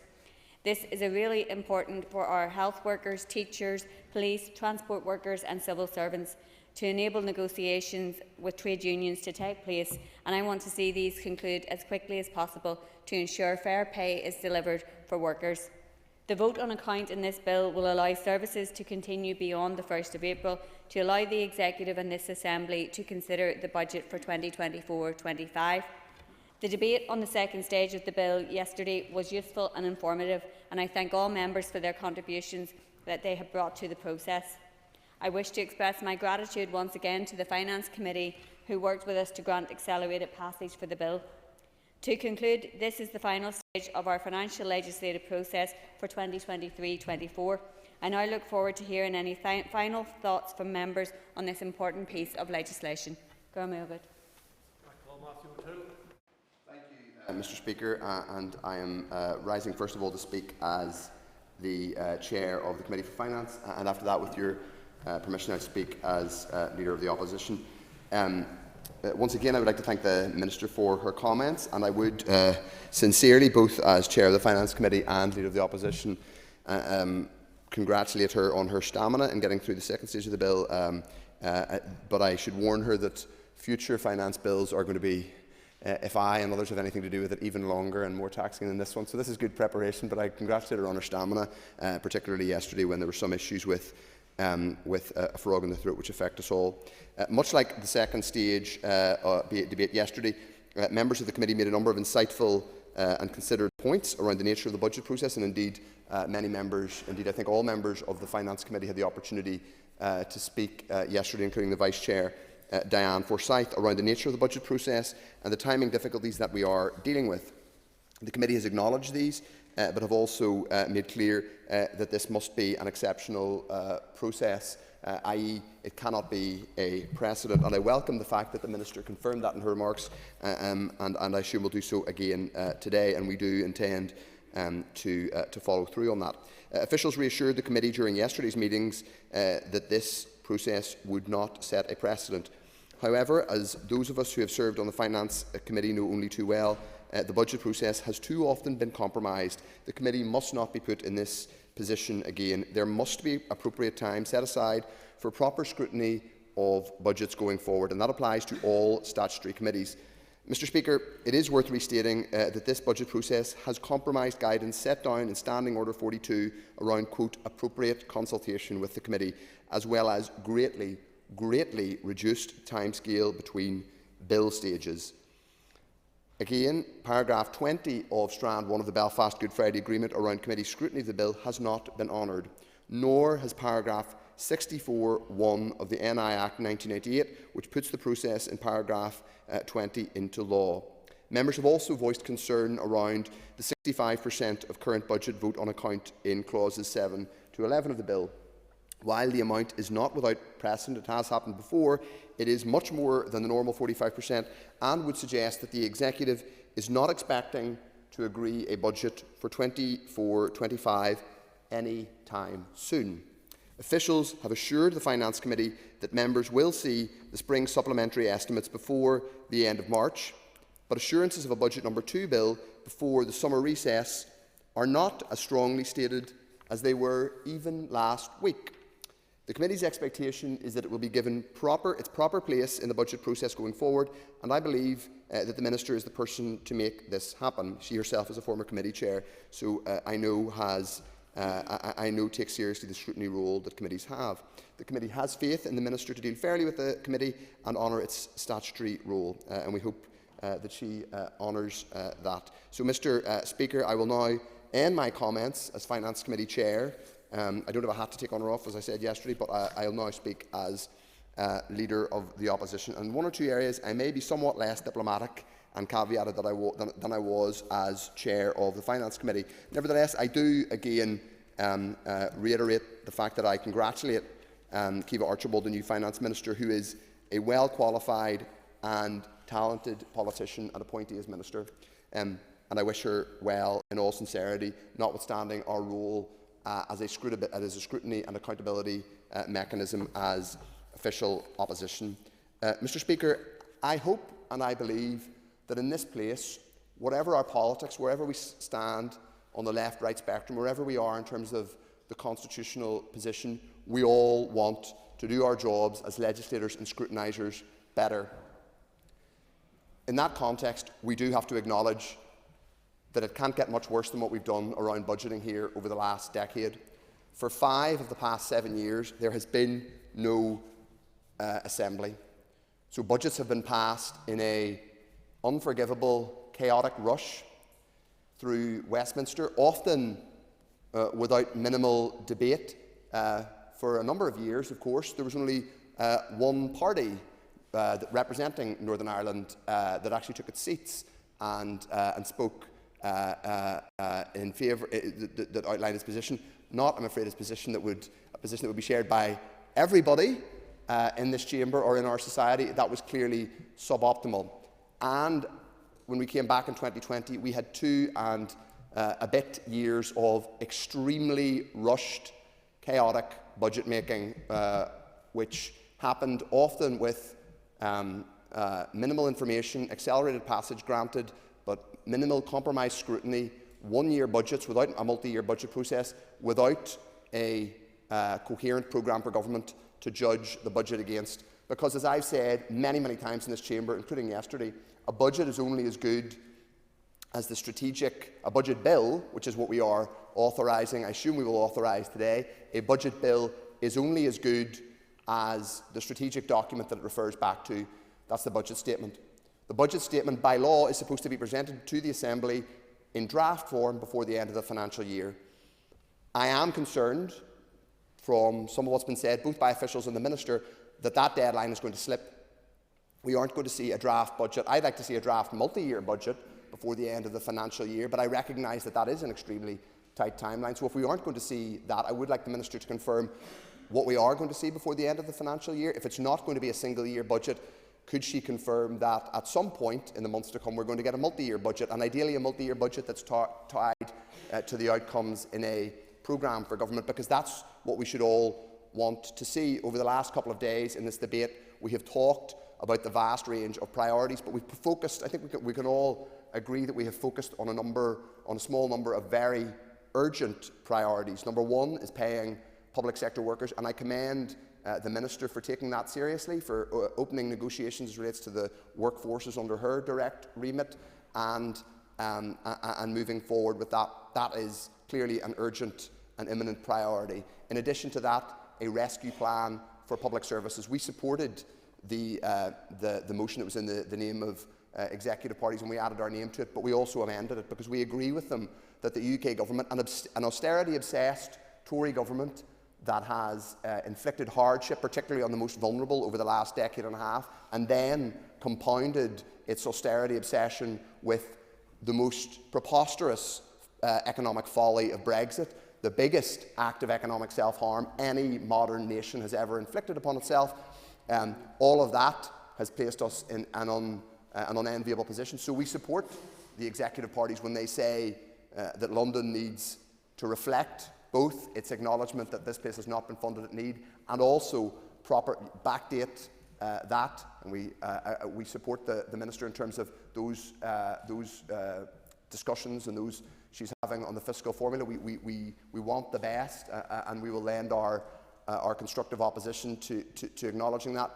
But in addition to that, the quid pro quo from our perspective, not just for us as an opposition, but for the people of the North, is that they get a detailed costed plan, that they understand what the executive is prioritising, how it's spending money raised locally, and also money, even if it's not enough, money that is dispersed from London. And I agree, the Finance Minister and I would agree, others in this chamber won't, that we should have more powers in this place. She should have more powers to raise more funding in the long term, and in the long term we should have a completely different constitutional arrangement which better enables us to meet the potential of all of our people, but that is still some way off. In the meantime, the job of this executive, all the parties who are in it, is to produce a costed, meaningful, targeted timeline plan for rescuing public services.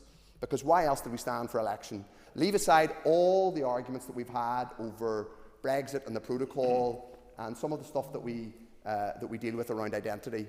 Think about people who at the minute are struggling to put petrol in their car. Think about the people who have had immense stress over the past couple of years dealing with, first of all, coming out of an historic and hugely traumatic pandemic, then dealing with a cost of living crisis that has made it difficult for them to put food on the table, put petrol in their car, pay for public transport, now dealing with a health service which is in chaos and crisis. I don't mean to simply list a litany of things in order to be destructive.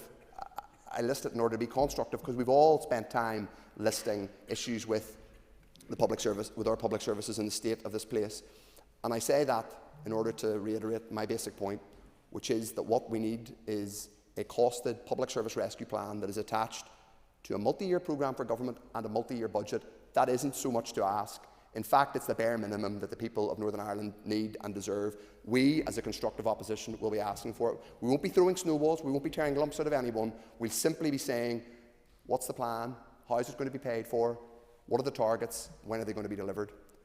And we won't be unreasonable, and we won't be irrational, and we won't be unfair, but we will ask those simple questions on behalf of the people we represent, and we think that can be a positive step forward. Just a couple of points in relation, Mr. Speaker, to the fiscal framework.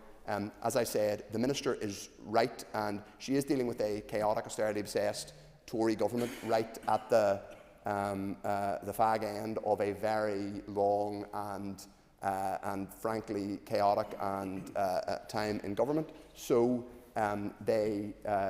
she has our support in terms of dealing with them and getting the best possible deal for this place. I will register again, there is a slight concern that we could have been in a slightly better place, to put it diplomatically, around parties in the executive not contradicting themselves and one another over what was already in black and white in a letter that went from the executive to the UK government. It was down there in relation to the agreement around revenue raising, and it should have, the promises from the UK government should have been put down in black and white, and they should have been clear up front and nailed down as we restored this Assembly and Executive. A couple of points around, I will give way, yes of course. Would the member agree with me that there was no good reason for the Assembly and Executive to be held to ransom, and is he now saying that having the financial package in writing and agreed by all parties then should have been a precondition for restoring that Executive? No, I'm not saying that. I'm very grateful for him for inviting me to contradict policy, but that's not what I've ever said. What I said was that the executive parties, including his party, could have pressed for more detail from the UK government. That didn't ever have to be. You did, but it wasn't written down, and you didn't say publicly. You asked for it, but clearly you didn't get it. So that's all I'm saying to the member. Through the chair, all I'm saying is you might have asked for it, but it wasn't achieved. It wasn't delivered, and it wasn't written down in black and white. So the member can sort of carp at me all he likes about what his party did or didn't ask for, but the simple truth is it wasn't nailed down in black and white. It should not, by the way, have been a deal breaker. We should never have been out of this Assembly in the first place. I don't think there should ever have been. There was no justification for ever, and there never will be, from our perspective, for bringing down governance here, ever. But that doesn't mean that when you are in a discussion in which a financial package is put on the table, that the parties don't say to the UK officials and ministers who were in the room at Hillsborough, put it on the table, publish it. publish it, because people were walking out of Hillsborough Castle and briefing the media with a piece of paper in their hands about what was being offered. So there was no reason for that not to be put in the public domain, so that there would at least have been a bit of clarity. And I would actually commend the leader of the Ulster Unionist Party, who in fairness was pretty consistent about saying the details of that should have been put into the public domain. But that is an issue that we've dealt with over the last couple of weeks, and it needn't get in the way of where we go going forward. As I said, what we need is for the Finance Minister to be able to engage with the Treasury around the fiscal framework. We will clearly in the Finance Committee be doing our job in terms of scrutinising that. But then a costed, timelined, targeted plan around public service recovery, and I'm sure my colleague on the Finance Committee will be joining me in supporting that, and I'm sure his colleagues will be doing that in the Executive. Just a couple of slightly more techy academic points about how we do fiscal policy here. We put down what was, I admit, a relatively tangential amendment to the budget bill around giving the Fiscal Council more power in law to report back on public service improvement. Whether this, it may not have been this particular moment to get that debated and into law, but we do think that is now the time for us to debate that. I intend, as Chair of the Finance Committee, for us to have those discussions in committee, and I will give way, yes, briefly. I think maybe sort of directing myself through the chair so I don't get misquoted again. But I think this could be a good opportunity if the Minister in her remarks made a very strong commitment to bringing the Fiscal Council onto a legislative framework as quickly and rapidly as possible, as indeed has been indicated from her briefs and some of the things that the Department have been saying. Yeah, thank you very much, and I agree with the member in question. So it would be helpful to have from the Minister her view on when the Fiscal Council will be put into law, and also would she commit to supporting the Fiscal Council not just having a remit to report on the public finances, but also to be able to report on a statutory basis on the delivery on key targets in a programme for government and delivery. So I think, Mr Speaker, this process has been deeply suboptimal. As the opposition, we are going to record the fact that we aren't supporting all of this bill, but we aren't going to stand in the way. We aren't going to be destructive. We're going to be constructive. And I recognise that there are particular challenges for the officials in terms of moving this forward at pace. The process, we've said this so many times, I've said it so many times, I've only been in MLA for 4 years, we can't do this again, we really, really can't. So that's why another thing that we need to focus on is Assembly reform to ensure that we don't collapse again. So I reiterate my point. What we need to see going forward now, having delivered this budget bill, which I'm sure will pass, is that we need a costed timeline plan for public service recovery, and I would urge the Minister to give us some reassurance about when we are going to see hopefully a multi-year budget and not just a single year one, whether that's before or after the end of the financial year, and her view about the role of the Fiscal Council. But with that, Mr Speaker, I'll conclude my remarks, I'm sure to some relief. Thank you very much.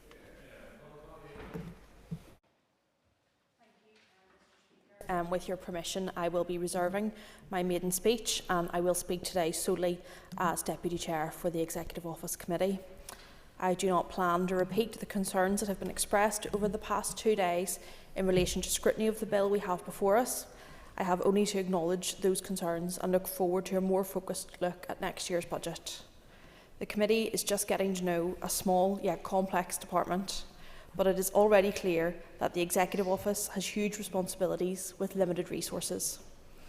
The Department has responsibilities for strategies to support victims and survivors of the conflict, support victims and survivors of historical institutional abuse, mother and baby homes and Magdalen laundries, the integration of refugees into our society, finding ways of building relationships between communities of different political, cultural or religious outlooks, and protecting people in our communities from paramilitary influence.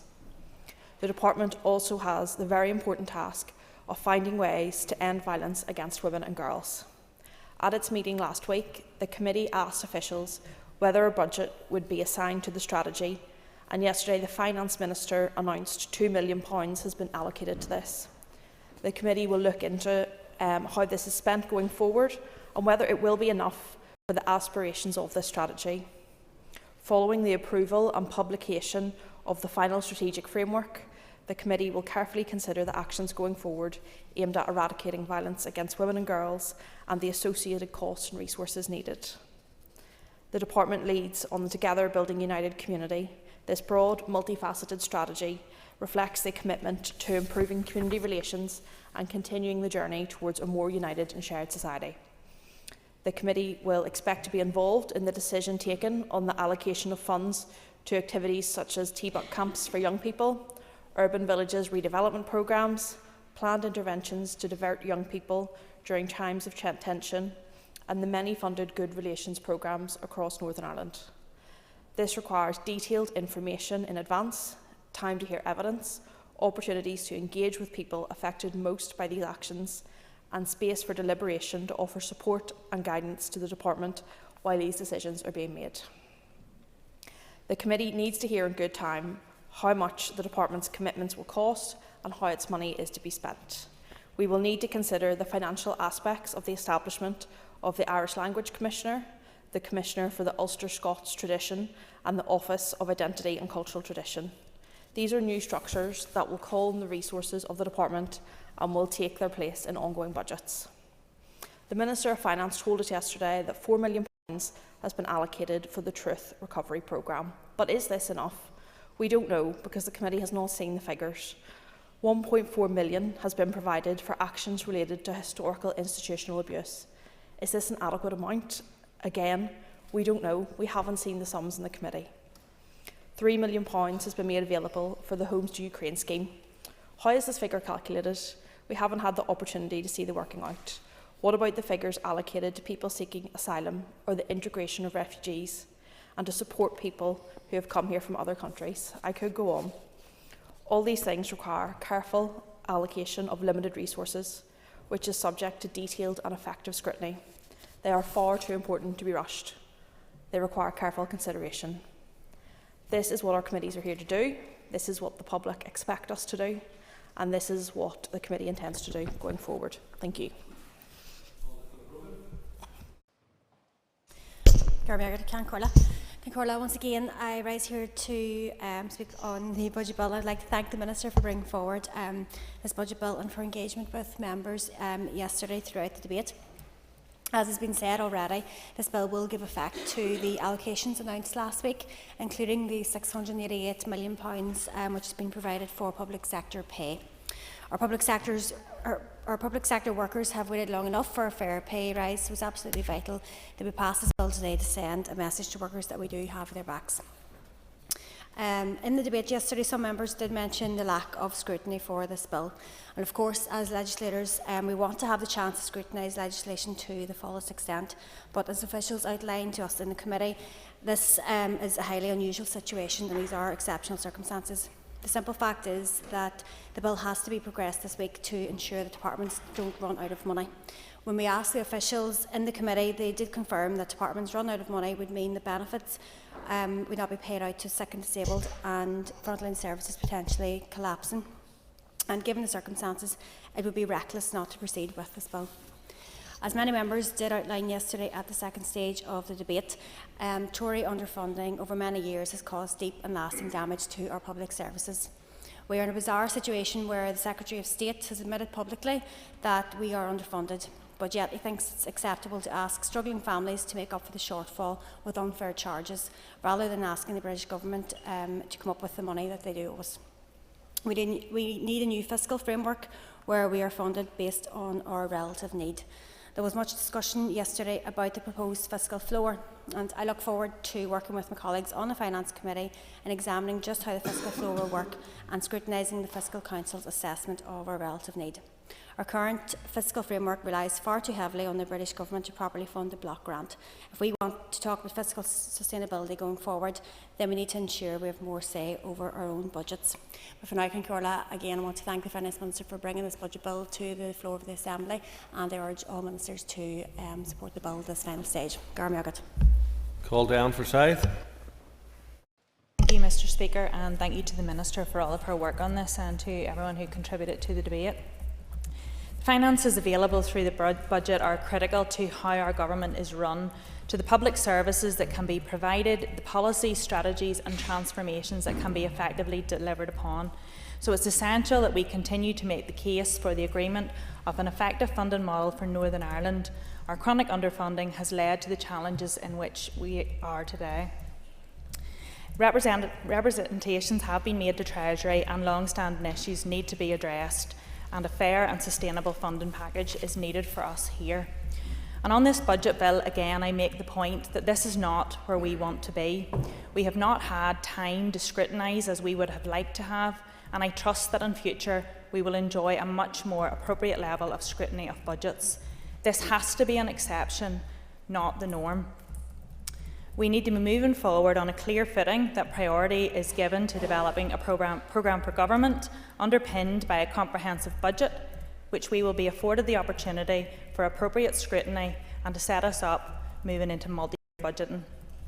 However, today the DUP are supporting this budget bill to enable our government departments to function in these next 6 weeks to the end of the 23-24 financial year and to commence 24-25 with a 65% vote on account, on the understanding that this is not defining the future direction of our public spending, that the new 24-25 budget is a priority as soon as practically possible, and that we continue to call on the Treasury to fairly fund Northern Ireland on a sustainable basis, with the issue of resolving public pay on a recurring basis a key priority. Thank you. Owen Tennyson. Mr Speaker, and again I rise on behalf of the Alliance Party to support the bill at final stage, and as I spoke at some length at second stage, you'll be relieved to know that I intend to keep my remarks relatively brief. As has been well rehearsed by many members over the course of this bill's passage, the circumstances in which we consider the bill have been far from ideal.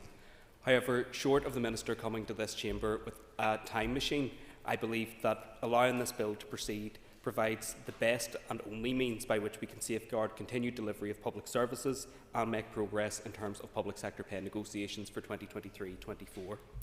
It is worth emphasising again that some of those members who have decried lack of time for scrutiny and exalted the role of MLAs are often the same members who prevented us from sitting in this chamber and doing that job for the past 2 years, and so bear the responsibility for walking us to the position in which we now find ourselves.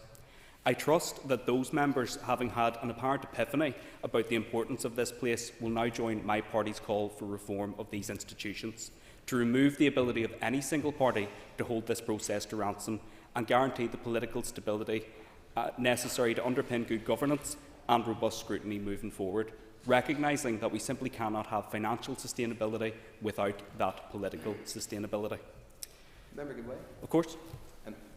Can I ask the member to see agree with me that it's important that we get commitments from people, first of all, who are in government now, that they are, whether it's First or Deputy First Minister, that they are not, that they'll see out the term as what left this mandate, but also that they are serious about a reform programme and making it a priority for the executive?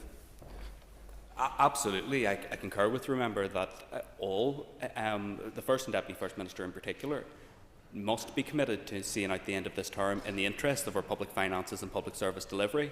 My party would go further than that, in that we believe there needs to be a process between all of the parties and the two governments that are co-guarantors of the Good Friday Agreement to properly complete a root and branch review of these institutions, because it's been suggested that the issue could be batted to AERC, which is toothless and which has not delivered. So I don't think any of us should be prepared to accept that answer from either the Deputy First Minister. And it does relate directly to our finances, because much of the challenges that we have now in terms of scrutiny and in terms of our ability to do long-term planning and public service transformation stems to the fact that we have stop-start devolution and hokey-cokey government, and that needs to end. So absolutely concur with the member. Some have criticised rightly the financial package tabled by the UK Government, and as I set out clearly in my remarks yesterday, there are indeed huge shortcomings in many areas. Shortcomings, to be clear, which the Alliance Party has highlighted at every opportunity, in this House and outside of it, through negotiations with Government, correspondence with Government and in the media. We, however, come to the table not just with a list of problems and unfunded asks, as others have done. We have set out clear solutions to the challenges that we face. We recognise that the additional £1 billion allocated by the Executive in 23-24 provides significant relief for frontline services and provides space and time for further engagement with Treasury on the substantive issues. I trust that now, with an executive in place, we have a stronger collegiate position with which to progress in that regard. The alternative strategy, to be clear, of no, nay, never, would have left us with no assembly, no executive and no additional funding for public services and hard-working public servants. We must be clear, Mr Speaker, that a very small minority of members have either misunderstood or wilfully sought to misrepresent the purpose and scope of this bill. We must be absolutely clear that this bill is not about setting out our future ambitions or strategic allocations for the time ahead. It is simply a bill to give legislative cover so departments can continue to draw down cash, to deliver services without interruption, and to make progress in public sector pay in the short time that is left of this financial year. In closing, as this bill completes its final legislative hurdle today, we must ensure, as others have said, that this is the last time any budget bill is passed in this fashion. As we look to 24-25, the budget for that year must progress at pace, and I concur with other members' remarks in that regard. We must then swiftly move to multi-annual budgets, and I hope that those budget processes will be more coherent, aligned with the programme for government and the priorities of the Executive and this Assembly, as well as being informed by levels of engagement, consultation and scrutiny that the people that we represent rightly deserve and expect. Thank you. Danny Donnelly. Mr. Speaker, I will keep my comments brief, as many of the critical points in relation to health have already been made by my party colleague Nuala McAllister and other members of the Health Committee. Mr. Speaker, we in the Alliance Party are supporting this bill, since without it, our departments and public bodies will struggle to maintain basic public services. The difficult financial situation we face today is primarily a consequence of instability of this Assembly. And like my colleague Owen Tennyson, and for the second time today, I must stress the need for reform to ensure political stability and to prevent one party from walking away and pulling down these institutions for several years. We saw last year the particular difficulties faced by departments, not least by the Department of Health, when a punitive budget was set by the Secretary of State in absence of local accountability or scrutiny.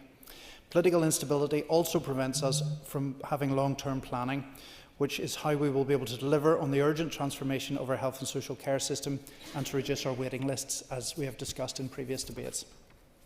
A multi-year budget is needed to enable the Department and the Health Service to plan ahead and to deliver that urgent transformation. This cannot be done through comparative annual budgets. Mr. Speaker, public sector pay must be a priority for the Department and the Executive, and I welcome that Minister Swan has indicated that this will be one of his priorities. With regards to the junior doctors' strike, which was announced yesterday, it is important that we do not simply wait for the conclusion of Westminster pay negotiations with the doctors in England. Pay here is a devolved issue, and we rightly should seek to resolve this here in Northern Ireland without waiting to see what happens elsewhere. Also, as I mentioned in previous debates on waiting lists, there exist different circumstances here in many regards compared to the rest of the UK, not least the alternative of working in the Republic, which is often better paid compared to jobs here. If we want to attract more people to work within our health service, it is essential that these issues are resolved. To conclude, I welcome the passing of this bill, but I recognise that this is only a very early stage in the hard work ahead of us to deliver more sustainable politics and more effective public services, and I look forward to working with all members of this chamber and particularly members of the Health Committee. Thank you, Mr. Speaker. I conveyed the absolute absurdity and recklessness involved in ramming through a budget bill without a modicum of scrutiny. The Executive is behind a false sense of propriety, while denying people both inside and outside this chamber the opportunity to assess this bill properly. They claim to follow the letter of the law while disregarding the concerns and views of those impacted by this bill. Nurses, teachers, doctors, classroom assistants, bus drivers and all those who were forced to strike recently will be affected by what's in this bill here today. And it is the Executive who will have to answer for the budget to come and its impact on those people and more that I mentioned. We haven't put this bill today, Mr. Speaker. The Minister and her colleagues have talked up the money set aside for public sector pay. I'm here to state on the record they are pulling the wool over people's eyes. First of all, trade unions, Mr. Speaker, have already expressed concern that the money on offer probably is not enough to address their demands. And unfortunately for the ministers, it is for those public sector workers to decide if this funding is going to cut it at all. Anything less than inflation as a pay offer will be a real terms pay cut. And given the fact that parties here effectively cut people's wages for the best part of a decade, the Executive will have some way to go to make up for the money that has been lost. Just days ago, Mr Speaker, the Minister expressed regrets to the Finance Committee that the money is not enough to meet the full estimated pay costs. So I would ask, Mr Speaker, which is it? Is the money there for public sector pay, or is it not? And I fear, and certainly workers will fear, that the Minister is following that age-old Stormont tradition of speaking out of both sides of her mouth. The lack of scrutiny in this bill may well suit the Executive's short-term agendas, but it's our public services and communities who are likely to suffer in the long run. We'll keep the receipts, Mr Speaker, and when the proposed cuts do come, which likely they will, we'll be pointing the finger at everybody who endorsed this budget bill. And we'll be calling, alongside the trade union movement, on all those 170,000 public sector workers who took strike action to take on those who did the bidding of the Tories once again. The full scope, Mr Speaker, and impact of this budget is yet to be seen. But in my mind, there's no question about people will lose out due to this budget. The only question is by how much. With all this said, Mr Speaker, we should also mention that this bill comes without any guarantee that the Tories are going to stump up the £3.3 billion as promised. Not only did the Executive not nail that down, but they opened the door to the threat of things like raised rates, higher tuition fees and prescription charges. The Tories played them like a fiddle. Now they expect the Executive to do their bidding once more. But I have hope, Mr Speaker, not necessarily in this Executive or the Tory bedfellows, but in the power of working class communities to organise and to push back against attempts to further impoverish them once again. And we're here to offer real opposition to this Executive and a socialist opposition. So I will try to oppose this bill today, and we will do all in our power to build opposition on the streets and communities to this administration in the period ahead. Thank you. Thank you, Mr Speaker. As said yesterday, I will not rehash the many comments that I did make, but this is not the appropriate way to do business in this House, and I hope that this is the last time that we have to deal with this important budgetary process in this way. That said, things have slightly shifted from yesterday in terms of the financial situation facing this place, with a substantial cash injection and commitment from the Irish Government, which I'm sure members of this House will agree with me is much welcome, and the largest commitment from the Irish Government in terms of these projects. It will alleviate pressure on departments, particularly the Department for Infrastructure, and will be welcomed hopefully by the Minister for Finance, who I know gave a joint statement earlier with our colleague in the South, Michael McGrath, and I'm sure many will be glad to see such a substantial investment and commitment from the Irish Government of €600 million for the A5, which, as many members in this House will know, I have spoken of very passionately for many years. This brings the project a step closer, and it will come as a considerable relief, not just to the Minister for Finance because of the substantial commitment that is there, but also to many of my constituents and people of Derry and Donegal also. As I've said on many occasions, this road does not discriminate. It claims lives every single year, and there's many people that left in the morning to go to their work, children going to school, going to do some local business, and never ever returned home to their families.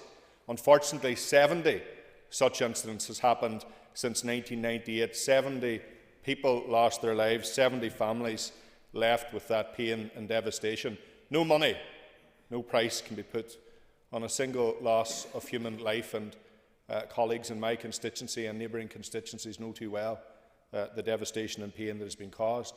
So today this is much welcome, but there is much more to be done, and I would hope, Mr Speaker, that the Minister for Finance and her colleague, Minister O'Dowd, with the Department for Infrastructure, will work collectively and proactively to ensure that the other funding is found for the A5, so that we can avoid any further delay, because delays cost lives, and ensure that the project is delivered in everyone's interest as soon as possible. Further to the discussion or the announcements today, a €50 million cash injection as well with Casement Park, and we know it's been featuring strongly on the news over recent weeks and months.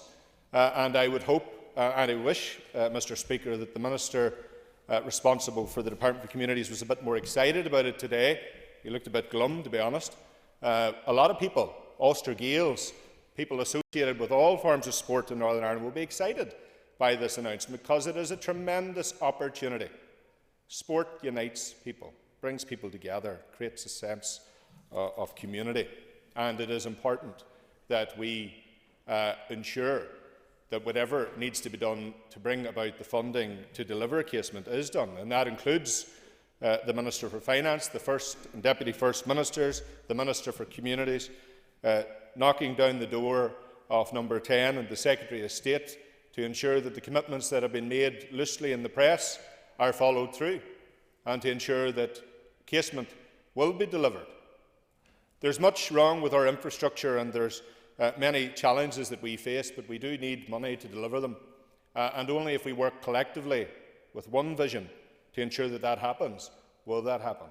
So I am more positive today, Mr. Speaker. Many members will be glad to know, because an £800 million cash injection is a huge, huge commitment to this place, and certainly will take and alleviate pressure from departments and ministers, and has been welcomed from across the board. So I thank our colleagues in the South for this vote of confidence, and obviously they've done it in a time where we're extremely positive about these institutions returning. So let's look to the future with some positivity, work together and deliver the A5, deliver Casement Park, and deliver for our people. Thank you. Before we proceed, Minister. Thank you, Concordia. And I want to say a word of appreciation and thanks to members who have expressed their views again today in this debate. I've listened with interest, and while some have different opinions than I do, it's still very useful to me as Finance Minister to hear all of these views. I will address some of the remarks, or as many of them as I can, to address members' points. So first of all, to turn to some of the points that were made by the Chair of the Committee and Leader of the Opposition. I'm committed, and I think that I made this commitment yesterday as well, to him and to Mr Aiken's point, to bringing forward a bill to put the Fiscal Council on a statutory footing and to provide the legislative framework to underpin its work. A draft policy document was developed setting out the legislative framework for the bill, and it was approved by the former Finance Minister in August 2022. Now that the Executive has been restored, I will need to give fresh consideration to this with a view to bringing a policy document to the Executive for its agreement to progress this important work. Thankfully, significant preparatory work was undertaken. The former Finance Minister circulated the draft document to the then caretaker ministerial colleagues and the NIO to seek initial views. A number of comments were received, and these can be... Yes, go ahead. I think we have here the Chair, members of the Finance Committee and the Vice Chair here. I think we could give a commitment if you bring it forward. I'm not putting the words within the Chair, but we would expedite that to make that happen very quickly. Well, I'll let you work that out. A number of comments were received from ministerial colleagues, and these can be referred to within any future executive paper. In addition, officials engaged with the Office of Legislative Counsel, who had agreed to begin the work at risk to develop the legislation, given it was an NDNA commitment. A draft of possible clauses and schedules have been compiled, where OLC and officials continue to have discussions on these. Although much work on this has already been undertaken on an informal basis with OLC, more time is required to be ready to introduce the bill, given the Fiscal Council Bill team were reprioritised during the Department's response to the COVID inquiry in the Executive's absence. My department is seeking to reallocate resources to the Bill team to progress this work as urgently and speedily as possible. The legislative programme has to be managed across the Executive as a whole, and drafting of legislation needs to be at a significant state of readiness to be prioritised in the 2024 legislative programme. The Leader of the Opposition also asked about a multi-year budget before the start of the financial year. I covered the timescale for Budget 2024-25 yesterday. He is of course correct that in normal circumstances it would be unacceptable not to have a budget in place before the start of the financial year. But as I think has been well covered, we're not in normal circumstances this year, the Executive only returning at the start of the month. It's important that new ministers are provided with time to scrutinise their own departmental budgets before articulating their funding requirements. It's also important that the Executive can consider these fully before reaching decisions. The slight delay is intended to facilitate this. In terms of a multi-year budget, that's outside of the Executive's control. Section 64 of the Northern Ireland Act 1998, which the member has already quoted, also requires me to lay a statement before the Assembly at least 14 days before laying a draft budget, specifying the amount of funding for that year notified by the Secretary of State. As 2024-25 is the last year of the current spending review, the Secretary of State cannot tell me how much funding will be provided in the following 2 years, and without that confirmation, I cannot lay a budget for the years beyond the end of 2024-25. However, as I have rehearsed on a number of occasions, I am determined to have the discussion with Treasury about the fiscal framework to address both the underfunding and to put our public finances on a sustainable footing, and multi-year budgets will be part of that discussion. A number of members refer to the process, and I think that I have set out clearly that I agree that the process that we are having to put in place to pass this budget bill is not ideal. I welcome the support of members in terms of what we are trying to achieve, which is to keep departments being able to deliver public services and to deliver pay for public sector workers. And I want to assure Mr Carroll that I want to get that money to public sector workers as quickly as possible, and I allocated as much money as we could to public sector pay awards. I was able to obtain flexibility to allocate an additional over £100 million to public sector pay on top of what was provided in the financial package. It will of course be for trade unions and employers to negotiate out in relation to those pay awards, and I will respect that process. Yes, I will. Whilst she has explained the process that we're in and the reasons why we're in this process with regards to time limited time that she has and her officials had to work on the budget, and she talks about the work on the 24-25 budget that could go well towards the summer recess, and then of course you have monitoring rounds. Can you give this House any reassurance that the actual work on budget 25-26, because we know these budget rounds usually take nearly a full year, can she assure this House that the work for that budget 25-26 will be able to go off schedule or on schedule throughout the time of that work? I thank the member for his intervention, and I can assure him it will be my intention to get things back on track. I want to just address Mr McCrossan's comments, and I find myself unusually in agreement with nearly everything that he said today. And I agree, including that this is not the way to do business. I think I have been clear about that. I also welcome the announcement by the Irish Government today of an allocation of €800 million to a number of important projects, and I'm happy to give a commitment to working with ministers across the Executive to deliver on both the A5 and Casement Park.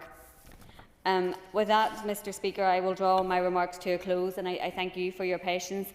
This budget bill is a crucial piece of legislation which provides departments with the power to continue to deliver vital frontline services to all our citizens through the final weeks of this financial year and the beginning of 2024-25. I commend the budget bill 2024 to the Assembly, and I ask members to agree its final stage.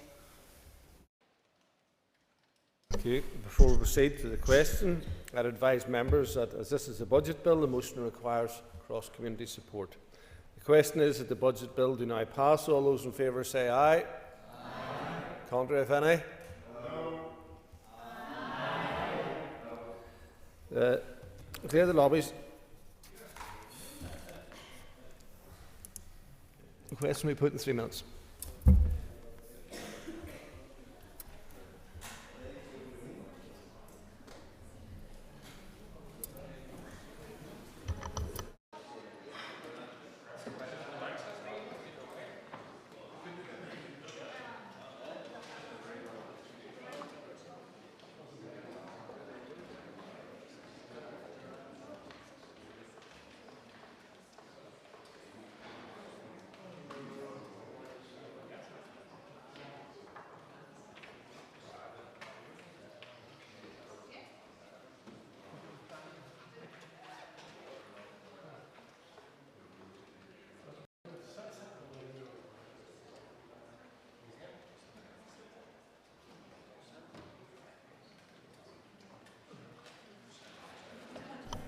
there's a problem with the bell, so if the whips could get the word out to their members in the absence of that.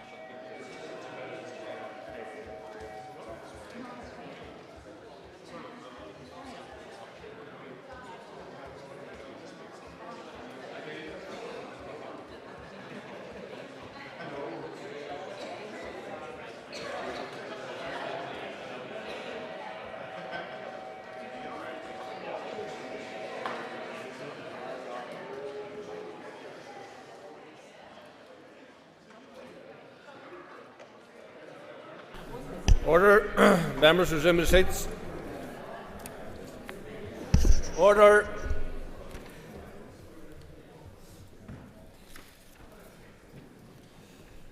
The question is that the budget bill now pass. All those in favour say aye. Aye. Contrary, if any, no. Do we have tellers?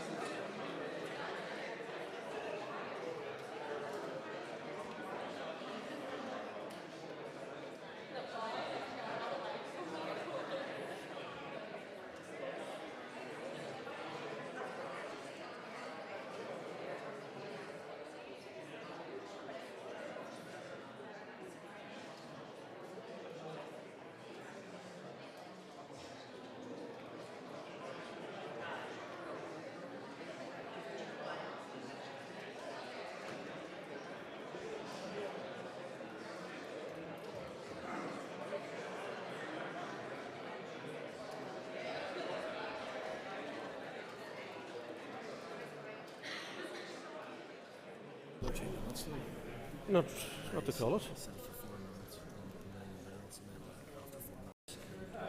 Yeah, but you can call it. Yeah. Order. Tellers have been appointed as follows. Tellers for the ayes is. Who's the seat? Tellers for the ayes, I could remember, like, are Anya Murphy and Kathy Mason. Teller for the noes, Cara Hunter and Jerry Carroll. The House will divide. Ayes to my right, noes to my left.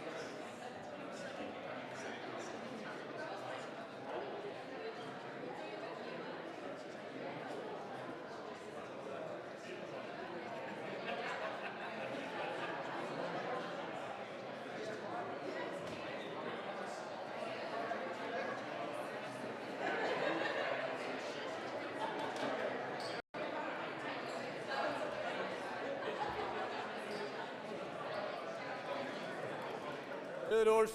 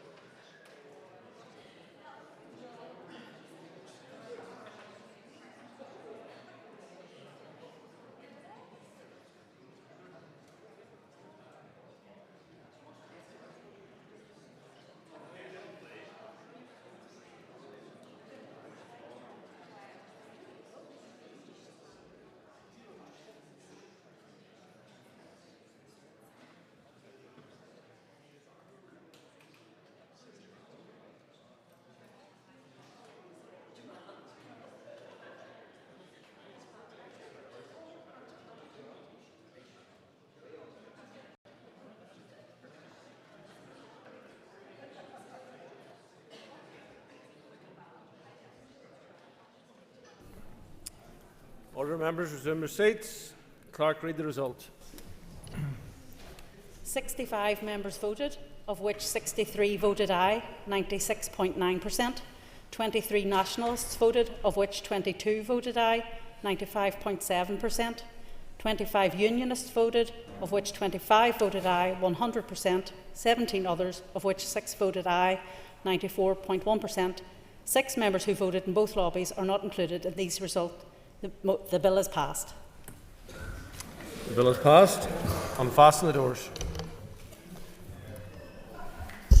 Members, we now move to the adjournment debate, so those of you who are leaving, can you do it quietly, and we'll take our ease for a moment while we change the top table.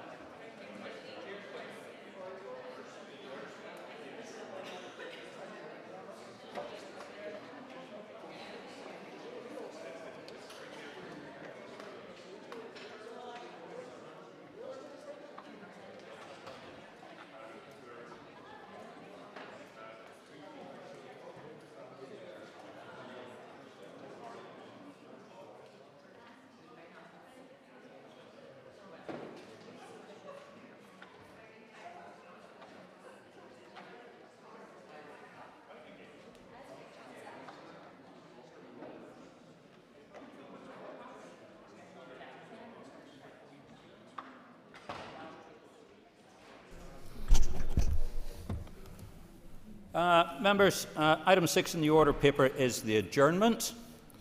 The question is that the Assembly do now adjourn, and in conjunction with the Business Committee, I have given leave to Deborah Erskine. Yep, she's definitely there. Yeah. To raise the matter of immediate progression on the A4 Enniskillen Southern Bypass. I call on Deborah. You have up to 15 minutes. Thank you. Thank you, Mr Deputy Speaker, and I thank the Minister for coming to this debate today in relation to the A4 Southern Bypass, given the announcement last night from the Finance Minister, as she brought forward her written statement to announce executive funding to move forward on this much-needed infrastructure project, not least the fact that this announcement is welcome in relation to the soaring costs in terms of the project, so it's quite obviously timely. And I thank the Finance Minister and indeed all executive colleagues. My own DUP executive colleagues will be glad that I'm not going to be torturing them anymore on securing some of this funding for the project. I will speak in this debate as my capacity as DUP MLA for Fermanagh and South Tyrone, rather obviously than Chair of the Infrastructure Committee, but I'm sure I see some of the Infrastructure Committee members are here in the chamber, and they will join with me in welcoming the announcement as well from last night. The A4 Southern Bypass is much needed for Fermanagh, as has already been said. It's a key infrastructure project which will stop congestion in the town and of course will create construction jobs as a result of this announcement, and I want to welcome, as I said, the investment that has already been put into the project and the approval to provide £16.2 million of capital funding across 2024, 2025 and 2025-2026. It has to be said, though, in the summer I was dismayed that the £15 million which was previously committed to this project as part of the New Deal funding was withdrawn and paused. However, I am glad that this now forms part of the financial package which accompanied the restoration of the executive. What will also be great news for councils locally involved in the Mid-South West growth deal is the commitment from the executive that £12.5 million of the growth deal can be released early. And since becoming an MLA in 2021, I've continued to raise the Enniskillen A4 Southern Bypass. The Infrastructure Minister will be aware that in January 2022, site clearance and fencing works commenced and NIE diversionary works happened in summer 2022.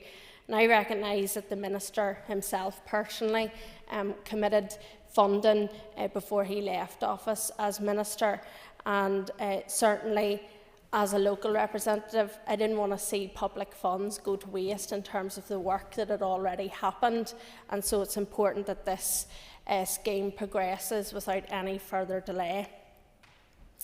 It is a project that everybody wants to see delivered in my constituency, and I spoke to one man recently who said that he was told by a road service official, believe it or not, 47 years ago, that there were supposed to be plans created for a bypass in Enniskillen. Now, I hope the Minister we won't see another project like that. That'll take 47 years to deliver.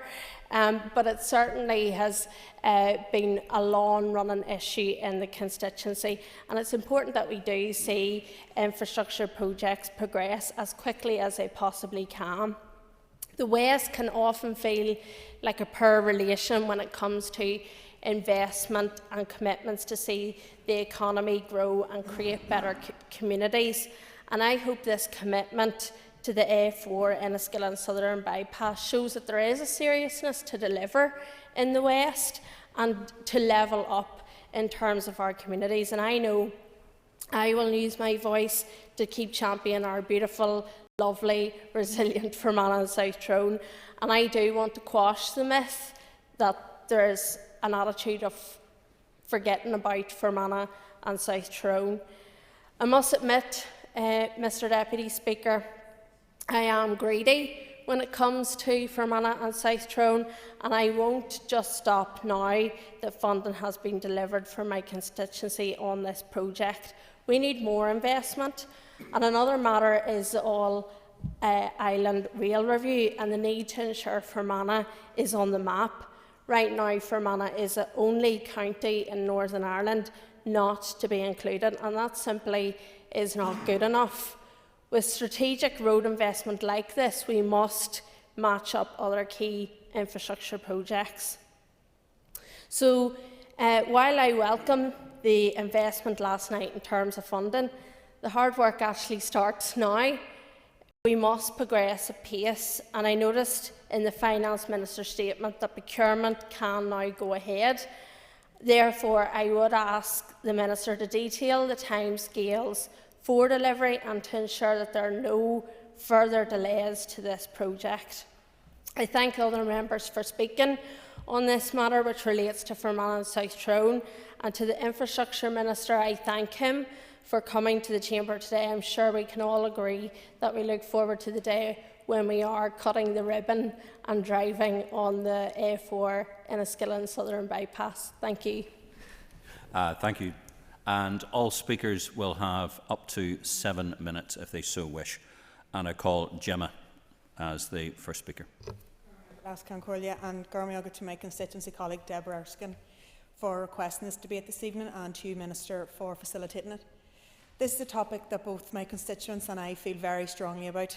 The Enniskillen Bypass is an extremely important project, and I am like a child at Christmas with the news that the Executive has agreed to provide £16.2 million of capital funding across 2024-25 and 2025-2026 to see this delivered.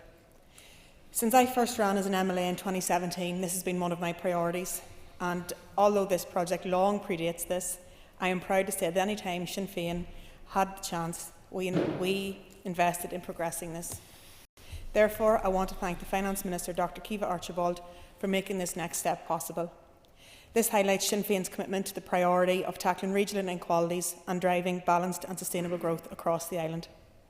My constituency is one of the worst areas deprived of modern, decent roads. In order to drive regional balance, we need to invest in the right infrastructure that helps us achieve that. Currently, Enniskillen Town Centre can act as a bottleneck where local traffic mixes with passing and strategically important traffic, which results in delays for both. So this would be a huge economic driver for Enniskillen and crucial to helping unblock this area's full potential. The proposed Enniskillen bypass would provide a new transport link to the southern side of the town, improving the connection between the A4 Dublin Road and the A4 Sligo Road, offering the following benefits: reduced traffic congestion in Enniskillen, provision of a transport link across the A4 from the Dublin Road to the Sligo Road, facilitation of a more efficient movement of traffic in and around Enniskillen, and reduction in noise and air pollution in the town itself, to name but a few. Obviously, transport itself can't resolve all of Fermanagh's economic difficulties, and the Enniskillen bypass is not a magic bullet that will cure all the ills currently affecting the constituency, but it will be a massive help and a significant boost to the area, particularly in light of the recent shock announcement from BT that 300 people with responsibilities and aspirations may lose their jobs. Fermanagh has been neglected for too long, but this is hugely positive news. I look forward to continue working with the Executive and the Infrastructure Minister to see the timely completion of this vital scheme. Thank you, Chairman. Patrick. Thank you, Mr Deputy Speaker, and can I take this opportunity to thank the member for Fermanagh and South Tyrone for bringing this debate to the Chamber, the subject matter of which I know is important to the well-being of many in your constituency and indeed the sustainable development of Enniskillen Town and the wider area. And can I welcome the Minister for Finance's statement yesterday announcing the release of £16.2 million as part of the wider financial package, which will allow a further £12.5 million to be drawn down from the Mid-South West growth deal and enable this project to move to procurement stage.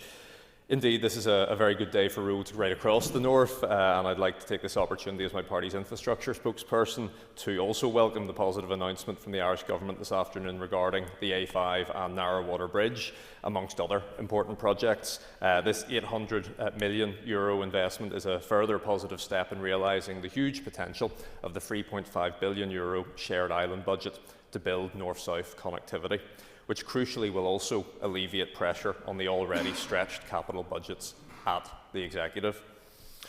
It's worth noting that the Enniskillen Southern Bypass has been in works for a significant period of time. It was first formally proposed in the Expanding the Strategic Road Improvement Programme in 2006, but as the member has laid out, was talked about well before either of us were around, certainly. With planning starting 2 years after that in 2008 and the preferred route announced in 2015. To date, £2 million worth of advanced works, site works have taken place, and so this funding, enabling the procurement and construction phases to begin, is the final positive step for this important roads project. The proposed scheme has strong cross-party support, and I know my colleague in Enniskillen DEA, Councillor Eddie Roof, has been working closely with other local parties and local stakeholders to push these plans forward. Whilst this is a relatively minor works project at just 3 kilometres, it will have a huge impact on traffic flow and addressing congestion within Enniskillen Town. This will pay considerable dividends in terms of air pollution, ease of access to the town centre and reducing traffic, which is particularly important for the safety of school children and pedestrians as well. The reduction of vehicular traffic may also open up the opportunity in Enniskillen Town for smaller scale complementary infrastructure schemes such as cycle lanes, one-way systems and pedestrian zones, which can promote active travel and enhance the vibrancy of town centres. Given the rural nature of the area, the continued reliance by the local population on cars and the absence of viable public transport options, and I would of course at this point lament Fermanagh's exclusion from the All-Ireland Rail Review, schemes like this are vital to securing the growth and well-being of rural communities. This road will also be vital to ensure timely and safe access to emergency services at the South West Acute Hospital, as are upgrades to the A32 Omagh to Enniskillen Road. I know there was great concern across the local area when funding for this project was put on hold as a result of these institutions being suspended for 2 years. And this announcement by the Minister is a welcome statement of what this place can deliver when it's functioning. I can only hope that the Ministers for both Infrastructure and Finance are paying similar attention to the need to finally deliver the long-awaited Ballinhinch bypass, which is right on the edge of my constituency, and indeed also wish to put on record the long-term aspiration and need for an eastern bypass around the county town of Downpatrick. Thank you, Mr Deputy Speaker. Thank you, and I give you some latitude there. Okay, can I call on Tom Elliott, please? Thank you, Deputy Speaker. I welcome the discussion and the debate here this evening, and thank Deborah Erskine for bringing forward this adjournment debate. And I'm not going to talk about Downpatrick or Ballynahinch, by the way, but it is good to see the Minister of Infrastructure here, and indeed to hear the announcement yesterday evening of this long-awaited scheme in Enniskillen. And it's many, many years ago that I remember being on site on a number of occasions with, I think it was Department for Regional Development at that stage, and Road Service. They weren't called the Department of Infrastructure about the project. And obviously it goes quite close to the old iconic Weirs Bridge that went across the River Erne there. And if any of you want to see a photograph or a painting of that, you just visit Fermanagh Unionist Hall, where there is still a big mural on the wall of the old Weirs Bridge there, and it looks really well. So it is a welcome boost, a welcome project, and for someone who is set in traffic queues, either on the Belfast Road or indeed coming in the Irvinstown Road on a Friday evening, and you sitting behind scores of caravans and caravanettes and campers waiting to get into the town, this will be certainly a welcome boost. I would put a couple of caveats on it though. We shouldn't forget about the town centre, because with less traffic going through the town centre, I'm just hoping that it will allow more availability for parking and will encourage more people to stop in the town of Enniskillen and do some shopping or go for a coffee or some food when they're travelling through it. Second issue is around landowners, and I'm sure we'll hear from the Minister if all the landowners have been sorted at this stage, but I'm sure there are a few that still maybe have to be resolved and their issues resolved, so I would ask that is done in a fair and reasonable manner, and that they're given the accommodation works that they require. Third element, Mr Deputy Speaker, is the issue around the visibility. Obviously it's in a very key tourist area. Lough Erne, you're just going into the upper loch there, and I would want to be assured that any enhancement works will look reasonably aesthetic to the general visitors to the area and indeed to the locals alike. And finally, that any of those local people who need accommodation works and maybe noise barriers there, that they would in fact get those accommodation works, because it is important. It is going to create a lot more noise, a lot more traffic, and there are a number of residents in that particular area. So I would hope that they are accommodated. So I'm just, I suppose, marking the Minister's cards at the moment, and hope that he takes recognition of all those issues. But in general, it's a welcome development, and I thank the Executive for bringing this forward. Mr Deputy Speaker. Thank you, Tom. Mark. Thank you, Mr. Speaker. Thank you for bringing this motion.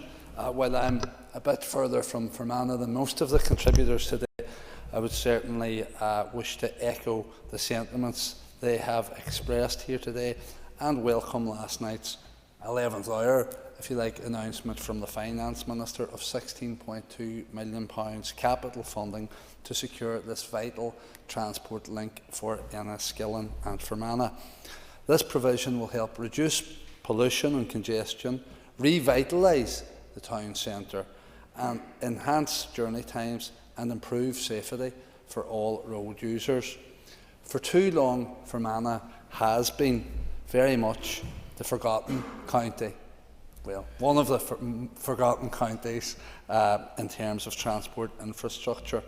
This project has been in the pipeline for decades, but much due not so much to the lack of available funding, but in our view, the lack of political will, failed to launch. Recognising the transformational opportunity the Enniskillen Southern Bypass offered, my former colleague and former DFI Minister, Nicola Mallon, demonstrated her determination to deliver fairness for Fermanagh. In 2021, she announced her intentions to proceed with the project, allocating £2 million to kick-start the project and advance site works. She did, however, make clear that the progression of this project would be dependent on future funding. That future funding didn't materialise. The caretaker minister whoever that was wasn't able to provide it, but fortunately the Minister we have now has been able to source it, and so credit where it's due in that regard. He did say it remained a priority and has demonstrated that it was and is. I'm sure any minister would rather be cutting ribbons on roads than cutting spending on roads. I welcome the fact that agreement has been given to release the funding, which will enable works to proceed and prevent increased associated costs should works be delayed any longer. The most recent storm at Stalemate, I can't go any speech without mentioning it, but it also denied us progress on the Enniskillen bypass, not to mention so many other flagship projects, leaving us at the mercy of the Tory government.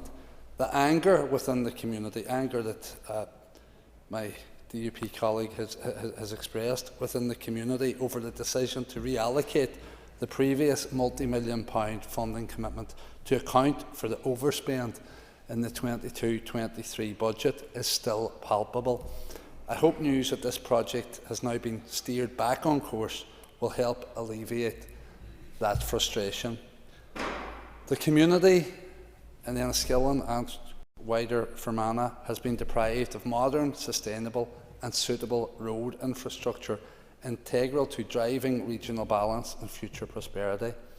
By improving the connection between the A4 Dublin Road and the A4 Sligo Road, the Enniskillen bypass marks a first building block of many required to enhance travel links in this rural, in parts socially isolated county. The SDLP will ensure that focus does remain on providing a long-term plan for the infrastructural future of Fermanagh and ensuring that they don't miss out on the once-in-a-lifetime opportunity afforded by the All-Ireland Strategic Rail Plans. And I've tabled a motion for debate on that in the near future as well. The focus on active travel and inclusion of a cycle path alongside the bypass is of particular note and will prove vital in tackling the climate emergency, encouraging people to leave their cars at home and opt for a greener means of travel where possible and practical. I look forward to seeing this project progress at pace and hope the stop-start approach to it that we've seen for so long is put behind us for once and for all. Thank you very much indeed. Colm. Last can call you, and I want to welcome you to your role as well on this opportunity. And I'm absolutely delighted at the announcement in relation to this bypass, much needed, long fought for, and will be of tremendous benefit to the town of Enniskillen and the whole surrounding area in our constituency. By tackling this bottleneck at this section of the road, it will also allow for business to benefit from improved access and opportunities to our shops, and to allow people to enjoy improved journey times and hopefully attract people into the town of Enniskillen as well as facilitate their journey through. In fact, it has been estimated that the scheme will improve average journey times by approximately 50% and will take 40% of the traffic out of Enniskillen town centre, which is hugely welcome. I also agree with Mark in relation to the cycleway and the footpath being a key element of that. It is crucial that we make sure that the infrastructure is there for people to travel safely and walk safely within our towns and indeed between our towns and villages as well. And I have to say, in relation to Patrick's marks, I know we've had boundary reviews recently, but I didn't know it stretched as far as down Patrick. But having battled my way through Ballynahinch on many an occasion in a past life, I have to say I recognise your concern on that issue as well. It is clear also, Lascian Corlia, that this vital scheme will cut air pollution and congestion in the town of Enniskillen. And it's important to say Enniskillen is a very unique town. It's an island town, one of the very few, and that creates its own difficulties but also its own opportunities. However, air quality is a key issue and one that this will certainly help with. It has been estimated that there are up to 800 deaths in the 6 counties attributable to air pollution, so it is a significant issue, and it's of huge welcome that this scheme will help with that. One of Sinn Féin's key priorities is to tackle regional inequalities and to drive balanced and sustainable growth right across the island. In order to do that, we need the right type of infrastructure that allows us to achieve that regional balance and connectivity and allow local hubs to flourish and our areas to maximise their full potential, and there is huge potential there. So that balance includes equal access to opportunities and services, including vital services such as health, broadband and of course investment in our road network. Enniskillen Town and the people and business that make the town deserve to benefit from the type of investment that would allow the local community and economy to truly thrive. I couldn't let this debate pass, Lascian Collier, without mentioning which also in our constituency the vexed and vital issue of the A5, and that's another key piece of that infrastructure. And all of these additional pieces will drive us forward into what I believe will be a very, very bright future, and these are vital parts of that jigsaw. So in terms of allowing all of our local communities to thrive, the Enniskillen Bypass will certainly contribute to that goal, and I therefore welcome that and welcome the opportunity to take part in the debate today. Thank you, Colin. And I call on the Minister, and Minister, you have 10 minutes. Thank you, Lascian Collier. And may I also congratulate you on your appointment to your role as well. I'd also like to thank Deborah Erskine, MLA, for initiating the debate on the Enniskillen Southern Bypass scheme. And I also add my thanks to my executive colleagues and take this opportunity to recognise their commitment to the project as demonstrated by yesterday's announcement to provide the necessary funding.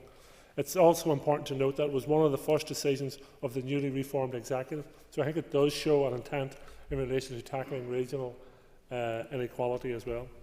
The £16.2 million capital funding agreed by the executive alongside the approved early release of £12.5 million from the Mid-South West City and Growth Deal provides security for the delivery of this critical infrastructure project.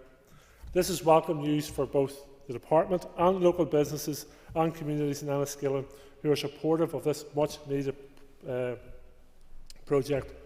The £2.1 million bypass will provide a new transport link to the southern side of the town, improving connectivity between the A4 Dublin Road and the A4 Sligo Road. The transport link will also provide 3.5 kilometres of active travel, as been mentioned by a number of members, for walking and cycling, extending along the Dublin and Darryland roads to connecting existing non-motorised user infrastructure. The scheme will also alleviate traffic congestion in the Enniskillen town centre, reducing delays, improving average journey times by approximately 50%, and bringing much-needed improvement to road safety. The scheme will also bring benefits to the town centre environment, improving air quality and reducing noise levels. This creates a unique opportunity to enhance active travel and place making measures in the town centre with reduced levels of through traffic. I think that's an exciting opportunity for Enniskillen, which is itself is a very picturesque town. It's a beautiful setting and ideally set for active travel, and that will involve obviously consultation with local businesses, communities and elected representatives on the best way to bring that forward, but I think it's ideally placed for such a scheme. While the constructions of major projects can significantly impact on the climate, I am pleased to advise that this scheme shows an overall reduction in carbon emissions in the long term, having beneficial impact on climate. In fact, the environmental impact assessment shows that the combined emissions for the proposed scheme after opening include the adjacent road network will have an overall reduction in emissions of -4.7% when compared against not having the scheme. Consequently, the scheme has a carbon payback period for the construction carbon emissions of 28.8 years. My department has considered ways in which the building of this important infrastructure can be mitigated through landscaping opportunities throughout the site, as mentioned by Tom, who's just come back. Landscaping plan has been developed, and we have already been working proactively alongside Ulster Wildlife to ensure a significant amount of native tree planting, hedge grow and wildflower planting has been incorporated into the design. As an example, if you look at the A6, it's a longer stretch of road, but there's 1.2 million trees planted along that road, which is going to have huge beneficial impact to biodiversity in that area. So it's amazing that even though we're building a road, and road brings with it opportunities but also challenges for the environment, we can do things to improve the local environment, so I think which is really exciting part of this project. Funding certainly for the scheme will now allow procurement to commence, as I think Deborah had asked, in April 2024. And the ability for the department to meet this timescale means that the seasonal windows for earthworks as well as works over and in the water can be progressed to the most advantaged timeframes. Again, environmental concerns raised around the timeframe of constructing the road. The road itself will take, if procurement goes ahead in April 2024, we hope then construction starts in the spring, summer 2025, and with around a 2-year timeframe for building.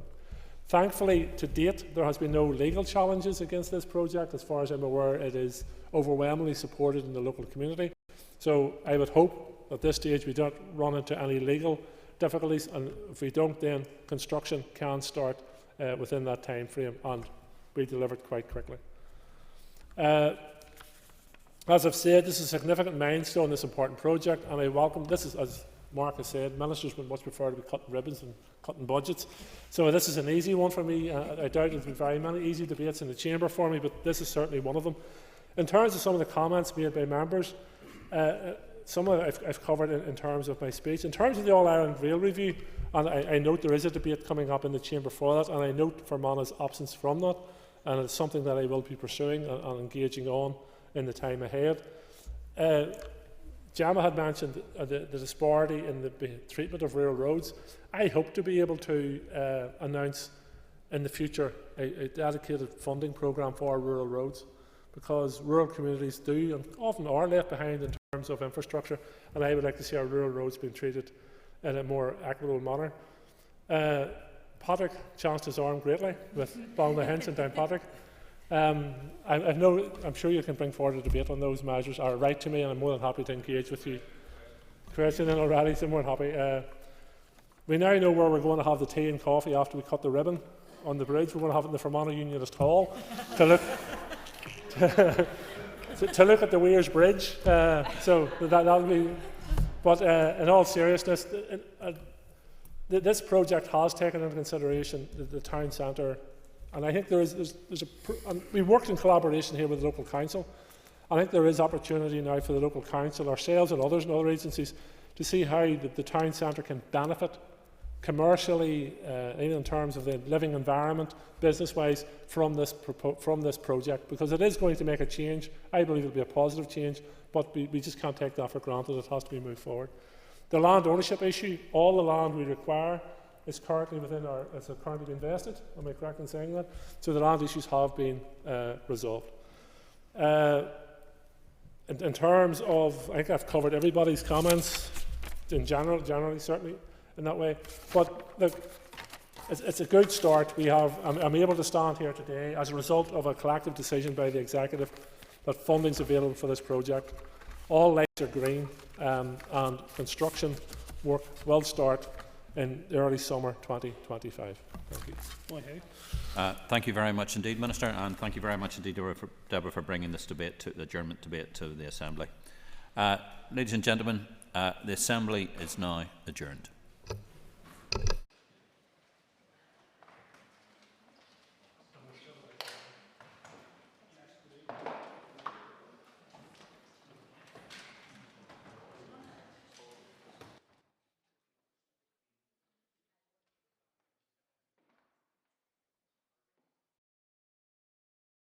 Assembly Chamber. Sound.